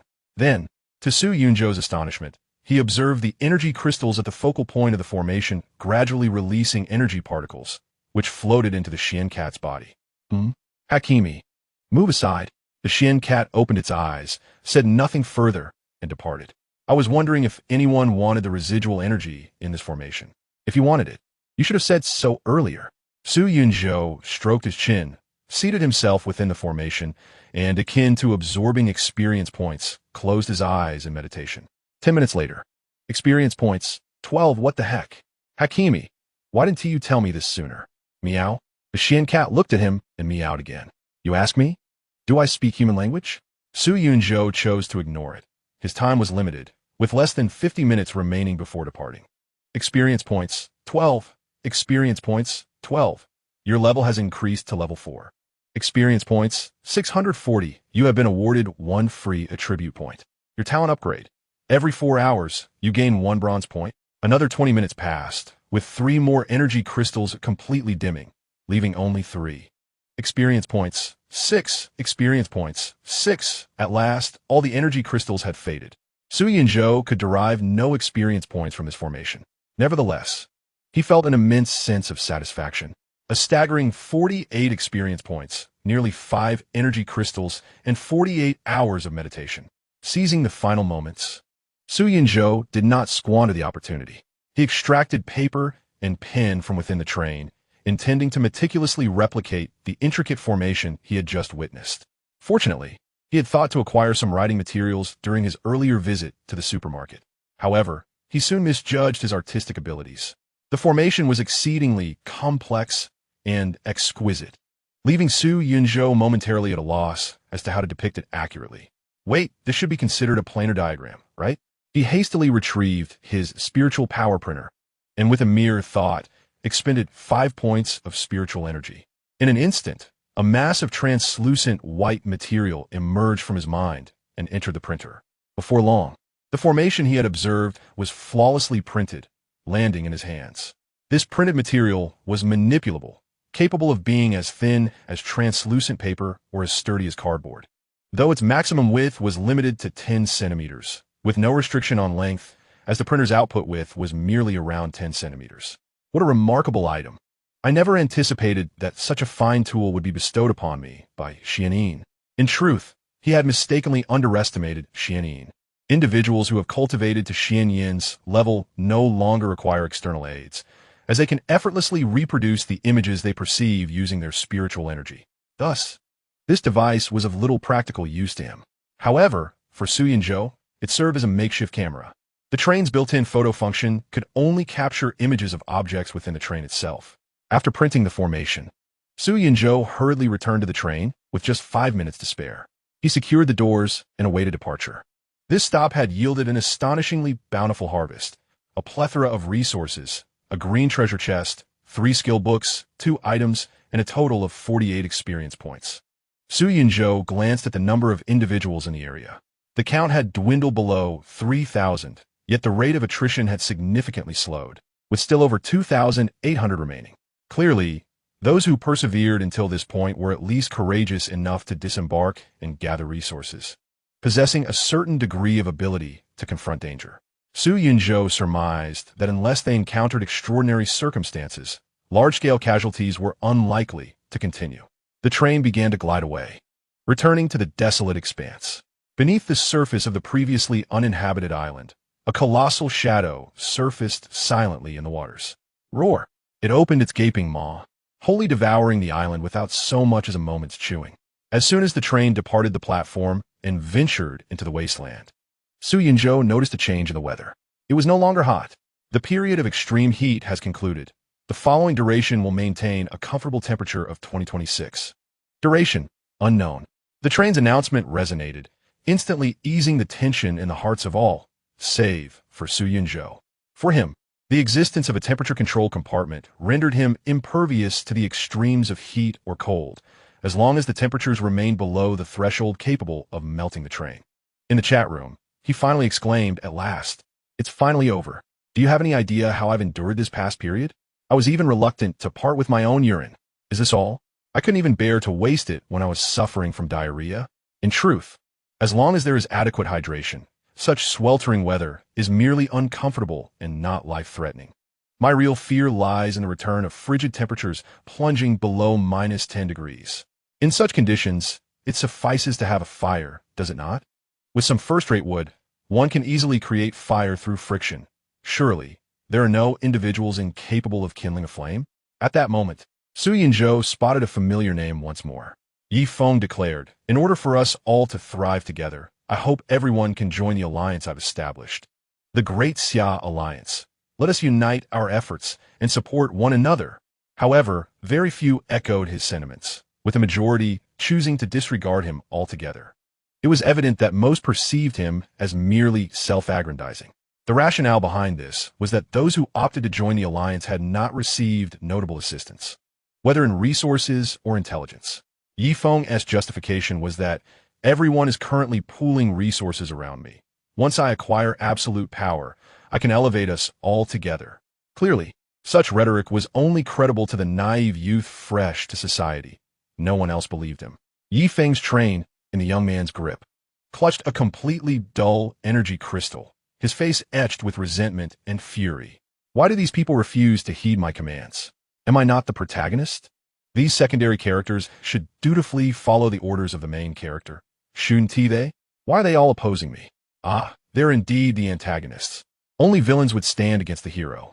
Without a doubt, that is the case. At this juncture, the youth's expression hardened with determination. Those supporting characters had succumbed to the villain's manipulations.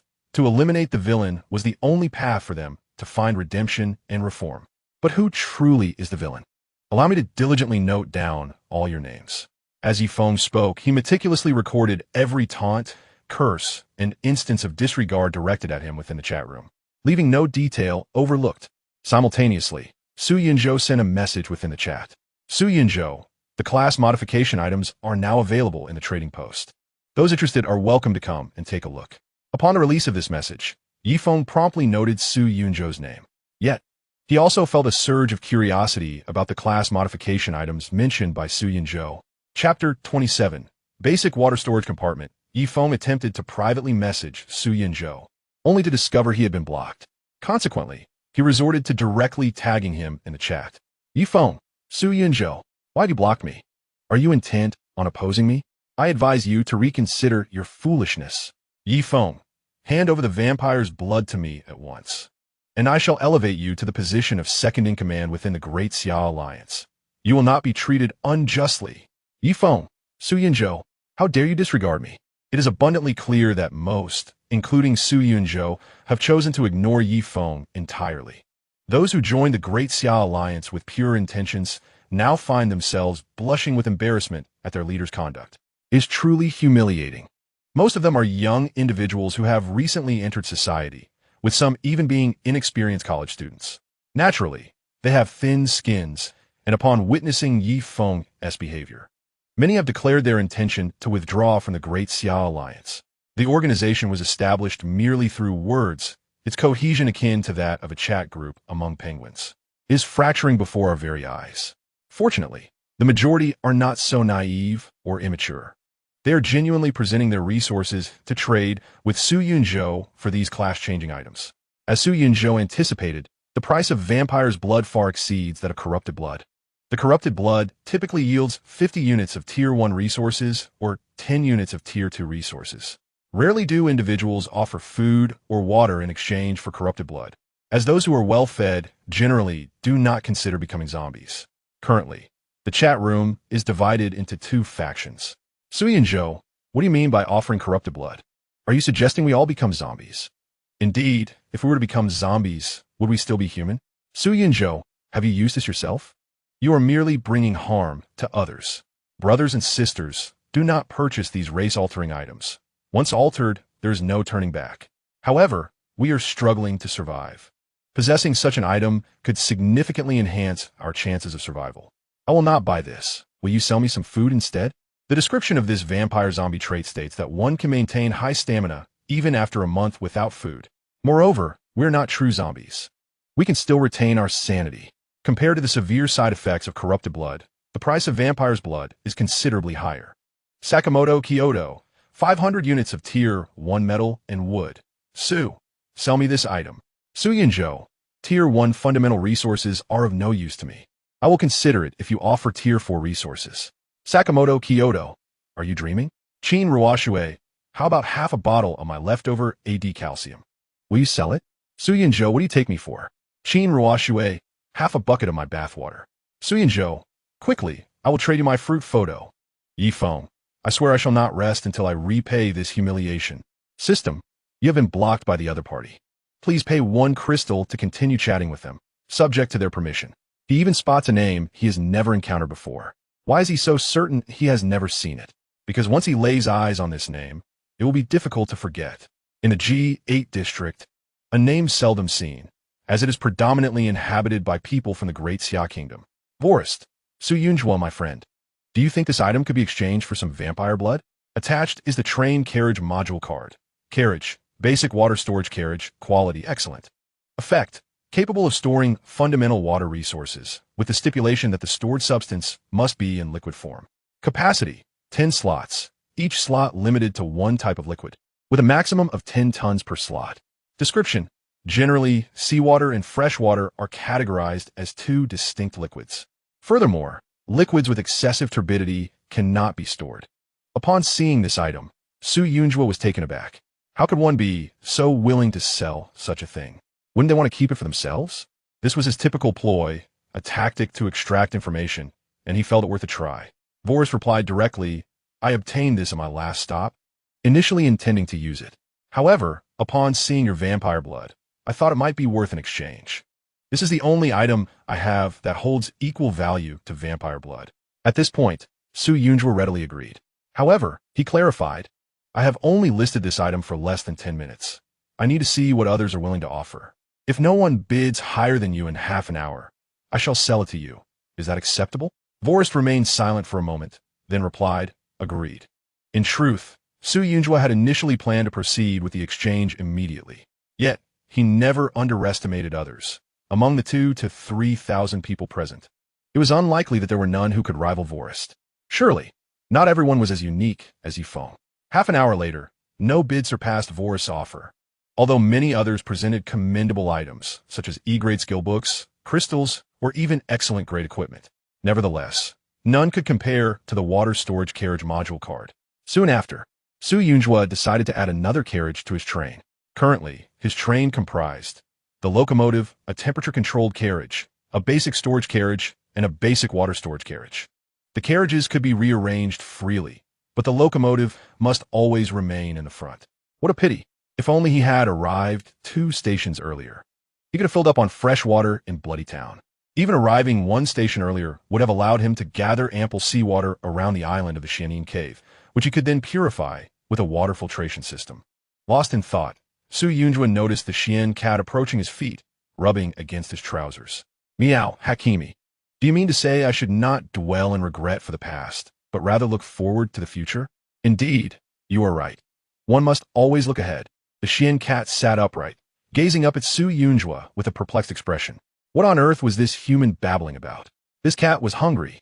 After filling a bowl with cat food for Hakimi, Su Yunjue continued to lounge on the heart-shaped bed, tending to his trading affairs. He possessed 20 corrupted vampire hearts, which still attracted a considerable number of buyers. Although the resources offered were meager, even the smallest morsel is still sustenance. Furthermore, some individuals always managed to present an array of peculiar items, which prompted Su Yunjue to exchange them as well. Ultimately, his acquisitions were as follows: 210 units of Tier 1 metal, 190 units of Tier 1 wood, 10 units of Tier 2 metal, 30 units of Tier 2 wood, a pair of badminton rackets with 60 shuttlecocks, a vertical clothing rack, a genuine leather sofa, a cat climbing frame, and a wooden wardrobe. In total, Su Yunjue traded away 10 corrupted vampire hearts. It is evident that Su Yunjue began to exchange items that appeared to offer little assistance for survival. Clearly, having satisfied his material needs, he began to indulge in a semblance of spiritual joy. Chapter 28. Opening the green treasure chest again, it must be acknowledged that, in this regard, Su Yunjue is not quite on par with Yifeng. This fellow is truly willing to sacrifice anything in his pursuit of strength. The remaining 10 corrupted vampire hearts were sold to Yifeng.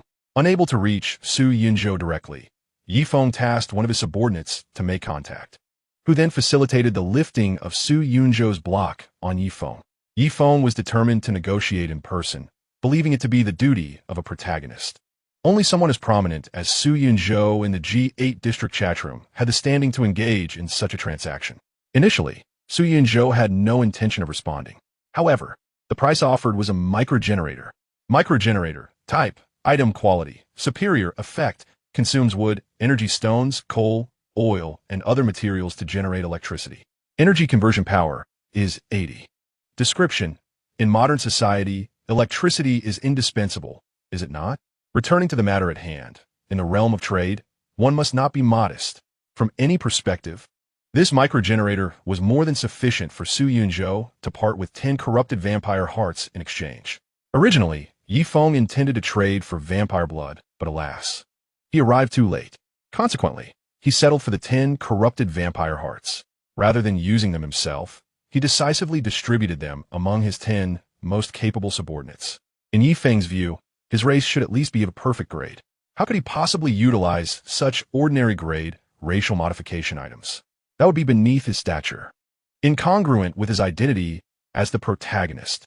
Meanwhile, Su Yunjue had half a barrel of water on the train, using it to bathe Hakimi.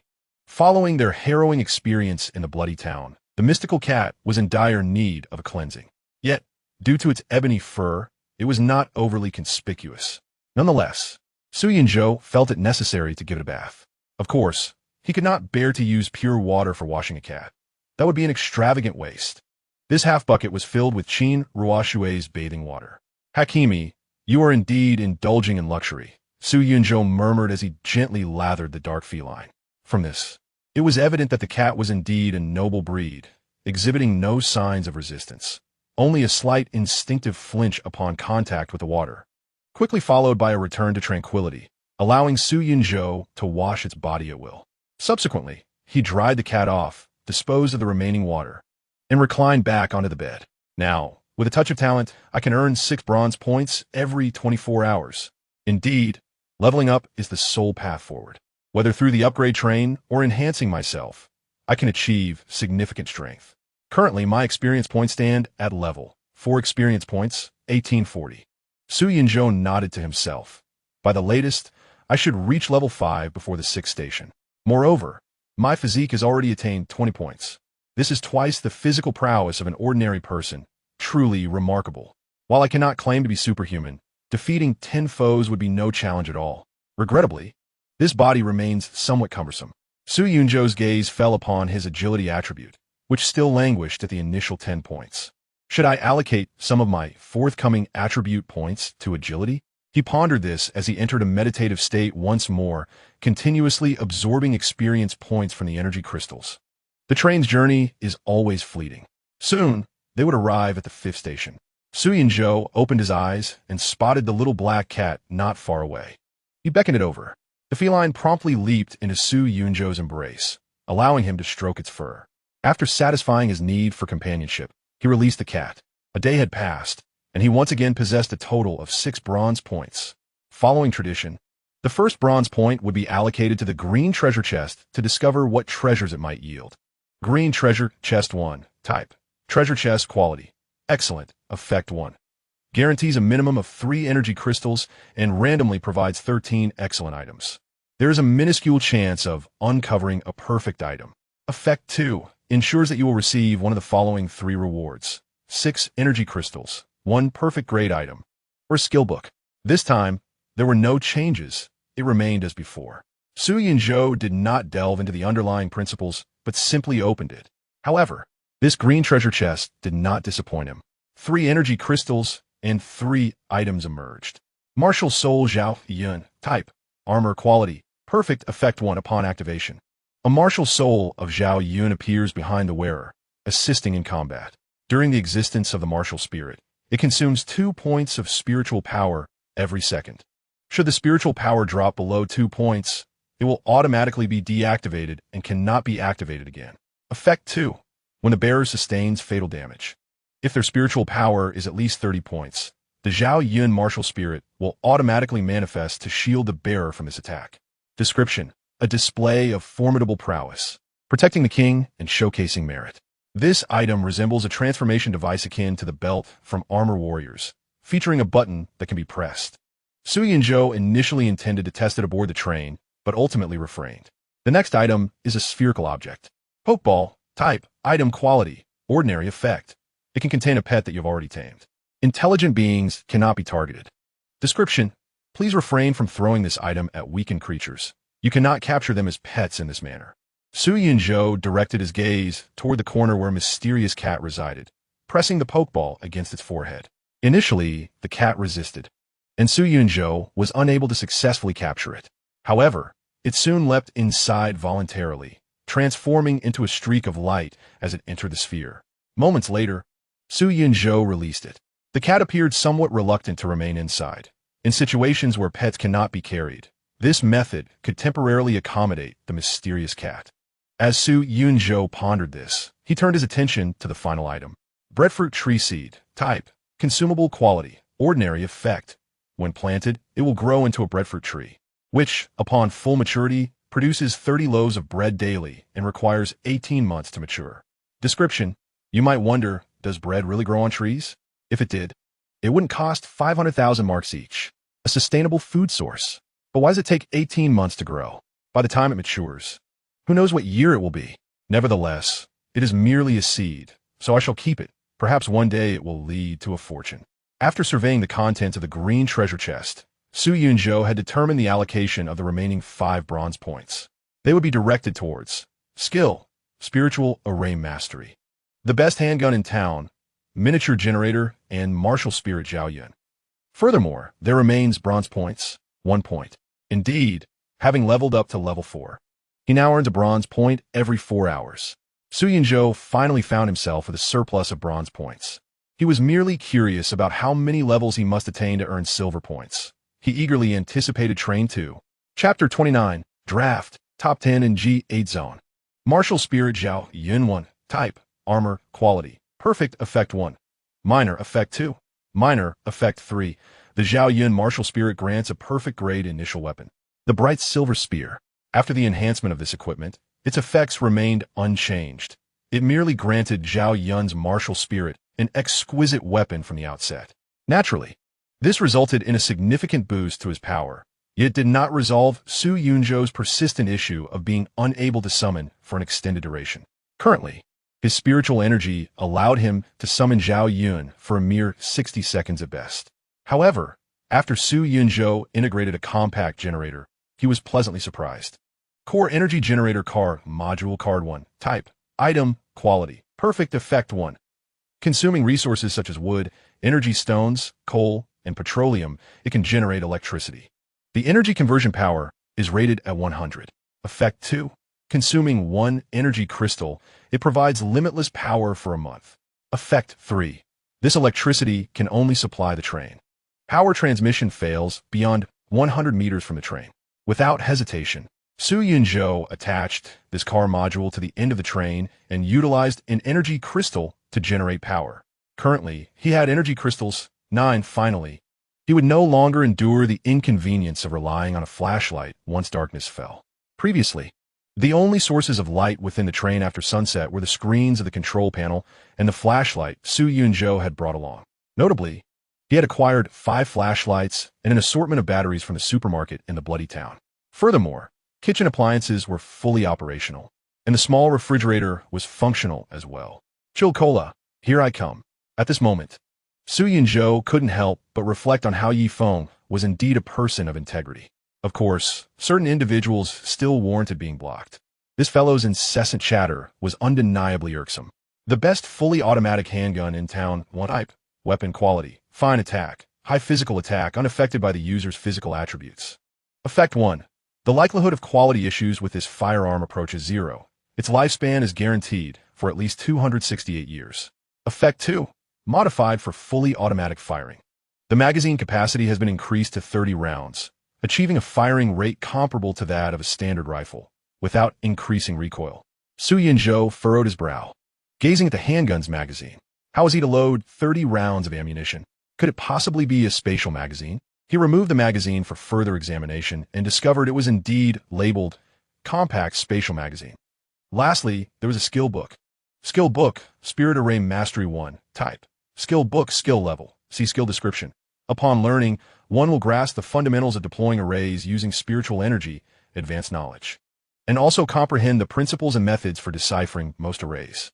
Su Yunzhou wasted no time and began his studies. Although he had previously printed out the Xian-Yin array, he had no understanding of its underlying principles, rendering it ineffective.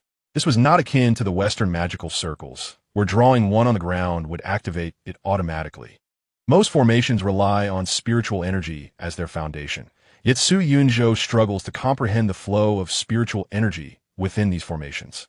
He has taken it upon himself to study the tome, Techniques for Advancing in Spiritual Formations. Instantly, a multitude of knowledge regarding spiritual formations inundates his mind, steadily settling within. After approximately 3 seconds, he emerges from a mild sensation of dizziness. As a sea-level skill, the volume of knowledge contained within this skill surpasses that of his previous studies by an entire magnitude. However, when Su Yunzhou gazes once more at the formation left by the mysterious Yin, he remains perplexed. Although he now understands it, he intuitively realizes that such a formation is beyond his current capabilities. He estimates that he would require at least 300 points of spiritual energy to execute even the most rudimentary version of this formation. Resolving to set aside these thoughts, Su Yunzhou exhales deeply, organizing his belongings. He equips what is necessary and stows away the rest. The next destination is imminent. Yet, this time, an unforeseen event occurs. Foreseeing vision fails to activate. The train will arrive in 10 minutes. All conductors, please prepare. Next station, Phase 1 Draft, difficulty, none type. 10-person Su Yunzhou promptly accesses the panel, eager to consult his classmate, the little car. However, he soon discovers that someone in the chat room has already posed his inquiry. After querying the AI, the consensus emerges. Every station numbered in multiples of 5 corresponds to a draft station. This particular stop poses no danger and is essentially an opportunity to claim rewards effortlessly. Furthermore, rewards are allocated based on comprehensive strength rankings. Uncharacteristically, those ranked lower possess priority in selection. The draft phase offers the chance to acquire formidable rewards, such as superior-grade equipment, skill tomes, and energy crystals. Nevertheless, these prizes cannot be easily obtained. They require passing various trials to qualify for selection. Su Yunzhou inquires once more with the train's AI and, as anticipated, receives a similar response. He strokes his chin thoughtfully. A draft station, how intriguing. 10 minutes elapse. Everyone disembarks onto the platform. The train halts amidst a starry expanse. Outside the train, a hexagonal platform of approximately 100 square meters awaits. 10 luxurious armchairs are arranged neatly at the 10 points of the platform. Behind these seats, there is no train, only a solitary white door. Su Yunzhou is aware that this stop presents no peril, yet he allows the mysterious cat to disembark first before following suit. Turning back, he is met not with the train's exterior, but rather another identical white door. A simple spatial trick, hardly a cause for astonishment. A voice, indistinguishable in gender, emerges, raspy yet delicate, soft yet rugged. Su Yunzhou turned his head and beheld a tall figure clad in a suit, wearing a pitch-black mask, whose appearance suggested he was a young male. Greetings, Su Yunzhou. I'm the host of this talent show. You may refer to me as G8 Black Butterfly. Su Yunzhou couldn't help but smirk at the name, remarking, your moniker resembles that of a whimsical novelist conjuring up a name for a mere passerby. To this, Black Butterfly did not exhibit anger. Rather, his tone made it difficult to discern any irritation. Ah, how delightful it is to be teased for the first time. Such a rare camaraderie, he replied, prompting Su Yunzhou to fall silent. Soon, the other 9 contestants made their entrance. To his surprise, one of them was a familiar face. Qin Ruoshui and Su Yunzhou exchanged glances, their silent communication conveying unspoken thoughts. At that moment, the host, G8 Black Butterfly, stepped to the center of the stage, arms outstretched, and proclaimed loudly, the talent show is about to commence. Welcome, the top 10 conductors of G8 District, gathered here today. Upon hearing this, everyone began to scrutinize the other 9 contestants. Before the 10 conductors could further observe, analyze, or converse, Black Butterfly interjected once more. Before we begin this talent show, allow me to elucidate the rules. Chapter 30, Wu Shuang Sword G8 Black Butterfly, continued eloquently. During the selection phase, I will present 10 types of rewards, which will be determined based on your overall capabilities. For instance, as the top 10 conductors, there will be 3 perfect grade items among the rewards. Unfortunately, those ranked below you will not even lay eyes on a single perfect grade item. At this juncture, Black Butterfly shifted his tone. However, on this selection stage, it is the weaker who possess the right of first choice. We shall allow the conductor ranked 10th to select first. At that moment, a delicate-featured young man spoke up, his voice possessing a sickly sweet quality akin to that of a youthful heartthrob. What is this? A trivial gesture of care for the weak? No. Black Butterfly quickly interjected. The selection is not merely a matter of items displayed for you to choose from. The rewards must be contested for. Besides Su Yunzhou, a resolute-looking youth inquired with a strong, resonant voice, how shall we contest for them? Black Butterfly replied, the method of contesting differs with each selection. This time, it is, as he spoke, a set of cards materialized before him, laid out in an array. To the astonishment of all, both the conductors in front of and behind Black Butterfly could only see the backs of the cards. On the reverse, 10 shadowy figures encircled a grand disc. Then, Black Butterfly drew a card, revealing its face, which displayed 2 silhouettes engaged in combat. If one were to draw a metaphor, this resembles a dual card from a game 3 Kingdoms Kill. Subsequently, the Black Butterfly promptly proclaimed combat, the eternal theme among living beings. Numerous unresolved dilemmas plague this world. Yet fighting remains the most effective means to address the majority of them. However, rest assured, the selection platform poses no danger, even in the event of defeat during combat. One merely forfeits their eligibility for selection and does not face true demise. Fear not. In this selection, we will categorize rewards into 2 tiers, Tier 1 and Tier 2. The corresponding rewards for each tier are as follows. You may peruse them roughly. While specific details cannot be disclosed, the general categories and directions will be provided. So there is no need to worry about acquiring equipment, items, or skills that are unsuitable for you. At this point, Su Yunzhou had already fixed his gaze upon a screen before him. Tier 2 rewards. Thunderstone, perfect item. Gift of the fertility goddess, C-grade skill card.